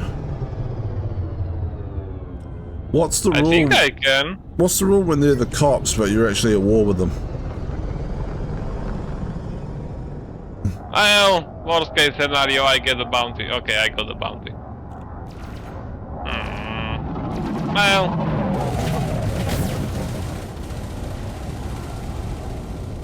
Oh, I don't know this man, officer. you don't have to participate if you don't want to. I'm gonna avoid getting the bounty. Scan detected. Are you gonna blow him up or are you gonna run? Them up like that. They are part of the community goal.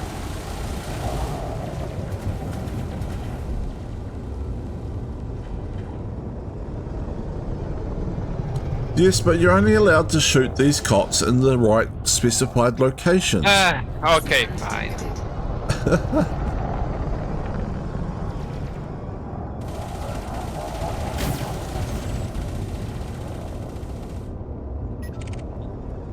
How many others are jumping in? At least 3 are red for me at the moment. Scan detected. Hey, this guy's a pirate. Oh, okay. Funnily enough, the reinforcements that they brought were Imperial Eagles. Which is quite funny to me. Well, no. Well, maybe not Imperial Eagles, but at least Eagles. Yeah. Target shields offline. Oh no, I have a bounty. Whatever, I'm gonna do.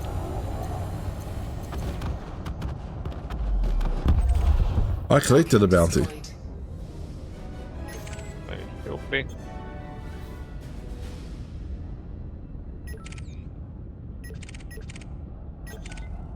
Alright, what are we doing? Jumping out?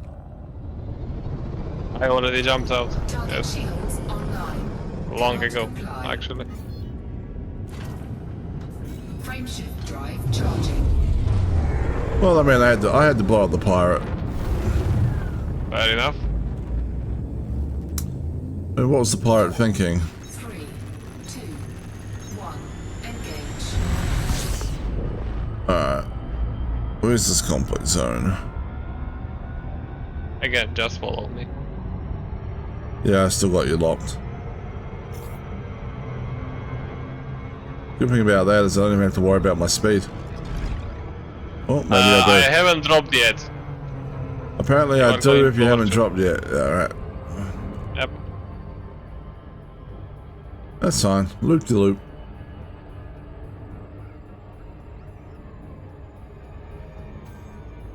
I'm dropped. There we go. Come to me. Now I don't have to worry about my spin. Which makes total sense. Are you going too fast to drop out? Oh, well, do you have a wake window already there? That means fine. They can just drop out wherever you like.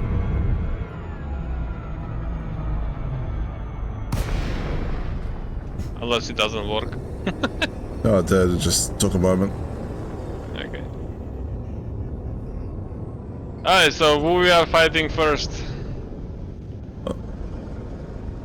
Right. Let's go where from are- the top. Let's where fight are for you? the social Eridani Revolutionary Party. I don't know where you are. You are 800 kilometers from me currently. Yeah. It kind of didn't For work, did it? reasons unknown. Yeah. Frameshift drive I'm charging. waiting for you to get here. That's fine. I'll be right there. Ready to engage. Duly noted. Killing ships. 2, 1. Engage. So who'd you say we were joining? I joined the Chi Revolutionary Party. The Chi Revolutionary Party. So I'm killing ship of Alectonia Imperial Society.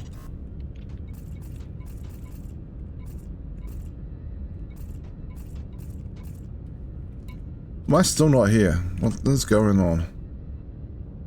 Okay, I dropped out and it's still 800. Maybe deselect the conflict zone that you have selected. Maybe it's dropping you there. For reasons, I don't know what. Frameshift drive charging. Try us again. 4, 3, 2, 1. Engage.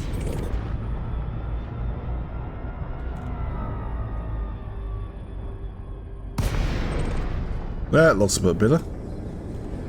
Yep. 6 kilometers, 7 kilometers. You are basically right here. Yep. Oh, Jesus. Alright. We want this. So it was Social Chi we joined.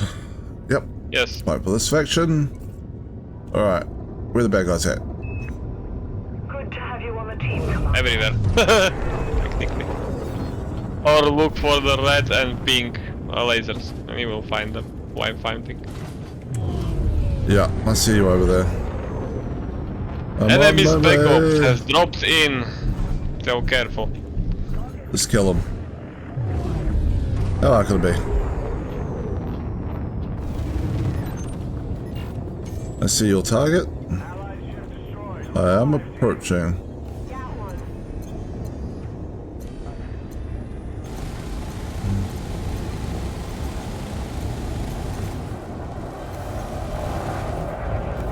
Man, I forgot how tough they are here. Under attack. Yeah. Oh.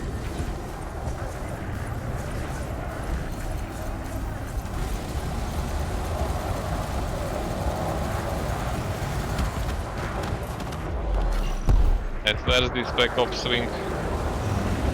No idea. You're on a roll, Commander. I killed one ship and they're like, you're on a roll, Commander. Oh, Oh, there's the that spec one's ops a, swing. that one's a little bit. Actually, right on us. By Are they? looks of it. Yep. Oh. Shooting it.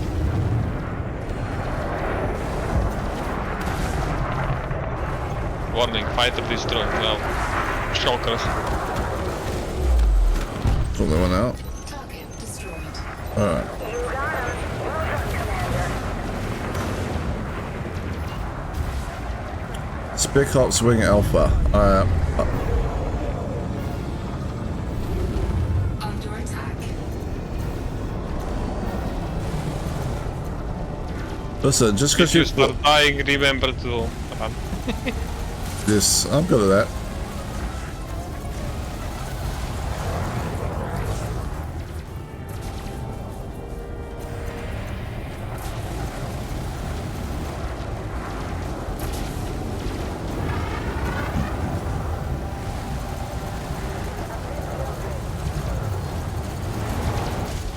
Oop. Well, someone shooting you. I hit somebody, I think. Maybe even you. That'd be about right. Target shields off. If you hit me, that's fine. I'm picking up fire from someone. But Yeah, I think someone is actually shooting you, but I don't know. that's alright. I'll worry about it later. Okay. I mean, as long as it's not the spec ops wing, it's fine.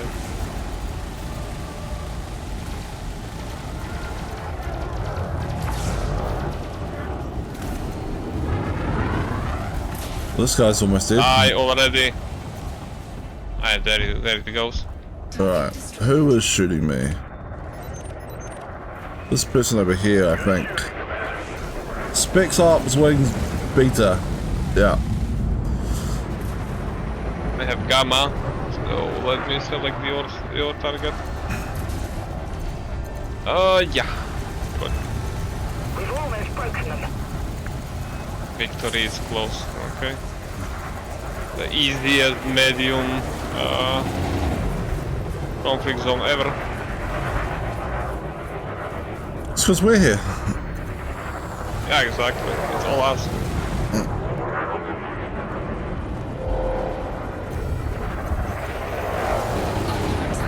And I can't turn on this vulture.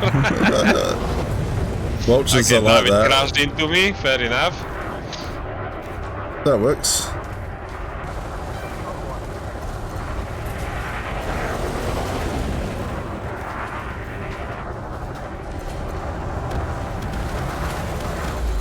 And that Target destroyed. there is a python and we killed the cycle thing. Nice. Yeah, they're dead. We did. What do you mean they? They're retreating. I said they're dead. Made a difference. Oh, okay. All 4 of them apparently. And battle one. Frameship charge Easy. detected. Let's jump out, join the other side, and we can go back to holding. Yeah. Cannot comply.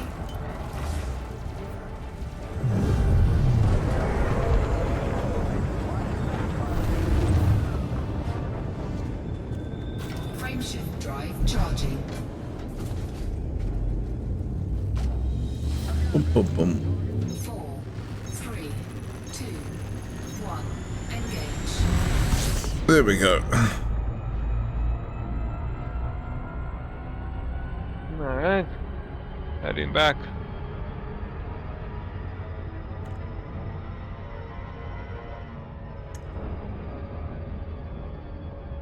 $1.1 million, almost 1.2 million of credit in bonds. Not bad. Yeah, it's not too bad.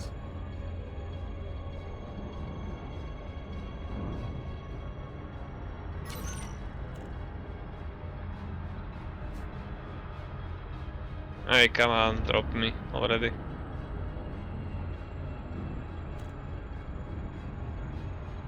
Why am I going so slow?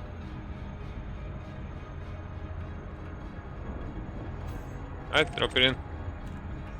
Alright. Let's see if it does it more favorably this time.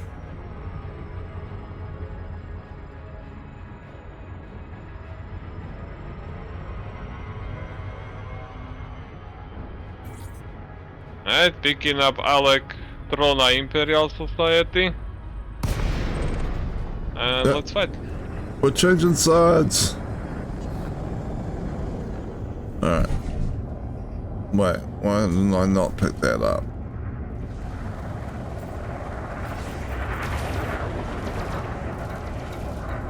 There we go, fight for this faction.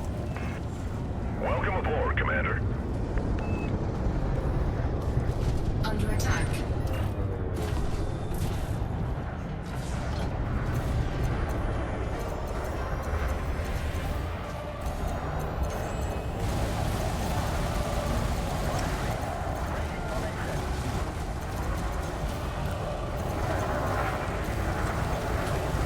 Alright. Fire. Whoop. But large gold ship just sort of flew by me. Destroyed. Did you shoot me? Again? Did you shoot me again? Enemy spec ops. Maybe, inbound. maybe. Watch your 6. Maybe. It's more of a brush pass. We got spec ops again. Target shields. They jump in pretty Let's kill quick. this dropship and then we can focus the spec ops. Oh, I'm shooting a Viper. You're shooting someone else, to be honest. Thermal attack. Gaining heat.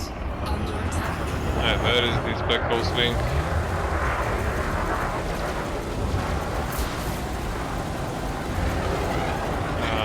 Found them. They are right on me, because of course they are. You got him. Well done, Commander. They're Yeah, right feel on free you. to join in whenever you like. Sure. Yeah, I'm shooting the... Oh, it's a python. Yep. The older version one. Yeah. Okay, that- thank you for crashing into me. Not a problem. You're welcome.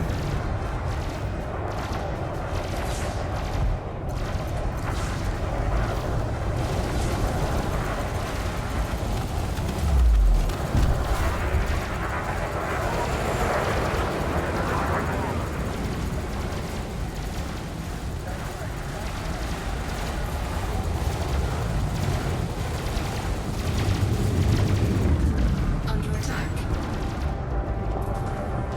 Oh no, the Spec Ops wing has turned on me. Whatever am I gonna do? Oh wait, I have shield.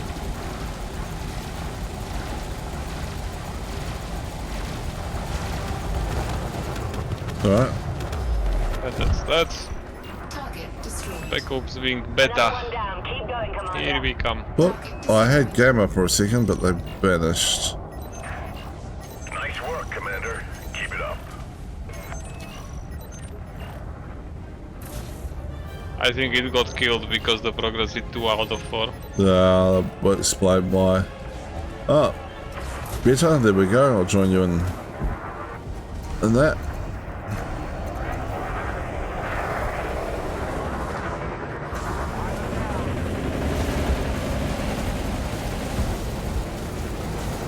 That's a lot of laser beams.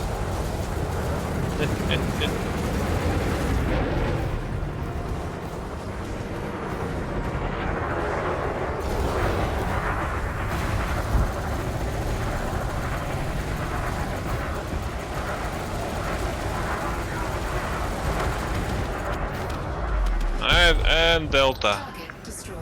Another one down. Keep going, Commander. You have Delta. Yep.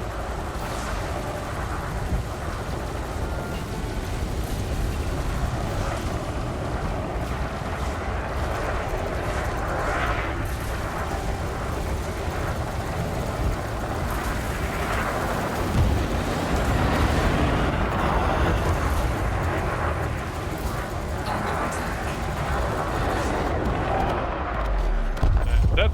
Target destroyed. You're on a roll, Commander. Okay, who's that on the next on the chopping block? I have a pipeline. I've got a dropship.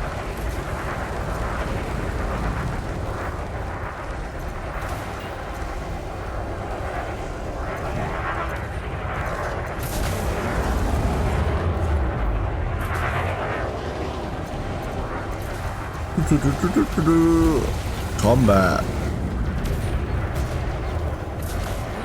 Shield breach attack. Taking damage.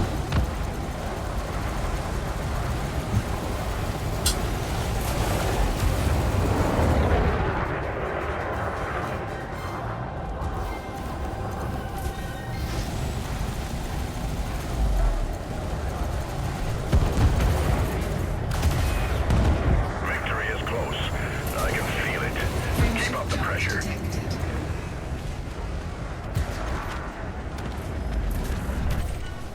Target destroyed. Another one down. Keep going, Commander. It's so funny to me that when a ship blows up near-ish to me, my whole ship shakes on Yeah. the echo explosion. Like, I'm not entirely sure how that works. Target shields offline. Well, you see, the force wave of the explosion travels through all the air molecules in space and pushes your ship around.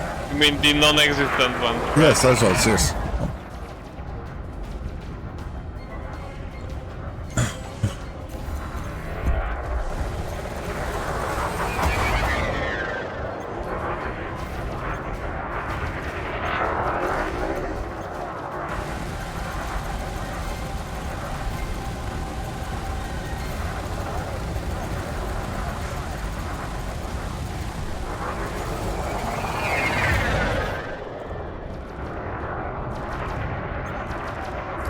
It's almost over.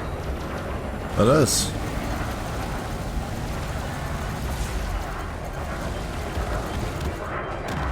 Oh, I just took out a Cobra. Target destroyed. Will that push it, Prana? Done, Commander. Probably not. Very Yep, cheating. yep. They said Good it's work, done. Commander. Oh, yeah. You really made a difference. I'm here. Battle 1. Alright, we're done both sides now. Yep, let's hunt in. Frameshift charge detected. Yeah, haul some more CMM composites.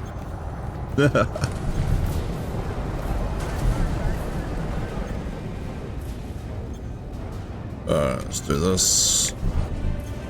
Frameshift drive charging.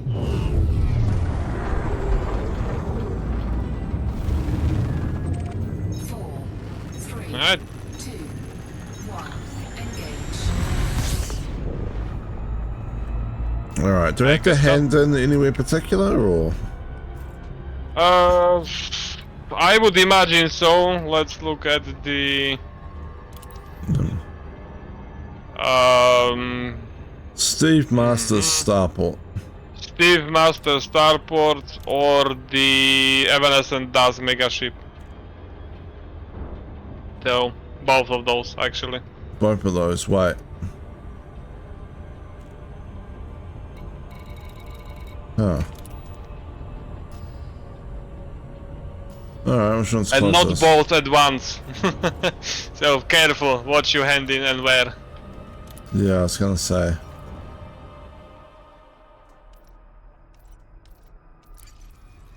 I don't think it will count if we handed everything at one spot. No. Most likely not.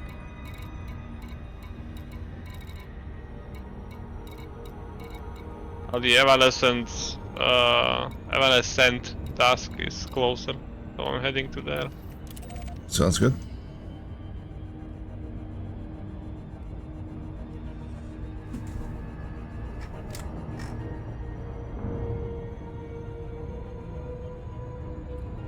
So which ones are we handing in Evanescence task? Let me just check.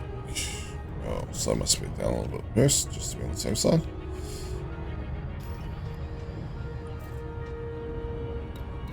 Yeah, Evanescent, you are handing in Alectora Imperial Society bounty vouchers.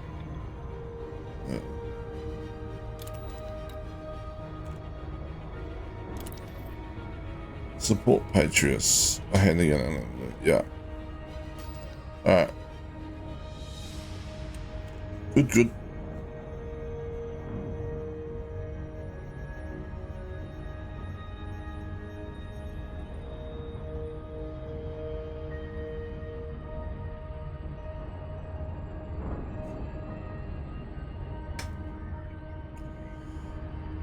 It must be weird being the special forces that jump in, right?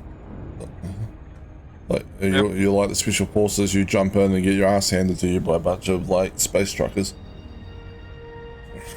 It's like, you know what I mean? Like we're the equivalent of regular civilians, and then like they're the special forces. Like the special forces are here, and we're like, oh yeah, so. Yeah.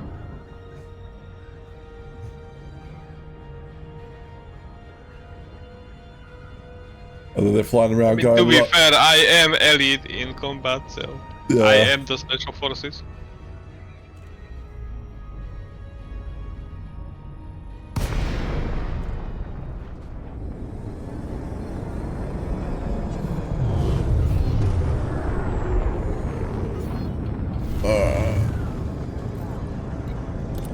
Docking request granted. There we go.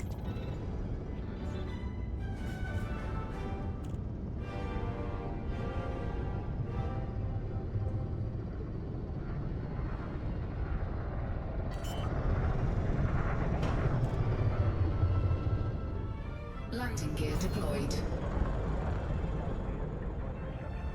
Remind me of a documentary I watched on the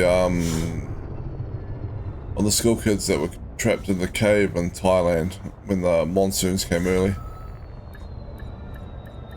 And the Thai Navy SEALs were trying to get them out, and it turned out that they weren't as good at cave diving as a bunch of accountants from the UK, basically.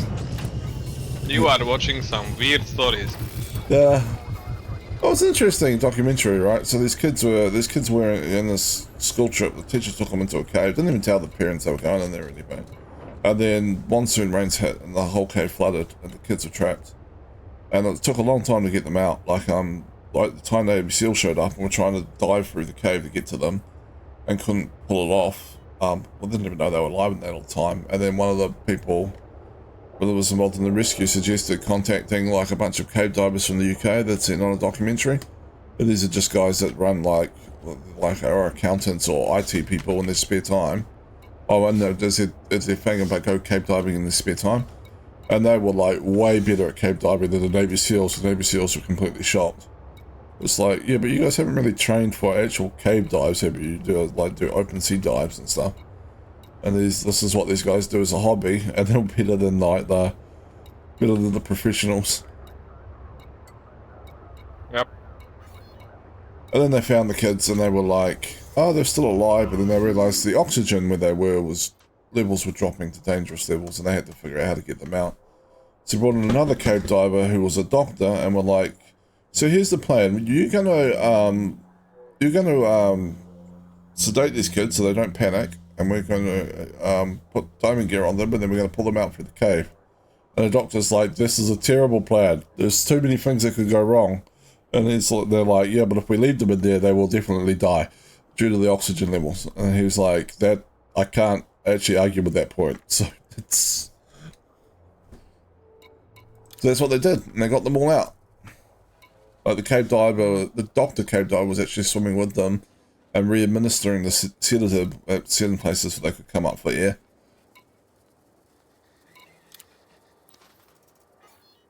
Alright, make sure I hand in the right one. This one. Incoming message.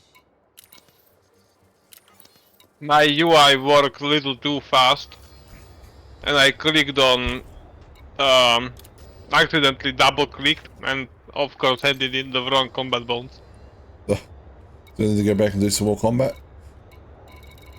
I mean, I have to if I want to, you know, have a contribution.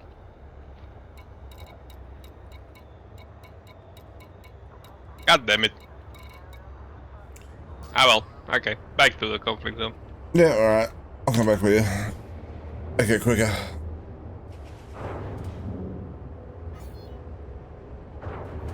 But yeah, I do end up watching some weird stuff sometimes.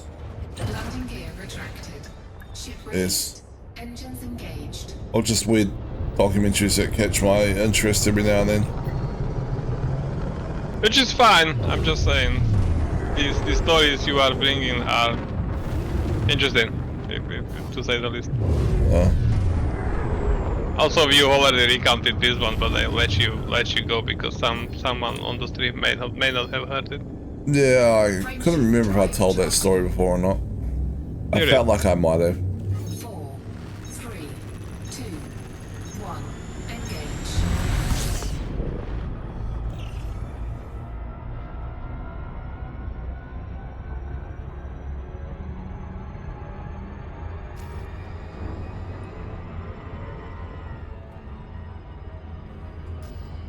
Alright, I'll just follow you. Got you locked.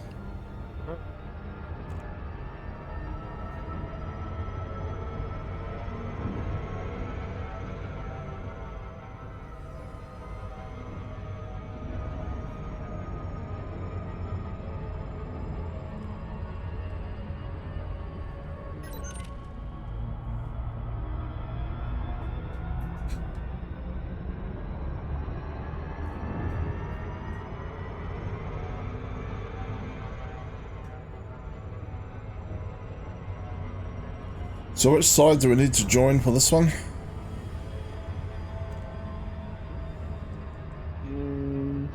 Good question.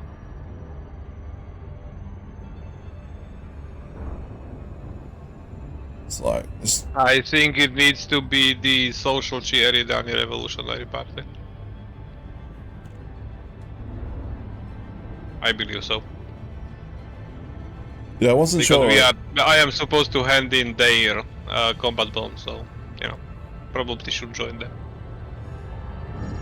Yeah, so that's the thing. I wasn't sure if the combat bonds were like the faction was the faction that issued the combat bonds, or the faction you blew up to get the combat bonds. So The issuing faction. issuing faction, right? Still haven't dropped, so don't throttle up yet.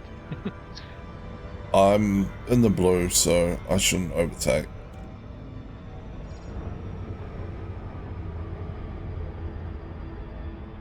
Alright, drop in.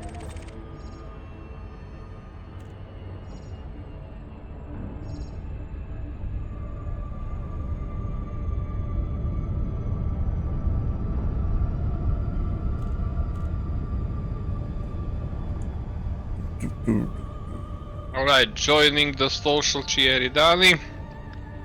And let's fight one more time.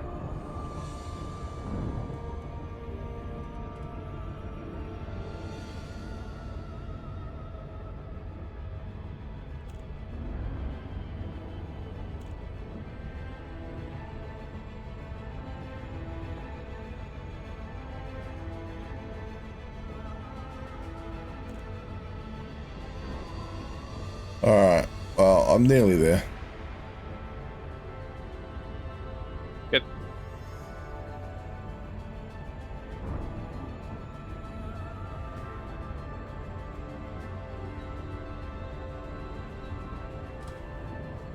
Bum, bum, bum. Identify. Oh, I'm getting interdicted. My Navy Someone person. doesn't want you to help me. The Navy ship, and it was hostile apparently. Scan detected. Hostile. Yeah, not hostile. Maybe it's just marking it as red because it was the one during the introduction. Charging. Doesn't look hostile now.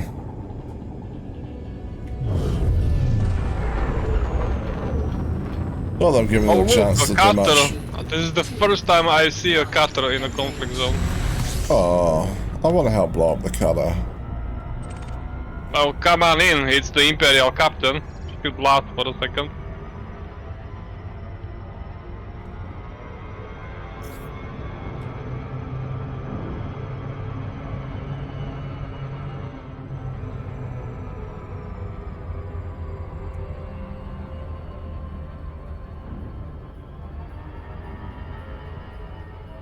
Come on, I'm in the middle of the blue. I should not be overspeeding.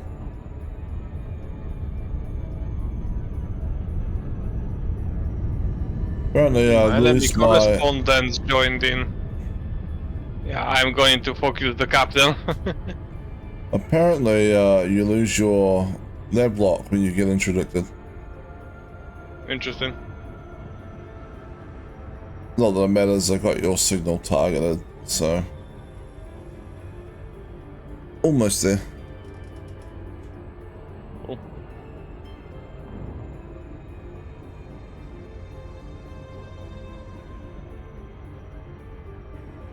Managed to cancel the Imperial Captain's cell bank. Nice. Shield bank, sorry. Just a railgun ping. Yep. Okay.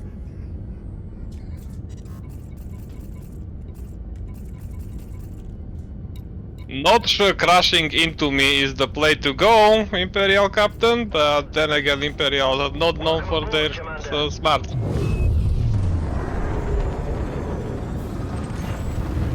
Look at that. How pretty. Let's kill it.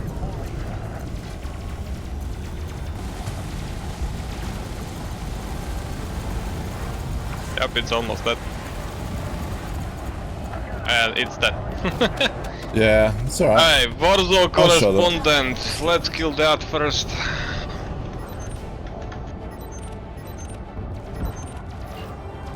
Because, you know, combat bond. Yeah.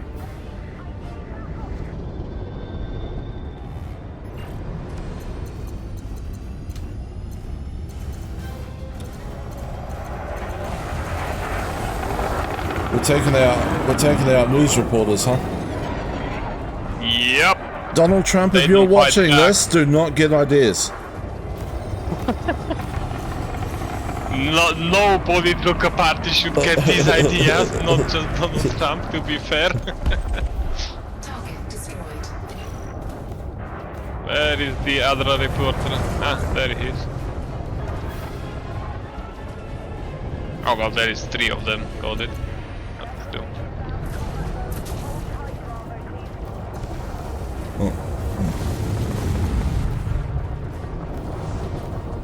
Is it running? No, it's not. Okay. I'm pretty sure if Donald Trump thought he could get away with killing reporters, he would. But, Any political party would, not just Donald Trump, but yes.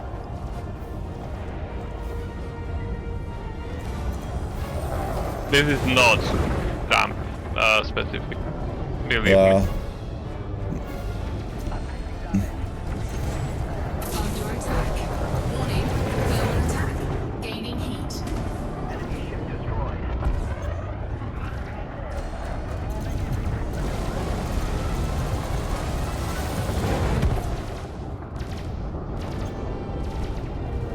That's that. And there's the last one. Nice work, Ace. I'm starting to think we could win this thing.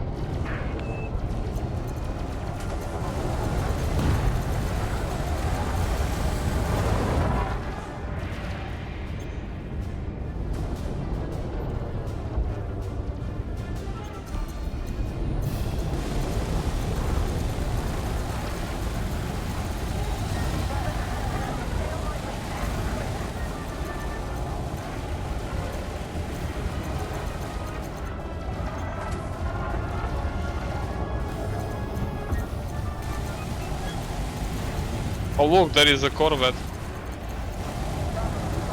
our side or opposite side? Side. Target destroyed. Nicely done, Commander.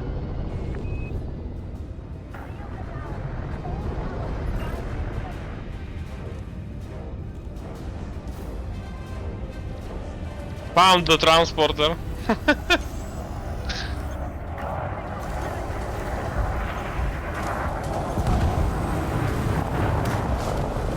Whee!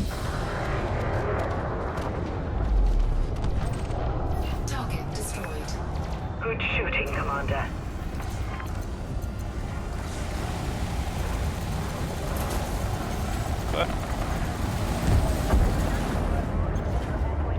Oh, Asset Explorer. The good thing about conflict zones is once you start getting like a few enemy ships down, your side starts getting a bit overwhelming. Yeah. Target destroyed. Or you get what I call the murder ball, where it's just a whole bunch of ships going around murdering other ships.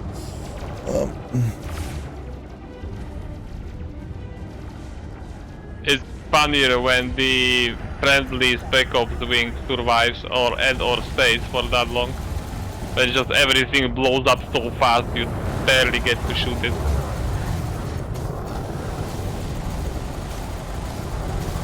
Under attack. Do you get friendly spec op rings? I don't think I've ever seen that. Oh yes, you do. We've had them both times. Oh, We were okay. here. Target shields offline. Just haven't noticed then. Alright, so. Yep.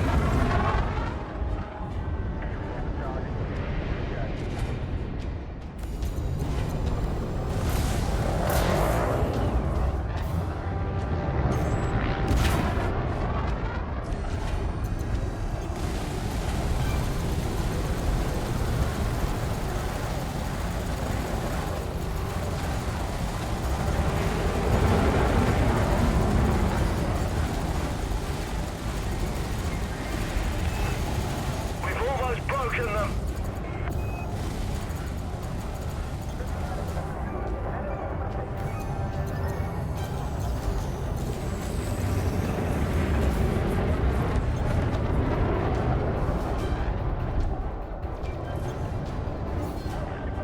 Target destroyed. Die already. Your power plant is at 0. Oh, How are you still flying? Destroyed. Good There we shooting, go. Commander. backup power plant. I guess so, because Target shields offline.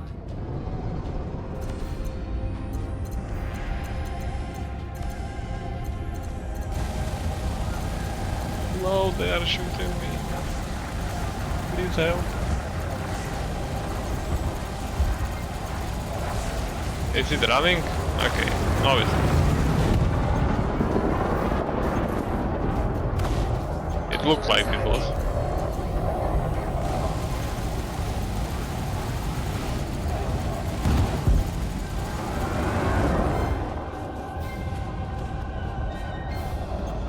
Turn and face me, you coward. Target destroyed. Or blow up, that's also an option. Commander. Alright, what do we else we got?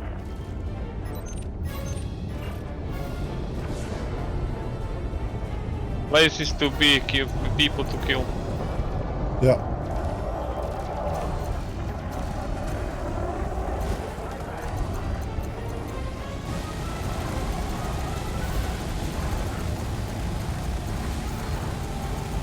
That's that. Cobra Mark 3.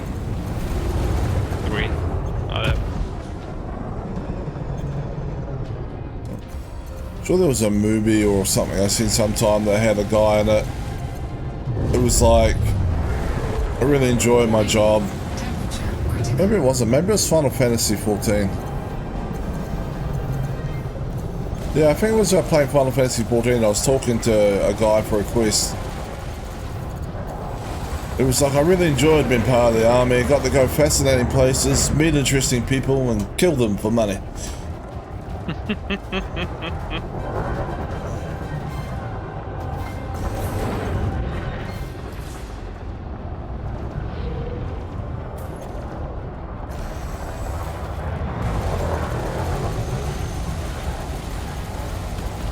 Oh look, more Imperial cutters. Destroyed.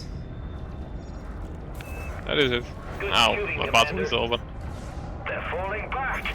I don't think we are going to keep this one. Frameshift charge detected. Probably not. Yeah, most likely not. Since it's already running.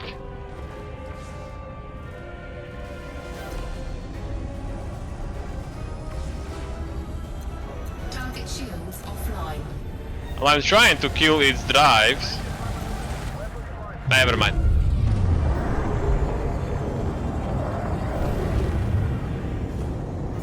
Wasn't far from doing so. It was like 24%. Yeah. Cannot comply. Frameshift drive. And jump. Yeah, I saw you jump out. Okay, so now go to the other station. What was it, Steve Masters? Yes. 1. Engage. Absolutely, Steve Masters. That was relatively straightforward. Of course, it's behind the planet. Probably.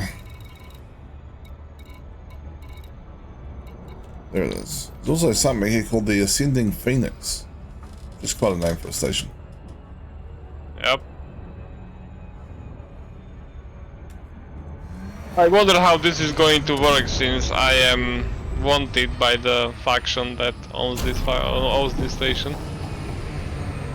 You'll have to sneak in.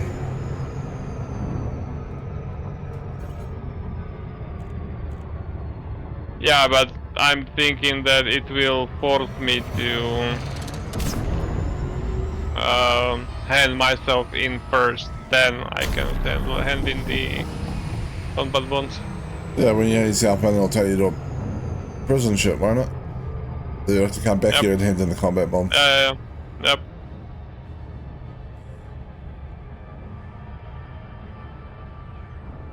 Whee! Fortunately, I do keep the combat bonds even if I hand myself in.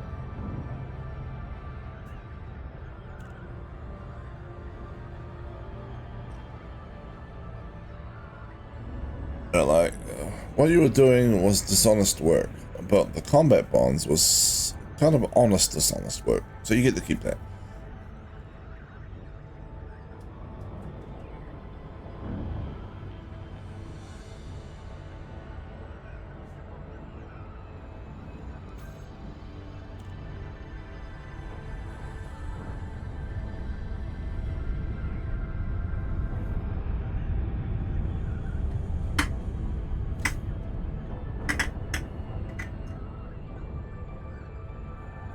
Alright, let's sneak in. As fast as possible, ideally.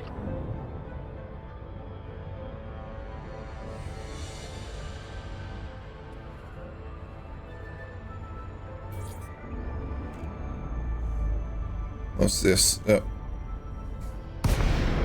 And I'm also here, so I now need to go. Hey, look, everyone, it's Ed.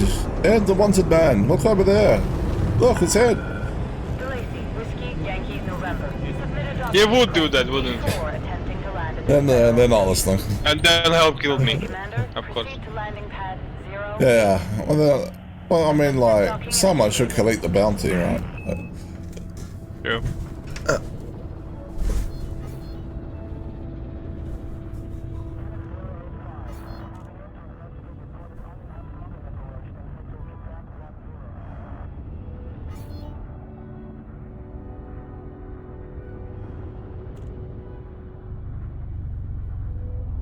Yep, I have to hand myself in first. Oh, be right back. Not a problem. Landing gear deployed. Bum, bum, bum, bum, bum.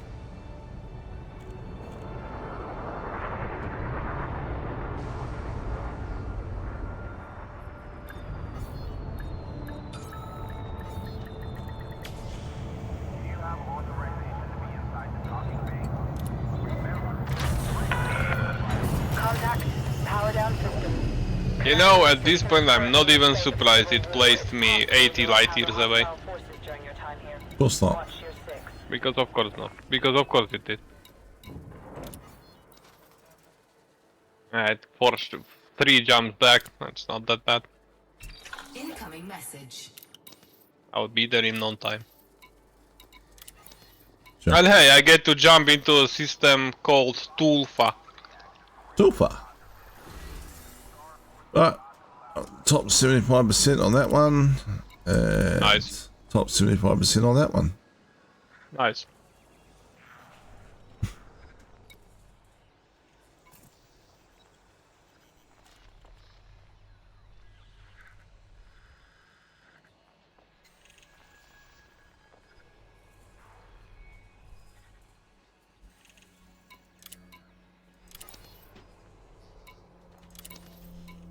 Alright.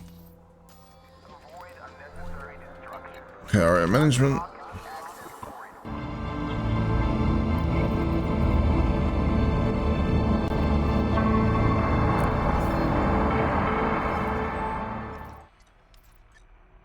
What I should do is put it somewhere around the mega ship.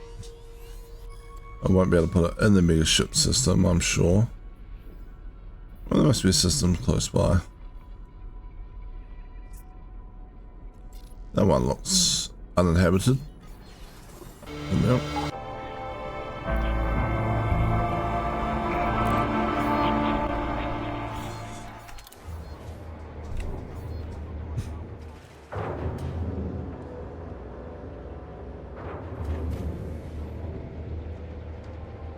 Landing gear retracted. Ship released. Observe station regulations on exit. We'll just go out ourselves. How bad could it be? Whee! There we go.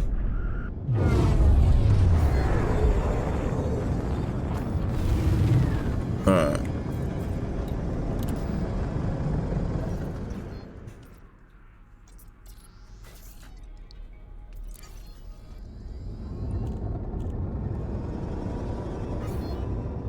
Frameshift drive charging.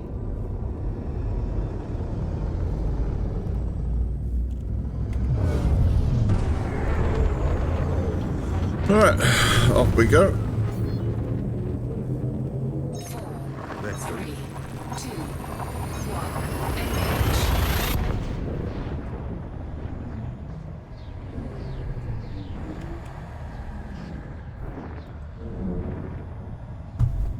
Scanning for anomalies. None detected. None detected. Okay. Where's my ship at?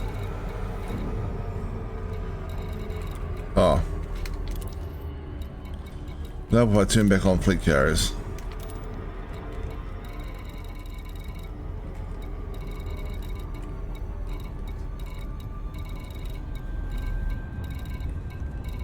Where's my fleet carrier? There it is.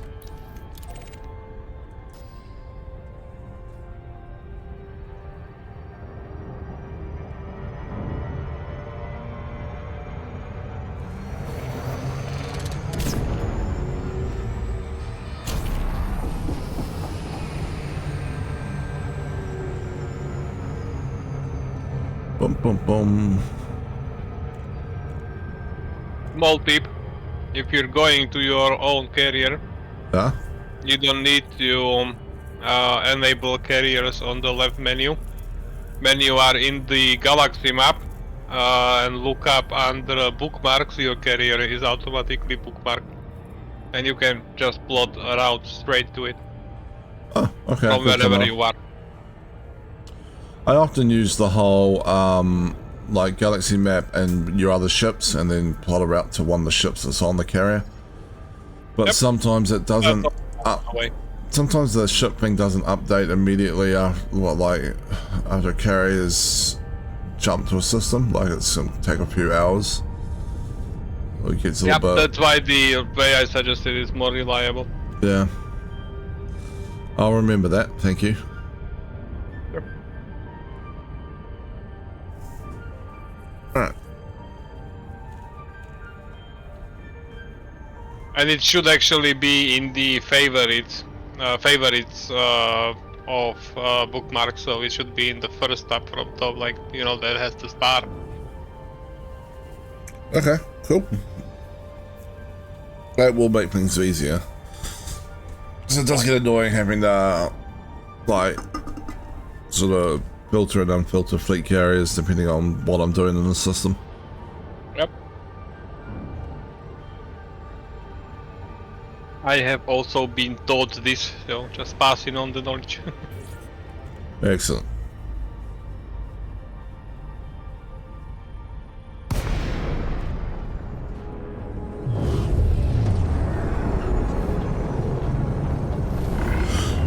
Welcome, Commander. A no-fly zone is in effect around this carrier. Attention, this carrier has scheduled a hyperspace jump. Good point. I should go sleep. It's 3 AM. System prior to departure. Yeah, I don't know. I guess Landing pad has been assigned to you, Commander. my daylight savings has messed with me a little bit. Because I'm can a imagine. little bit more tired than I would expect to be. Landing gear deployed.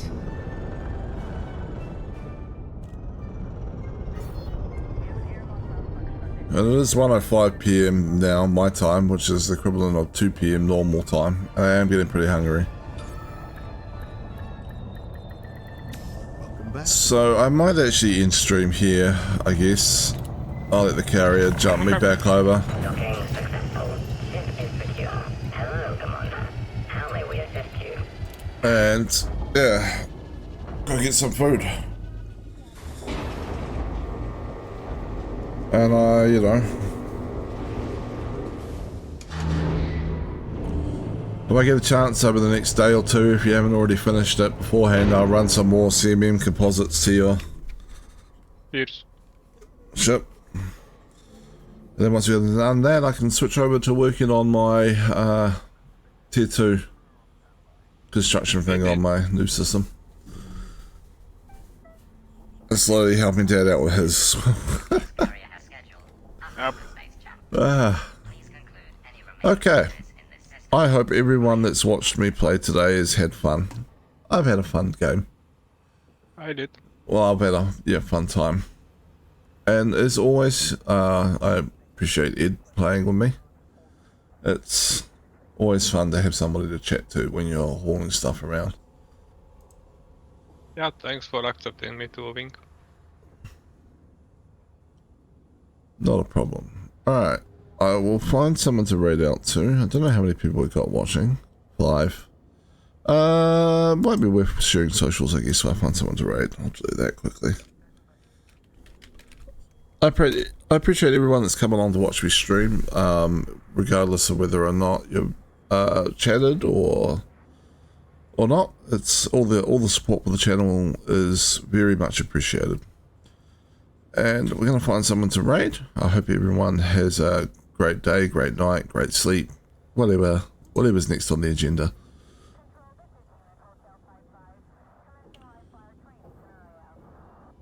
I have no clue when I followed this person, but that's fine.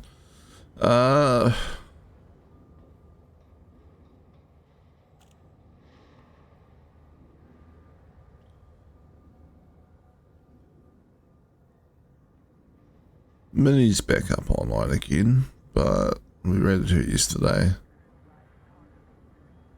This raid Shaped Tomato. Shaped Tomato is generally an entertaining time. So Area jump sequence is underway. Lockdown begins in 5 minutes. alright. Raid going out shortly.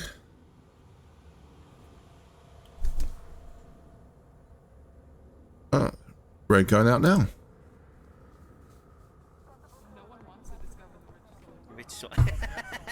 Please, rich soil. Keep it to yourself, buddy. No, it's vitamin C. Oh, here, I gotta. And raid complete. Oh, Jesus Christ, my cat. Oh my- They don't have tatami, man. What the hell? Alright, gonna sign off. I know how to make those. Alright. Yo, Have a win. enjoy your Rain, hold on, let me give you a shout. Sunday. Yeah. Yeah, you have a good night's sleep.